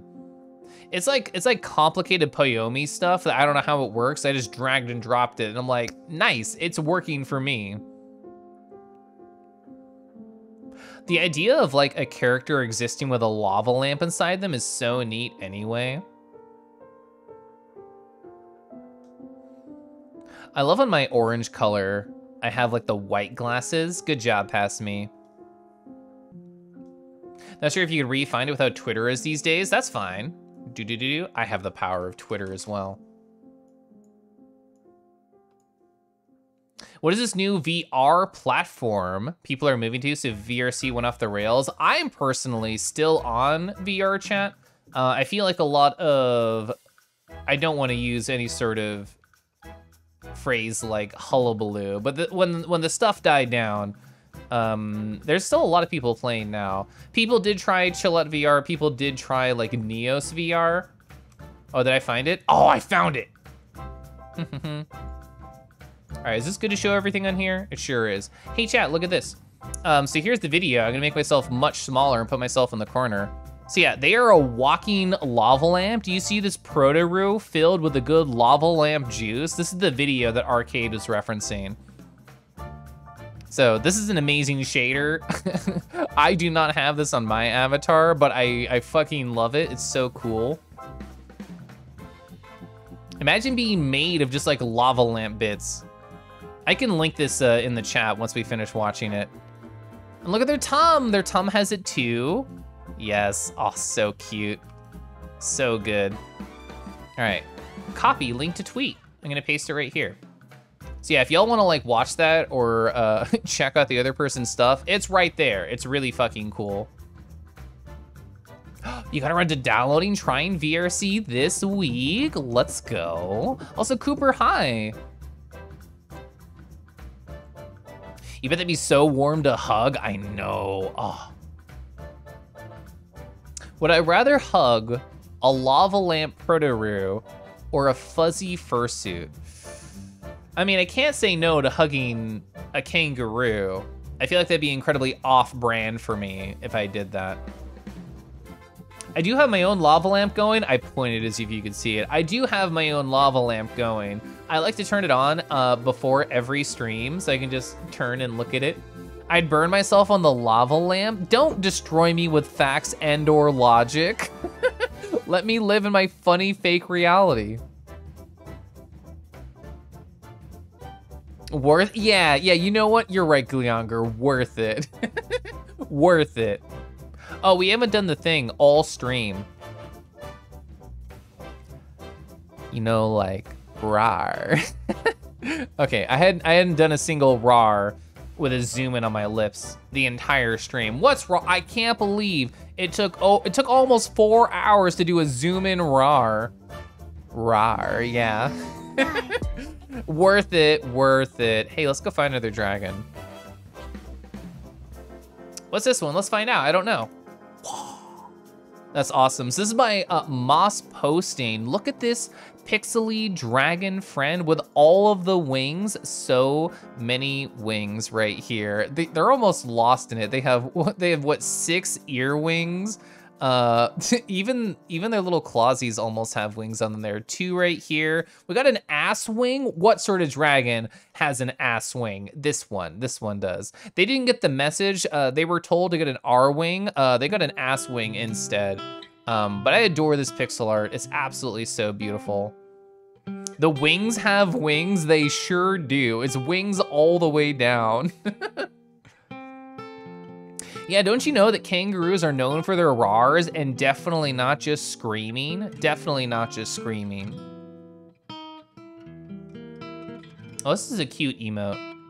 Oh, it's also an A-star emote. I love the wispy tail too. Very pretty. Chat, did you know that dragons are pretty? Did you know? Did you know this? I keep trying to have a slightly different background every time we zoom back in. You got to pet Roos last week and you didn't text me pictures of them? Who are you and how dare you? Well, either way, I hope they were very soft and very fun and incredibly fluffy and adorable.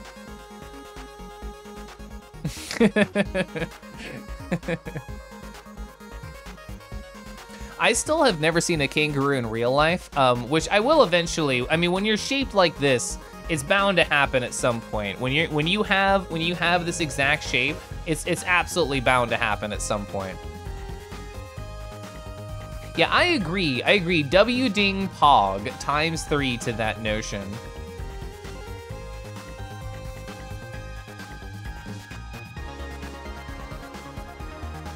I love this song. Which was this from again? Oh, Eastward. Eastward was so good. I still don't know what I'm gonna play. I don't know what I'm gonna play on Thursday at all. I don't know if I want to continue Astalon on stream or if I want that to be an off-stream thing.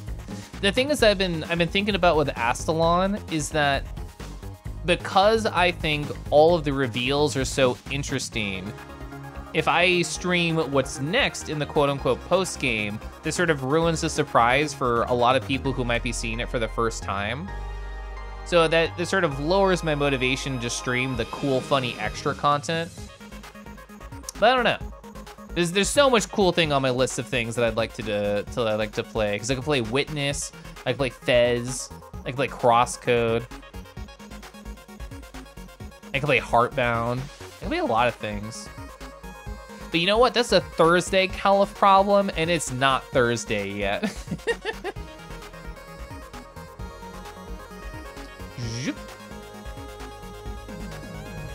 You love The Witness? I think it looks very interesting. The thing is, I'm one of those people who likes puzzle games and also likes embarrassing themselves on the internet, so it's really the perfect combination. The perfect combination of things right there.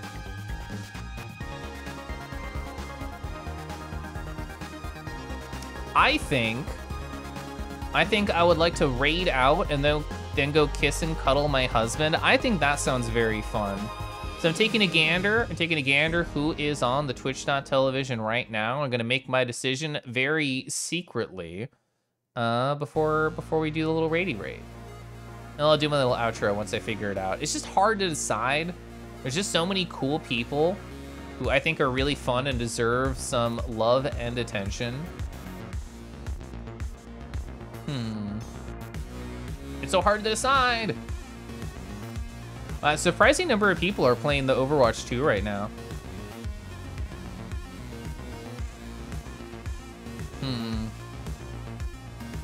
Most everybody I know is streaming like horror stuff at the moment. Which should not surprise me, it is the spooky month. Please give all the kisses and cuddles for you. Husband saying, do it. Do it, says husband. I wonder, he doesn't have a leg in this race, does he? You can't wait for Thursday because it's one day away from Friday. We're so close. Smooshes and snuggles. You literally cannot get into Overwatch. It keeps resetting the queue. Yeah, Remy, who rated earlier, said the same thing. They're like, I technically got to play the video game today. Very technically. Well, it's all horror all the way down, so I think I'm gonna raid Rizwad Gaming, who I like, who's in the middle of the quarry, and I'm sure there's a bunch of like narrative stuff happening. But you know what? I want to raid them anyway because I think they're fun and I like them. But yeah, hey chat, I think it's very cool that a lot of you stopped by tonight to watch my cabin recap. Wait, we have to go down here. Let's watch. Oh. I forgot I left husband on autoplay. So yeah, there's husband. Let's take a little quick trip down memory lane of my memory lane. There's the husband dancing with his nice tuchus. Here's the Scuzzy just shooting out that liquid nitrogen. Yes, literally liquid nitrogen if you weren't here for that earlier. Here's the beautiful front of the cabin. You can see I'm drinking the Kiro's cum right there. Yeah, it is a very pretty place. Let that go one more time. I'm gonna end on the prettiest part of the cabin, I think. You see my pinky out there? You know I'm fancy. Here's a local park that we went on. It was like a state park near there. It was very, very pretty. I tried very hard to not like film any faces or anything like that. So all of my pictures and videos are usually more isolated than how they felt. The trip did not feel isolating whatsoever. Here's the outside view. Hell yeah. This is my breakfast time, including lens fare in real life, basically every day. Hi, Stripey. Yeah, I just finished going through everything and just kind of chilling and talking with the cool Twitch.tv chat. Maybe I shouldn't raid Wiz because they're in like cutscene central. I feel it could be very distracting. Yeah, Stripey, nice to see you. I always enjoy seeing a cool dragon in the Twitch chat. I mean, I enjoy seeing dragons at any point, but definitely in the Twitch chat, for sure. Ooh, this is a friend who's not in Cutscene Central. You like being a cool dragon in Twitch chat? Well, I think you do it very well. Oh wait, since we have a cool dragon in Twitch chat, that means we have to do another RAR. You know, like, RAR. You know, I'm not a professional RARer. Some people call me semi-professional at it, but you know, people like Stripey, I think they could do a better RAR than I could. There we go. RAR. Yeah, the W's I think help sell it for sure.